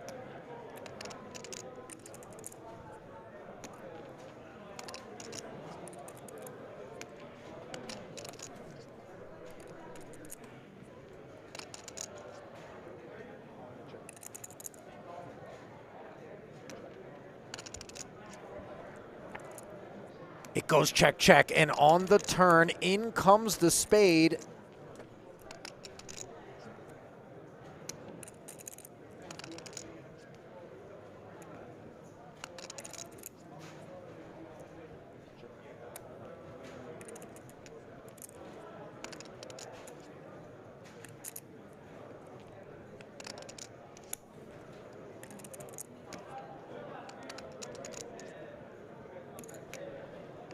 Look at Pinnola checking once more, and Lee taking the bait understandably as Pinnola is weighted away from the ace, given the check back pre.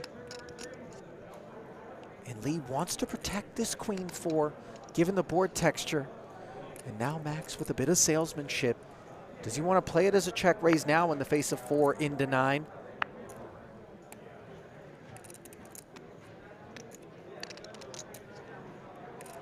We're about to find out. 15 million. The answer is yes. And 15 million is another 11 million on top. As played, this could feel like a semi-bluff. Coordinated board texture out there in the form of the 8-9 queen, the third spade. Certainly plenty of combos that might get ambitious here. Tethered to the chip lead, obviously emboldened to try to pressure and bully.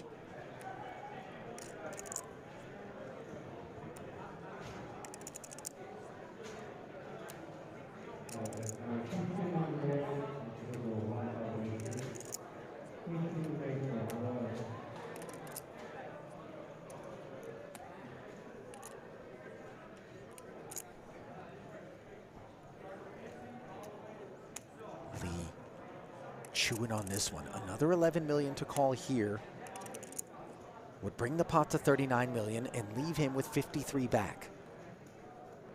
Spadeless, and obviously at risk of a number of uncomfortable river cards. He does make the call. Max loves to see it. He's looking to broaden his lead. And the river pairs the board. The flush slightly less comfortable, although as played it doesn't feel as though any full house prospects are present. And now Max jamming and doing it rather quickly. Lee in stone cold bluff catcher territory.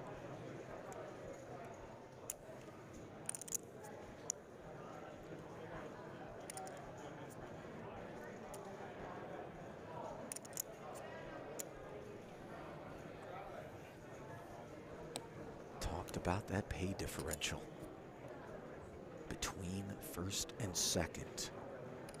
You're basically playing for that all at once in this pot if you click call.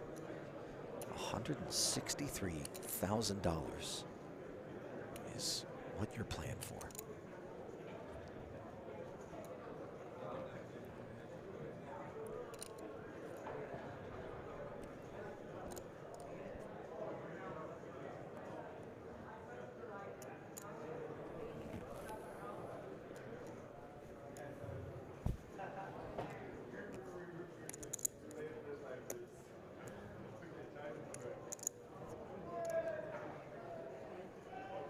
Task at hand for Jin Hoon Lee is looking across this felt at that image of Max Pinnola and deciding whether or not this is a man desperate to end the event here and now with air. And he comes up with the correct answer, which is no. Real hand alert, as Pinnola's gains will be limited to those through the turn, but no further. Nevertheless, he'll take it as his chip lead grows to better than 2-1.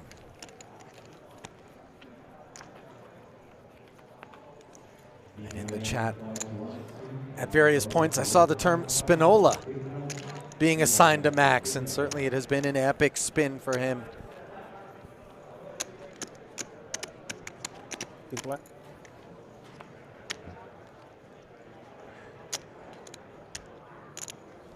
You can just sense bubbling just beneath the surface a level of excitement, a level of anxiety about the prospects of slapping gold on your wrist and taking that winner's photo, holding on to a check with your name on it for $420,000. But there is work to be done still.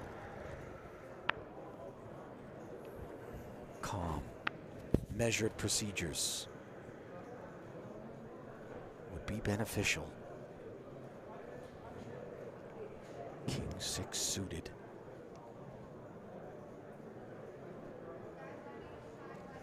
Will take us up.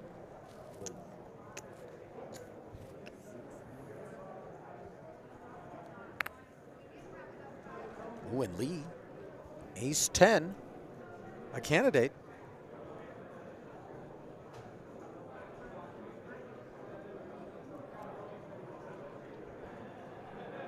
Sitting with 17 bigs, let's call it. 18.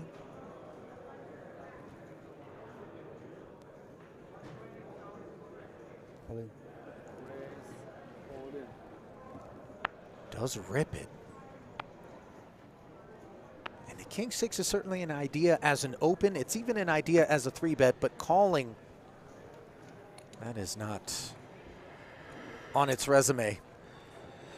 As Pinnola does lay it down. Got piles.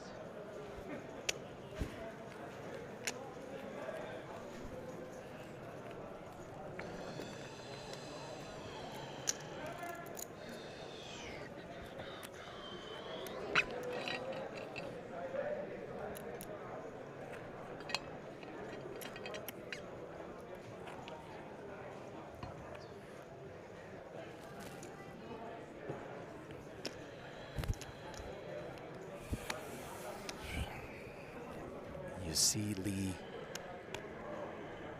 breathing there. I would imagine you throw a heart monitor on either of these guys right now, it's not going to come back showing a resting heartbeat. Rather, something more on the elevated lines.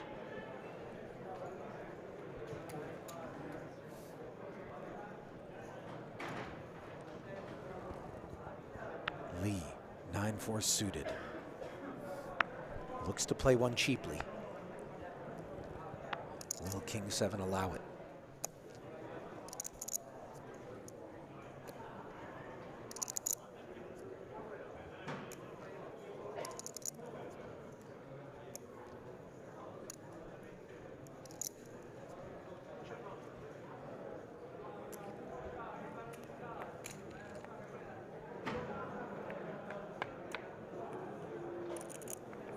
The answer is yes. Here comes ace, queen, deuce. Better interactivity for Lee than Pinnola, whose king high is in front, but out of position.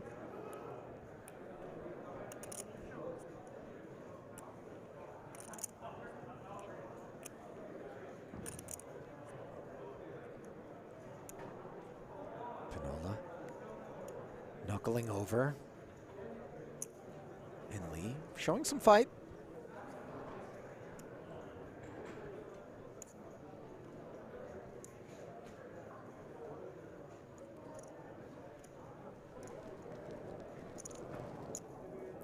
Min bet not going to be enough to shed this king high for the time being. Pinnola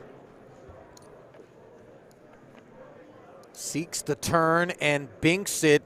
The king of clubs, an interesting card for obvious reasons. Improving to second pair is Max, but Lee picking up the equity, which was always available to his combo on that board texture. Will he check back and guarantee himself realization, or will he be emboldened to lay claim to 15 million? Which, certainly depending on sizing, rates to be an unsuccessful bid. And the purples are getting cut out. And 2/3 pot, 10 million. That's the payload.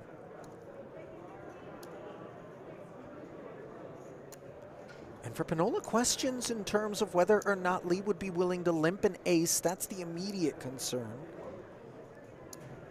Queen deuce, king deuce. Not really factoring in as played. Even the 10 jack, I think he would expect, would do a fair bit of raising pre. So I don't think 10 million is going to get it done.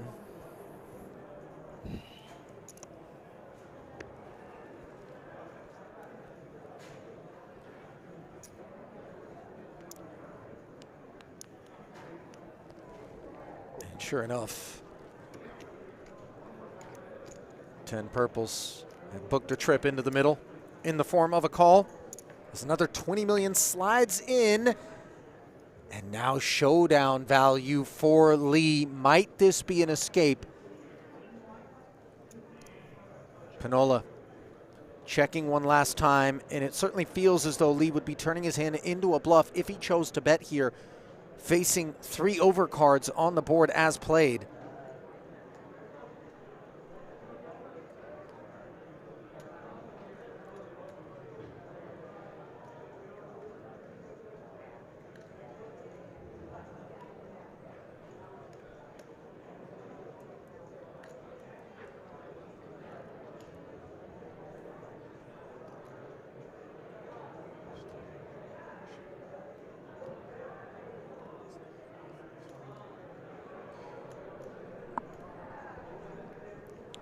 King.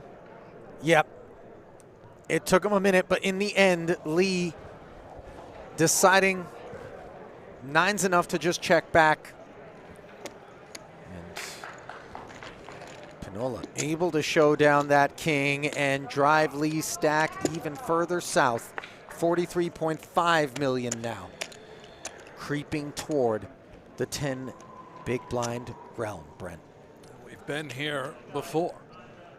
Lee had almost an identical chip lead before the pendulum swung in Pinnola's direction. Can Pinnola close this thing out?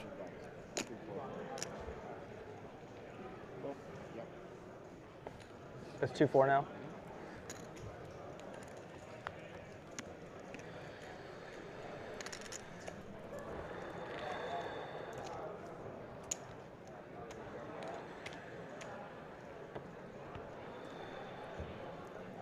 Lee doing everything that he can to try to stay loose out there, not seize up, literally and proverbially. Certainly the fatigue has to be setting in. These are 3 very long days. Incredibly tense right now. You're feeling all the pressure.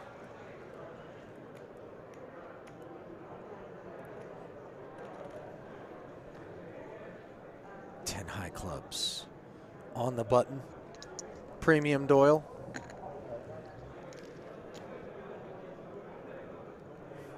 Pinnola playing it as a limp, and another emergence of aces in Lee's camp. This is the 3rd tour of duty. Wildly improbable to get aces once, let alone 3 times. And he's going to play it as a check back. Naughty things are afoot here. And a 2-club king high board. This is a threat to the overpair. It's guaranteed action. We just poured lighter fluid on what were otherwise dormant briquettes. No way. Just let out all in. Yeah. We need a club. Pinnola says we need a club, knows right away that when Lee makes the call. We need a club. Club. 10 high's not a winner. Just 1 club, though. Just 1 club. And recognizing that the dire need for a club comes in singular form for Pinnola, as Lee holds the ace of clubs and holds 68% equity to haul in 83 million on his feet, pacing around as tension fills the room here. Burn down. 5 rolling off. Club, baby. Things are clean. Can Lee's slow played aces work their way into roughly level stacks? And continuation here in the Mystery Millions. Pinnola calling for a 1-time. Can he find the club? No, top set. Nice hand. And Lee will double. Oh my goodness. Just keeps on swinging. 34-5. Back to nearly even now. It's only like 40 bigs in play. Yeah, there's not Not a lot even in total chips out there. As we continue to seek a champ. Nice hand. How many times are these jet skis going to go by the way? I mean, like, don't you pay by the hour? Man, that parasailer up there has On been those hanging. things? I might want to get him checked out. Paraglider. Yeah, that's a problem. I mean, see, they come in 3s. Anyway. I know you've been horseback riding, but it's basically like water sports horseback riding. You get that the loins can get a bit sore on the choppy seas. You're riding those wave runners. You know what I'm saying? Tough on the hands too, right? Yeah, the little thumb throttle is the one that tilts me. You know, I Uh-huh. prefer the motorcycle kind of roll it back situation. But yeah, it takes a toll. I'm good. 1 hour. Thank you very much. 30 What do I owe minutes you? for me. That's it. You know, I don't. I right. can't even get the full hour. These lunatics have been out there. They're just trying to test the fuel capacity on those watercraft. Anyway, Queen 5. Lee. Going back to work. Comes with the limp.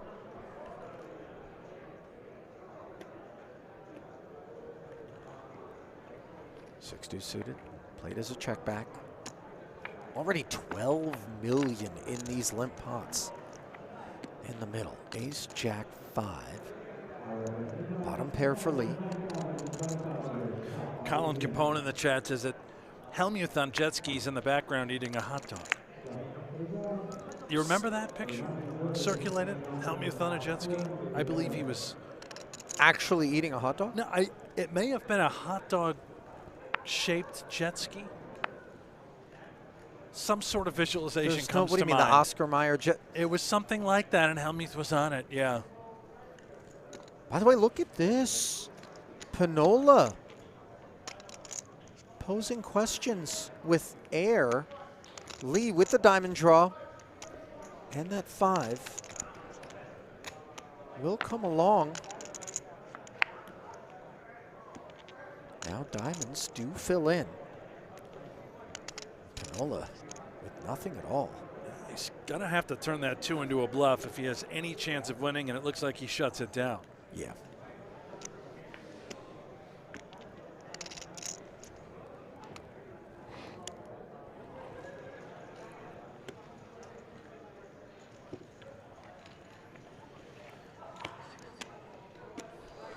Don't look now, Brent.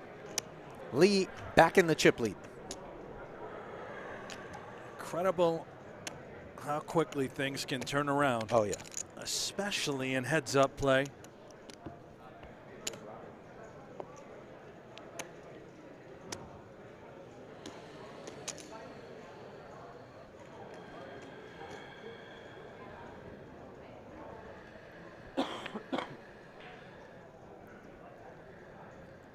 Love the emerald rubies there in the bracelet. Is that specific to Did Paradise? you just call them emerald rubies? Emerald color. No, wait. Okay. Yeah, colored.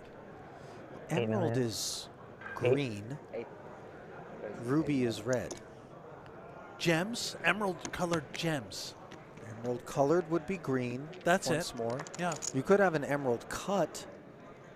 I'm not a gemologist, Brent. You know, once upon a time Did was you engaged. notice Got the deep green? into those streets. Yeah, I didn't. Truth be told, I wasn't really You're looking. a man of finer things in life. You're not wrong, Brent. I would have thought you spotted that well ahead of me. I was just looking down at the laptop, spying on the comments area Wizard of of the stream. Oz vibes. No sorcery on this board for either Jack 4 or 3-4, as Brent continues to be fascinated by shiny things. You're like a cat with Really a balled up piece of pops. tinfoil. You know Oh, what I mean? yeah. I play with tinfoil at home all the time. In, like you make hats Oh, out of just it, little, and yeah, then just little sit balls. in the living room. I throw them at the kids. I don't want to have to call Child Protective Services on you, Brent. What's going on over there? Oh, at we the have Haynes tinfoil household? fights all the time. Okay. 8 million as Pinnola picks a fight in position. Not sure if Lee had any designs on a float or naughtier, but in the end, a check fold.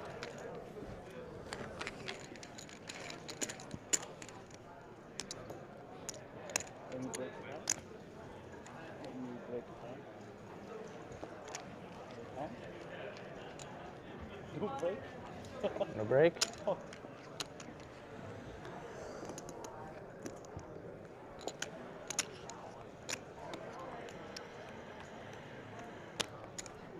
So Pinnola Great back in shot the chip here, lead. Ali. You were asking about the trees. Look at that. Very clearly real. Huh? Are you sold now? I mean, I'm compelled to just take the opposite side of you, just as a general rule of thumb. But you may be right. It could be like the ones that they're planting on the property, but they need to grow up first, so they keep them indoors until they outgrow the pot, and then, you know. I'd be a little worried about those bark scorpions. Those younger palms that are transplanted? I don't think, I may be wrong, but scorpions are more desert dwellers. I don't believe the Bahamas has a scorpion issue. Although Lee looking to sting with 7-4, a dominant 4, by the way, as it stands. Two fantastic blackjack hands. Well, you say that, but generally speaking, in any given blackjack session, these are the make or break spots. Could we have one here? Could we do blackjack commentary? Oh, I'd love to give that a whirl. You've never done that? I could see you doing that. They I used feel to like I have have, it on TV. actually. Ultimate Blackjack Tour. Yeah. I think I. What was that Dave guy's name that played blackjack? Remember him? Hollywood Dave. Hollywood Stan? Dave. Yeah. Think he's still doing it? I doubt it. I don't think those careers last long. I feel like blackjack might have played him in the end. Meanwhile, Pinnola hanging out with the 6-4. Served him well earlier, but not so much on the Ace-King-8 board. Mind you, 7-4 is very much a drift, but repping this part of the crust. The hoopty, they call it, Ali, the 6-4. Wow. I get it. Yeah. I like it, actually. That one's going to stick, isn't it? Who called it that? My good friend Matt Berkey is the first one I ever heard called. Oh, I love that. And it's stuck in my mind ever since. Shout out Berkey. Who's also stuck in Nick Airball's mind, or at least in his bankroll. What an epic battle that was. Check fold. Yeah, you know what? I was playing right alongside it. Ooh, because they were down there in resorts seats, where we do our mix game. And yeah, very much front row seats. I remember during the breaks and come over and kind of chat with Berkey, who really handled himself well during that match, which I think was far more contentious than the one that we're seeing unfold before our eyes here between Lee and Pinnola, who don't appear to have any bad blood.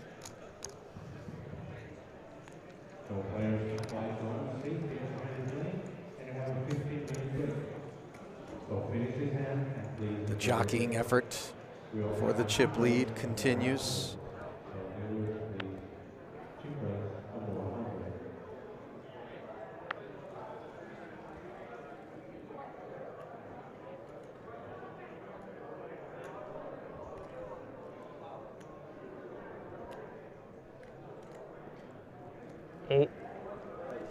The Robbie chirping on the button.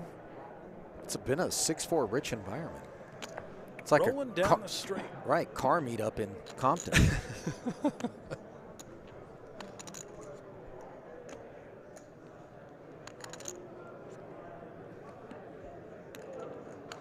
Haven't yet seen someone step out of line in the form of a 3-bet with something light yet. Not for a second. Maybe there were some ideas.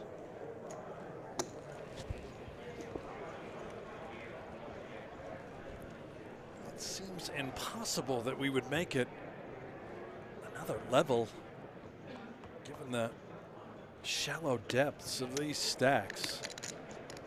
But to the point you just mentioned, no 3-betting pre, which is tough to do in these shallower stacks.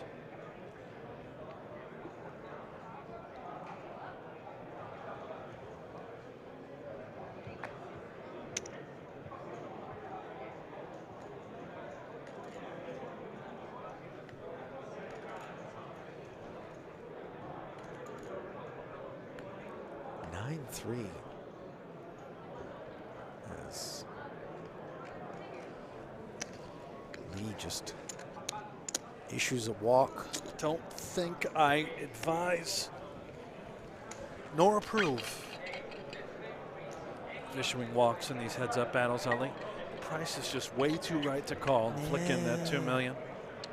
I mean, I'd prefer the 9-3 as a raise, I guess. Maybe try to win it. You know, bottom of range likes to try to take it. You mix in the limps with the very good and the very bad. Mix in the raises with the very good. Remain balanced, never fold. Right. And maybe a chiropractic adjustment would aid in Lee's balancing effort. By the way, not sure what kind of quality of spinal services one can get down there in the Bahamas, but, you know, to be looked into.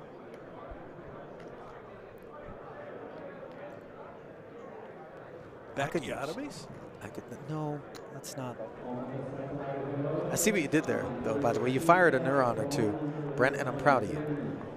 I really am. Slightly more embarrassed for you than proud of you, but both feelings. Well, my dad's told me that his whole life. You mean the one that lost your World Series of Poker bracelet, that dad? I think it's the same one. King 9-8, Rainbow Edition. There's more pairless developments for Pinnola. Lee was second pair.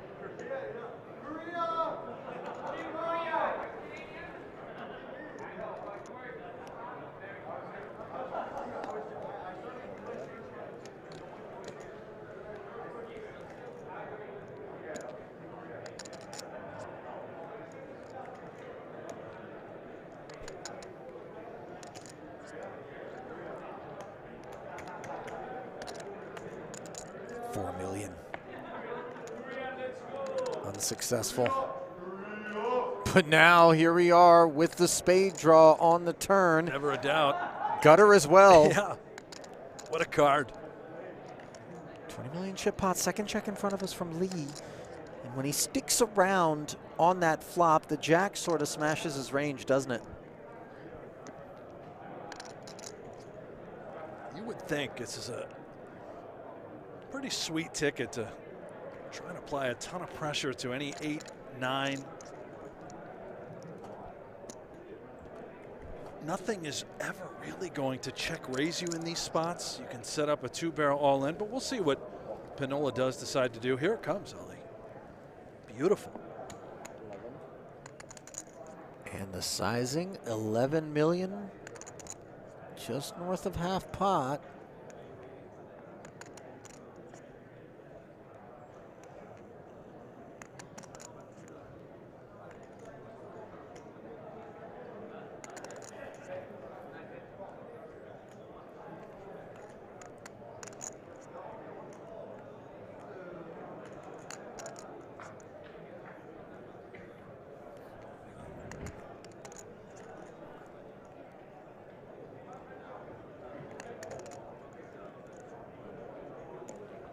Wow. Second barrel makes a believer out of Lee as he folds the best hand, and Pinnola takes 2 streets to glory.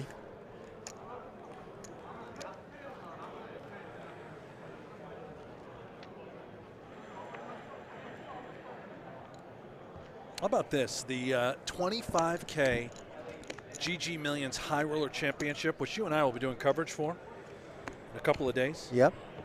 It drew 533 entries for a prize pool of more than 13 million. That is massive. That's got to be a record-breaking 25K, no? What is the Platinum Pass deal? That's 25K, isn't it? It is, but I almost feel it wasn't that like a 50 mil guarantee or something absurd. Anyway. Either way, this is, I mean, outstanding turnout.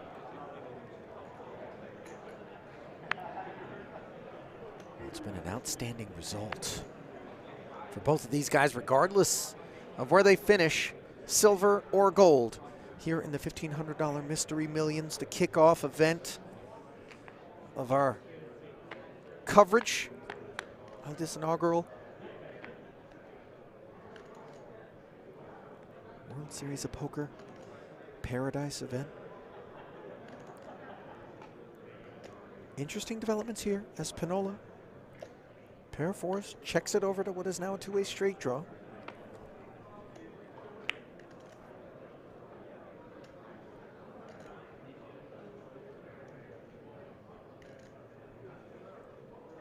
Both players checking, neither improving.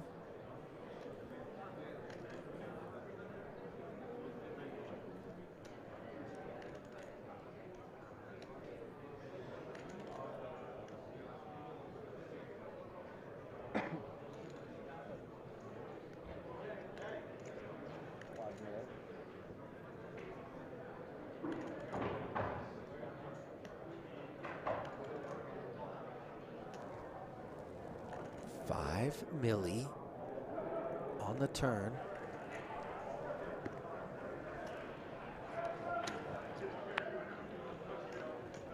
Pinnola sticking around on the strength of that 4. Not convinced that the jack is present. Whoa. And now a 6 on the end, giving Lee the 7 high straight, second nuts.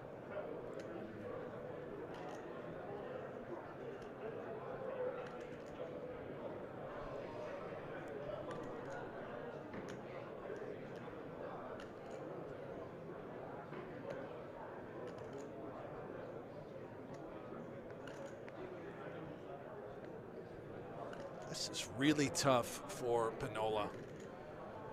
Well, he's checked, and he's going to be facing a Wait. bet into this 22 million. Let's see if Lee gets greedy. We felt so good on the turn making that call. 6 does complete those straights. You're worried about possibly 2 pair. It's never a solo pair, like a 6 or just a 7 making this bet.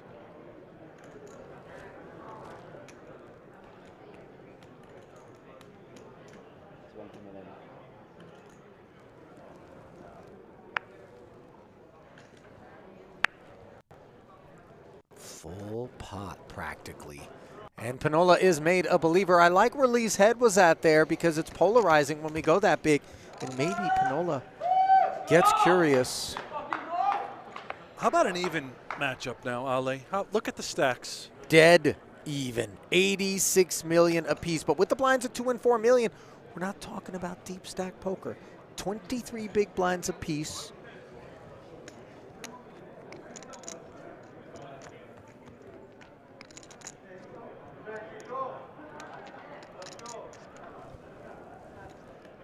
Next blind level will be 2.5 million, 5 million, thinning things out even further.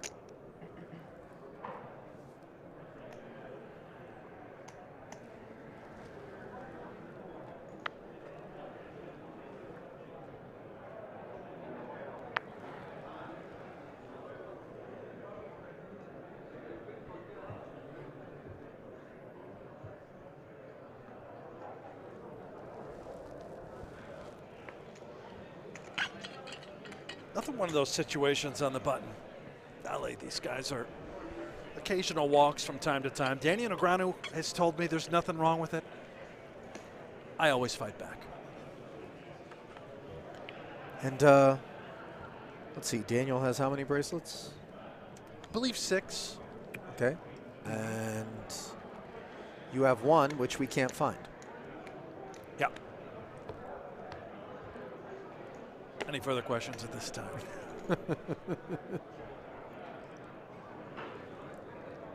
Yeah, just 1. And it's who will our champion be in this Mystery Millions in a dead heat this deep into this final table, but deep is certainly not how we would describe these stacks. Suited 2 gapper.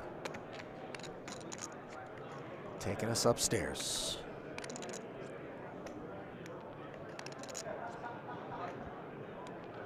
Upping the sizing as well. Goes to 10 million.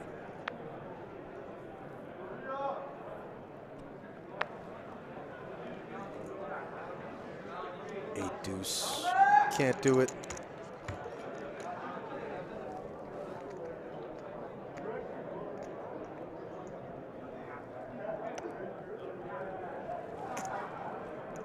There have been a couple of spots that seemed like they could have gotten a little bit bloodier than they did in the end, dare I say, a product maybe of runouts, bet sizings so far. There's also been plenty of opportunities for both of these guys to have already won this thing. Missed flush draw for Pinnola, the open ender with 2 overs that Lee had early on in this heads-up match. Yeah.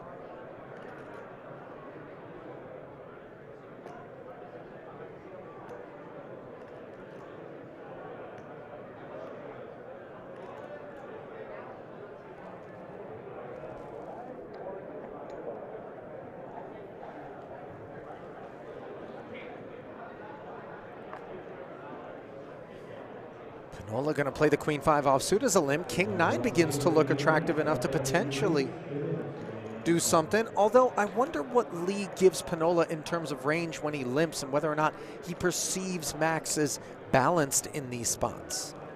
Very fair point. Certainly can't be 100% of range, as we've seen numerous folds on the button. Right. However, queen 5, not exactly a premium. This is a problem. Top pair up against second pair in a limp pot pre, which is already 12 million deep. Lee playing it as a check. And Pinnola on the strength of queen 5, which is a lot of kit here on this particular board texture. Slides 5 million forward, and let's see how Lee chooses to play it.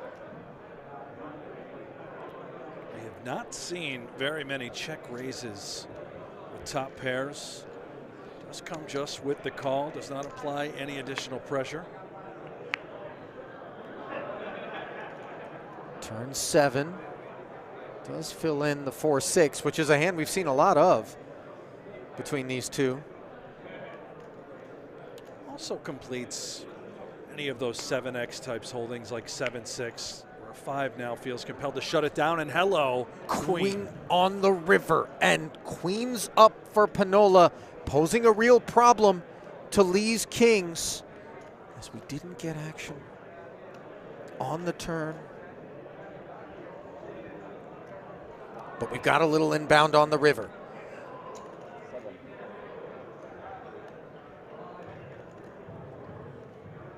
Certainly have to believe that a raise is incoming with queens up.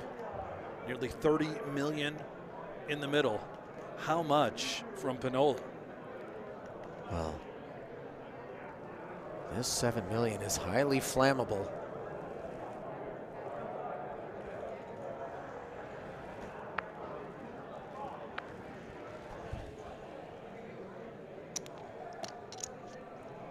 I mean, queens up is just so much hand as played here. Pinnola must be expected to put the raise in. A flat would seem just insanely conservative. I don't think it's on his mind.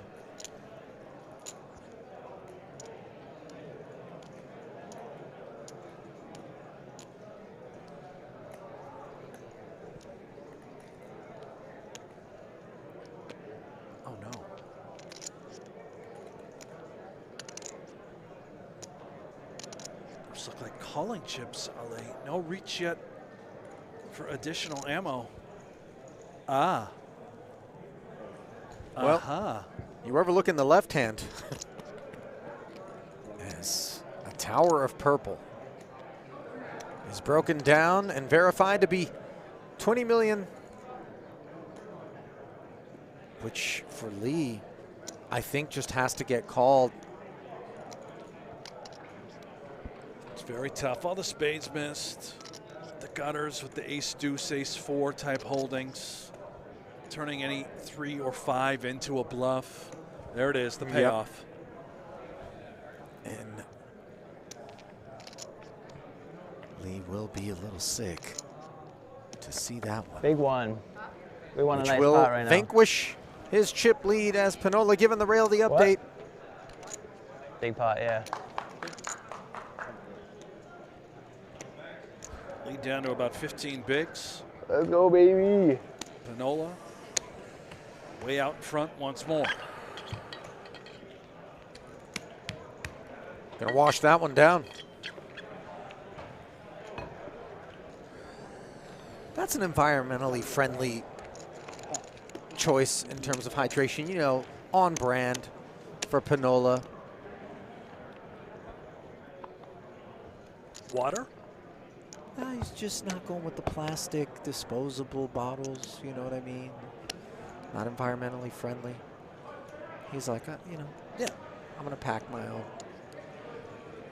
That's valuable real estate in my suitcase, you know what I mean? I've already got those things stuffed to the gills. I'm not gonna put, it's like, hey man, I'm going on a trip. Let me put my water bottle. You don't just carry it with you? In the You don't need a I guess bag. on You the just plane kinda... you could.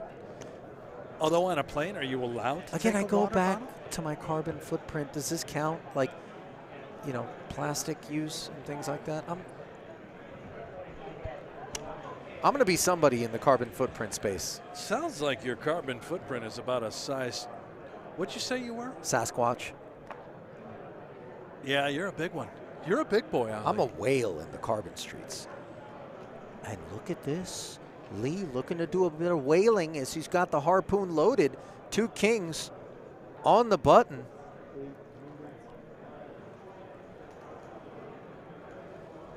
Uh-oh. Whoa. No way. Nina in the big. This could get in here very easily. How doesn't it get in? It has to go in. All in. And there's the jam. Music to Lee's ears as he in. beats Pinnola into the pot. Oh, fuck. I need a 9. I need a 9. Expletives understandable from Pinnola as he realizes he's in a bad way here. A 4-1 dog and then some. Playing for 130 million, but potentially playing for the bracelet if Pinnola manages to find a way to down the Cowboys. Jack Some 8-3. backdoor stuff going on. Yeah. Runner. Little ass play possible, sure.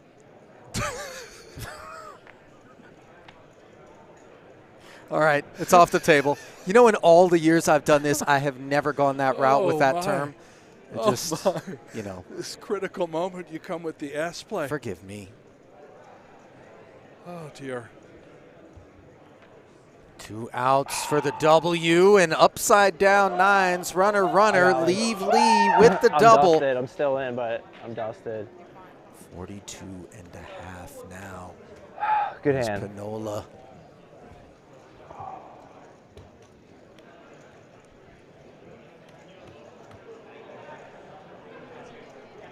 Back and forth again. Lee just looks gutted. What did you start the hand with? He now takes over that chip lead. How much did you start the hand with? Like so 70? Emotional in that moment. His kings held. 63? Yeah.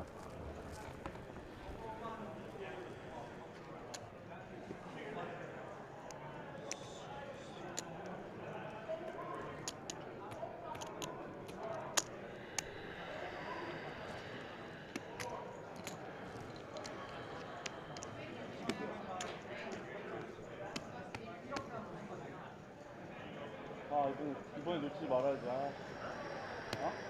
아까 다 끝내놓고.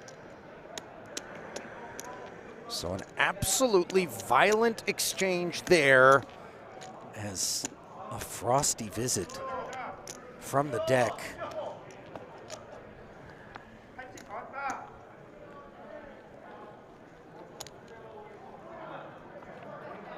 I can't remember any real sick and twisted bad beats, 2-outers throughout the duration of this final table. Where the under pair,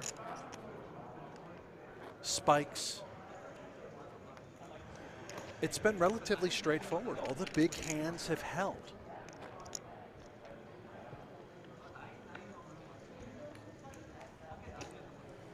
Massive coin flips have occurred.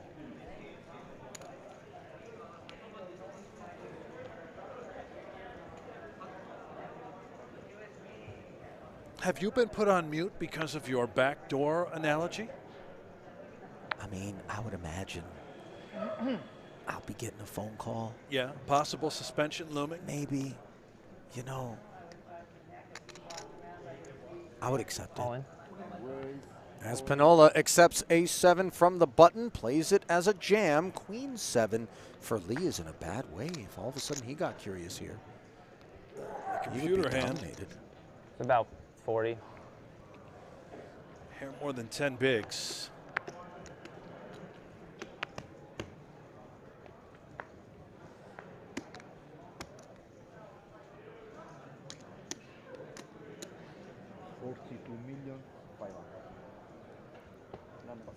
Yeah.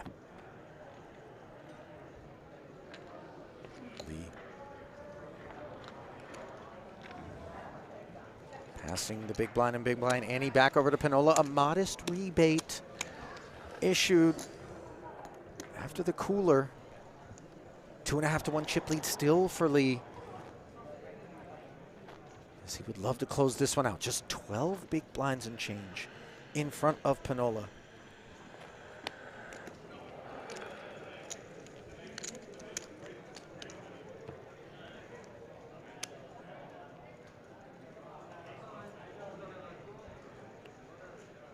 Beautiful shot.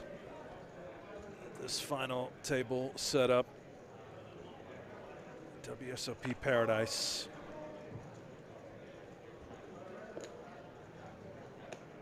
Suited connector for Lee, 9-7 of hearts. Is it enough to continue to apply pressure? Let's just come with the call. Lower variance approach.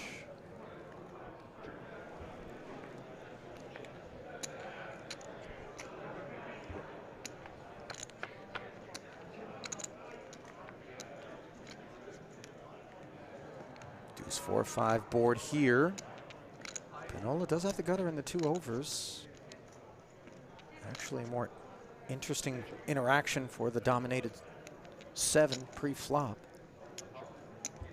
Lee with the quick check back.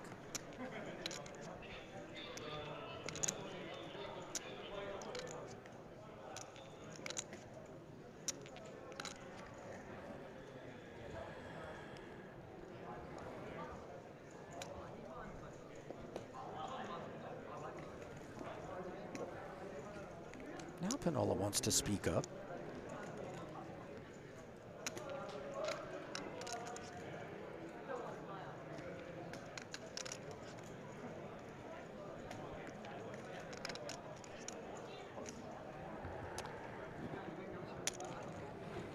It's good stuff out of Pinnola. Little gutter ball, can have all the 3s. Critical pot. These little ones add up to get back into this thing. You see how shallow the stacks are, and as I say that, the levels go up. I've got a confession, and listen, I'm not short in the tooth when it comes to doing this. But I'm fading a little bit right now, and it hasn't been the longest stream you and I have ever been a part of.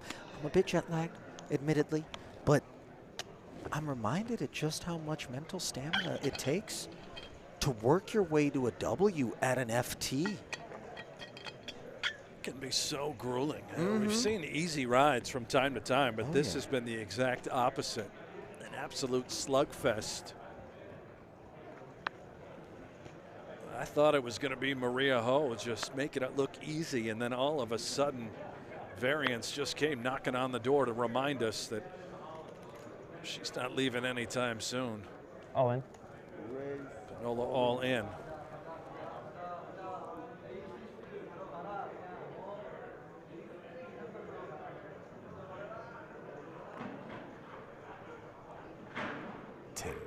Be overly ambitious, of course.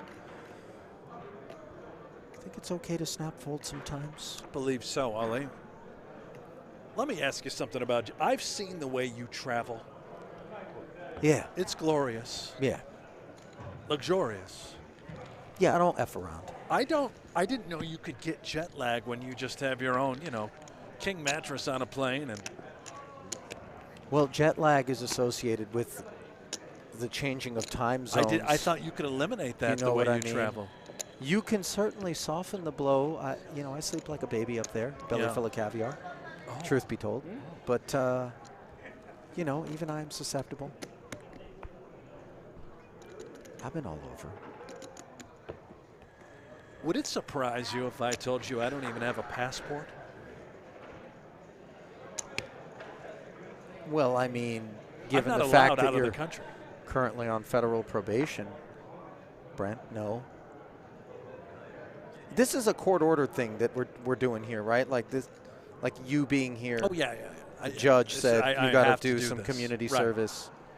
Only until the 14th. Relax, everyone. Brent is not on probation, but he certainly does not have a passport, and that is alarming. It's expired. So is that why we're doing the commentary remote on this one? Because I don't know. of you? I would have gotten. I actually was going to get one, but I was told I didn't need to, so of course I didn't. Lee's trying to get one with queen 4 off. As we play 2.5, 5 million. 15.5, 7.5. Cannot continue.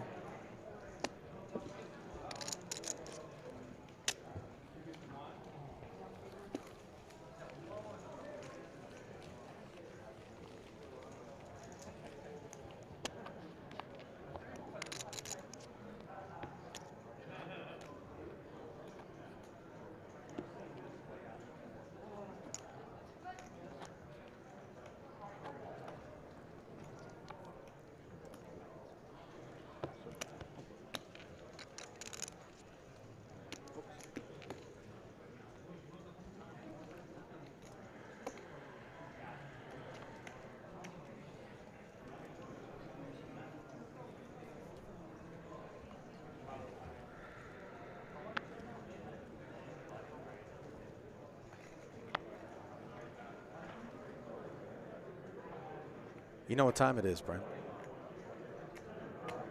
Pinnola time? No. Celsius time.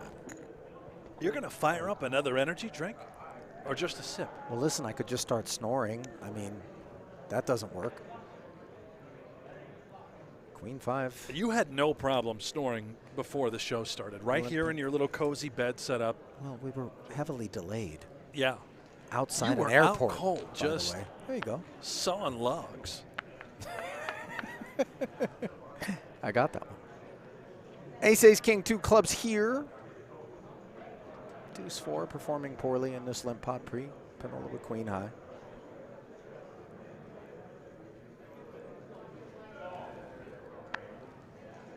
Admittedly, I also got food poisoning during the middle of this stream and had Oh, to yeah, depart your that company for 20-minute absence. a few minutes. Was Brent doing some plumbing?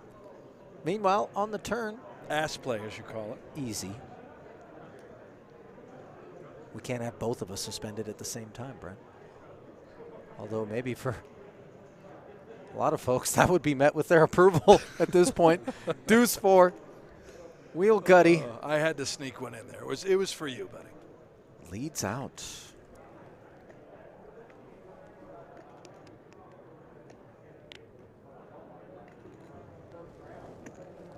Sorry.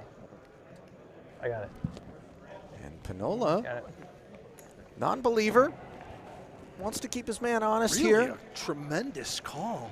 I mean, The listen. power of queen high. He doesn't anticipate the ace X and king X combos are going to be checking back all that often in a limp pot pre, so he starts to remove that stuff from Lee's range. And then the 3 he also doesn't expect is going to be doing any betting, so I kind of get it. This Now, is where sopping it wet gets 10 of clubs interesting. on the If end. Lee can pull the trigger, when that club comes home with just the nut low, the only chance he has is to bet. Looking filthy indeed is Lee. My, oh my, he gets it through.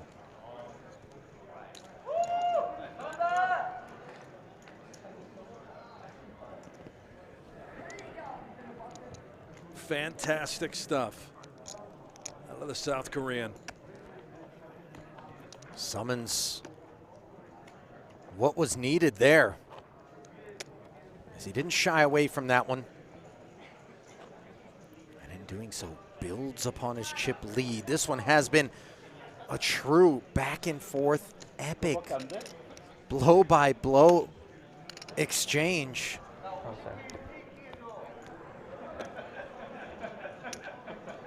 Will we ever find a winner? Are we going to shallow this thing out to like 6 big blinds apiece? We might. These uncharted territories, I don't think the structure even had this level ready to go. I As think you might be shallow as the right. stacks are. See, if I'm the tournament director and you blow past the structure sheet, I'm going to come over and I'm just going to be like, all right, boys. High card for the winner. We're playing 10 million, 20 million. See you in 2 minutes. A little game of gold Indian poker. Here we go. One hand. I like it. No, Pinnola don't like it. 9-3 offsuit. Into the bin it goes.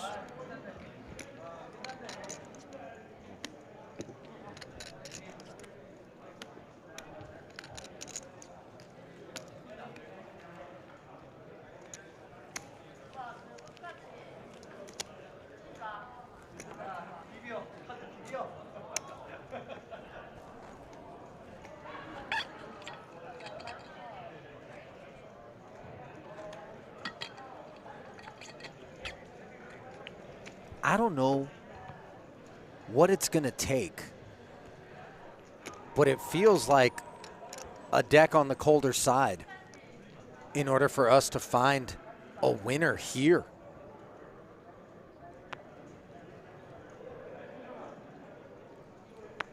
Like quads over quads? How to get it done? That feels maybe. Clearly, I mean, it's just crazy. Pinnola folding there, 7-3 off. Don't fault him. That one's tough. You can consider limping again once more given the price. What's the difference between 8 bigs and 7? 7 and 6. 1 big blind. Give yourself a fighting chance to C3 connect. Now in the big blind, coughing up. 5 in the middle, 5 in front. There goes 10K more, 10 million more.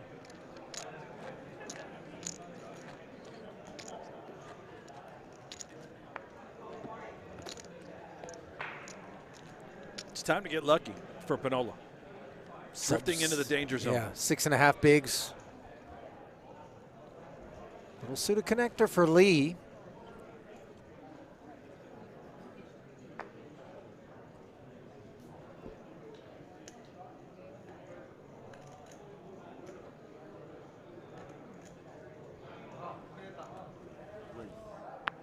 And he is ready to play. Anything reasonable here for Pinnola. We get it in.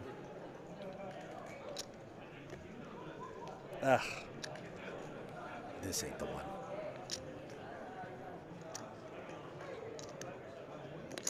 Just doing a little math, wondering if I let this one go, what am I left with? Well, you've got the button, 2.5 million committed next hand. Yeah, I think we pass here and we just got to go with this next one.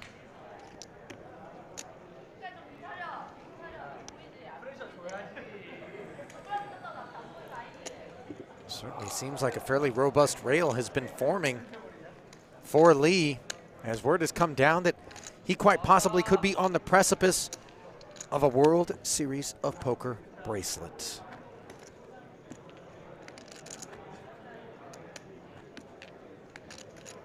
And what a statement that would be, helping to put South Korea on the poker map, a country where the game is certainly This should be good enough, flourishing, burgeoning. And indeed, King 4 deemed to be adequate, and King 9 is as well. An awful news for Pinnola. Dominated. Playing for 49 million, but more importantly, playing for that 160K pay jump. Playing for the opportunity to continue to vie for a bracelet.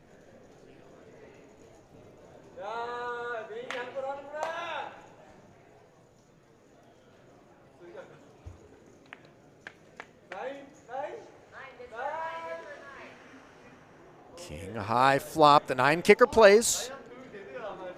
Still hunting a 4 is Pinnola. There's that vocal rail.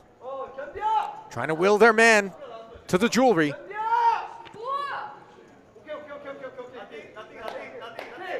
Turn works. As it's not an overcard to the 9 to create a path to a chop. All Lee's got to do is fade a 4 here on the end.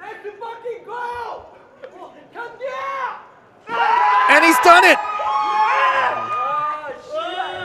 Good game, man. That's why I'm with you. Sportsmanship on display there from Max Pinnola, who comes up just shy of the peak. $257,000 will go his way. 420,000 and the bracelet, though, going back home to South Korea. And Jin Hoon Lee, Brent. Big hands, big bluffs, all on the biggest stage, and he's going to take home the hardware. A poker dream has come true. That it has, as you get a look at how things officially played out here in the $1,500 Mystery Millions. final table. Bookending the field were the two South Koreans, Hyunsup Kim, 51K winner, but a very different fate awaited his countryman, Jin Hoon Lee. Well, it's a moment he won't soon forget. Yes, that 420,000, nearly doubling his career live tournament earnings of 480K coming into this one and bringing him to 900,000 total. Fairly emotion-free affair for him up until that point. Jin Hoon, congratulations. I've got your friend Lad here with us to help translate. First of all, how does it feel to be a World Series of Poker bracelet winner? 이번 시리즈 좀 기대는 하고 왔는데 계속 파이널 테이블에서 뭐 파이널 테이블 버블도 하고 뭐 6등, 4등, 5등 뭐 계속 하다가 좀 뭔가 감이 좋은 느낌이 왔었는데 바하마 와가지고 우승하게 돼서 너무 기쁩니다. Okay, so he's been anticipating for this very event, but he was always, knocked out on a 6th place, 4th place, sometimes final bubble. But he had a very good feeling about this one in Bahama, and he finally got it. Feels good. What does it mean to you to win this for your country? 우리 한국을 위해서는 이게 이긴 게 무슨 의미가 있겠냐? 한국을. 그러니까 이게 한국 사람으로서 이겼으니까 뭔가 한국에 대한 의미가 있냐 이런 걸 물어보는. 한국은 지금 이제 홀덤을 뭐 이제 대중화된 지 한 2, 3년 정도 돼서 저도 그렇게 시작을 했는데 이 브라이슬러가 지금 한 3, 4명 정도 있는 걸로 알고 있는데 최근 이렇게 붐이 올라왔을 때 이렇게 또 좋은 걸 제가 앞에서 길을 열어준 것 같아서 너무나 좋고 앞으로도 더 많은 한국인들이 와서 브라이슬러를 가져갔으면 좋겠습니다. So Korean market has been growing in last 2 or 3 years during the pandemic. That's where he started playing poker. And we've had some bracelet winner, 3 or 4, but nothing like this. This is the very first in Paradise. And then he felt like he paved the way for any Korean who would come to Paradise or any other WSOP event and become a bracelet winner.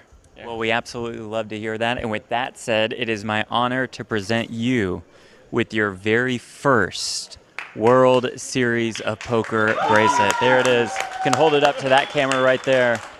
Jin Hoon Lee, the champion. That he is. Thanks, Jeff. Well, one in the books, Brent.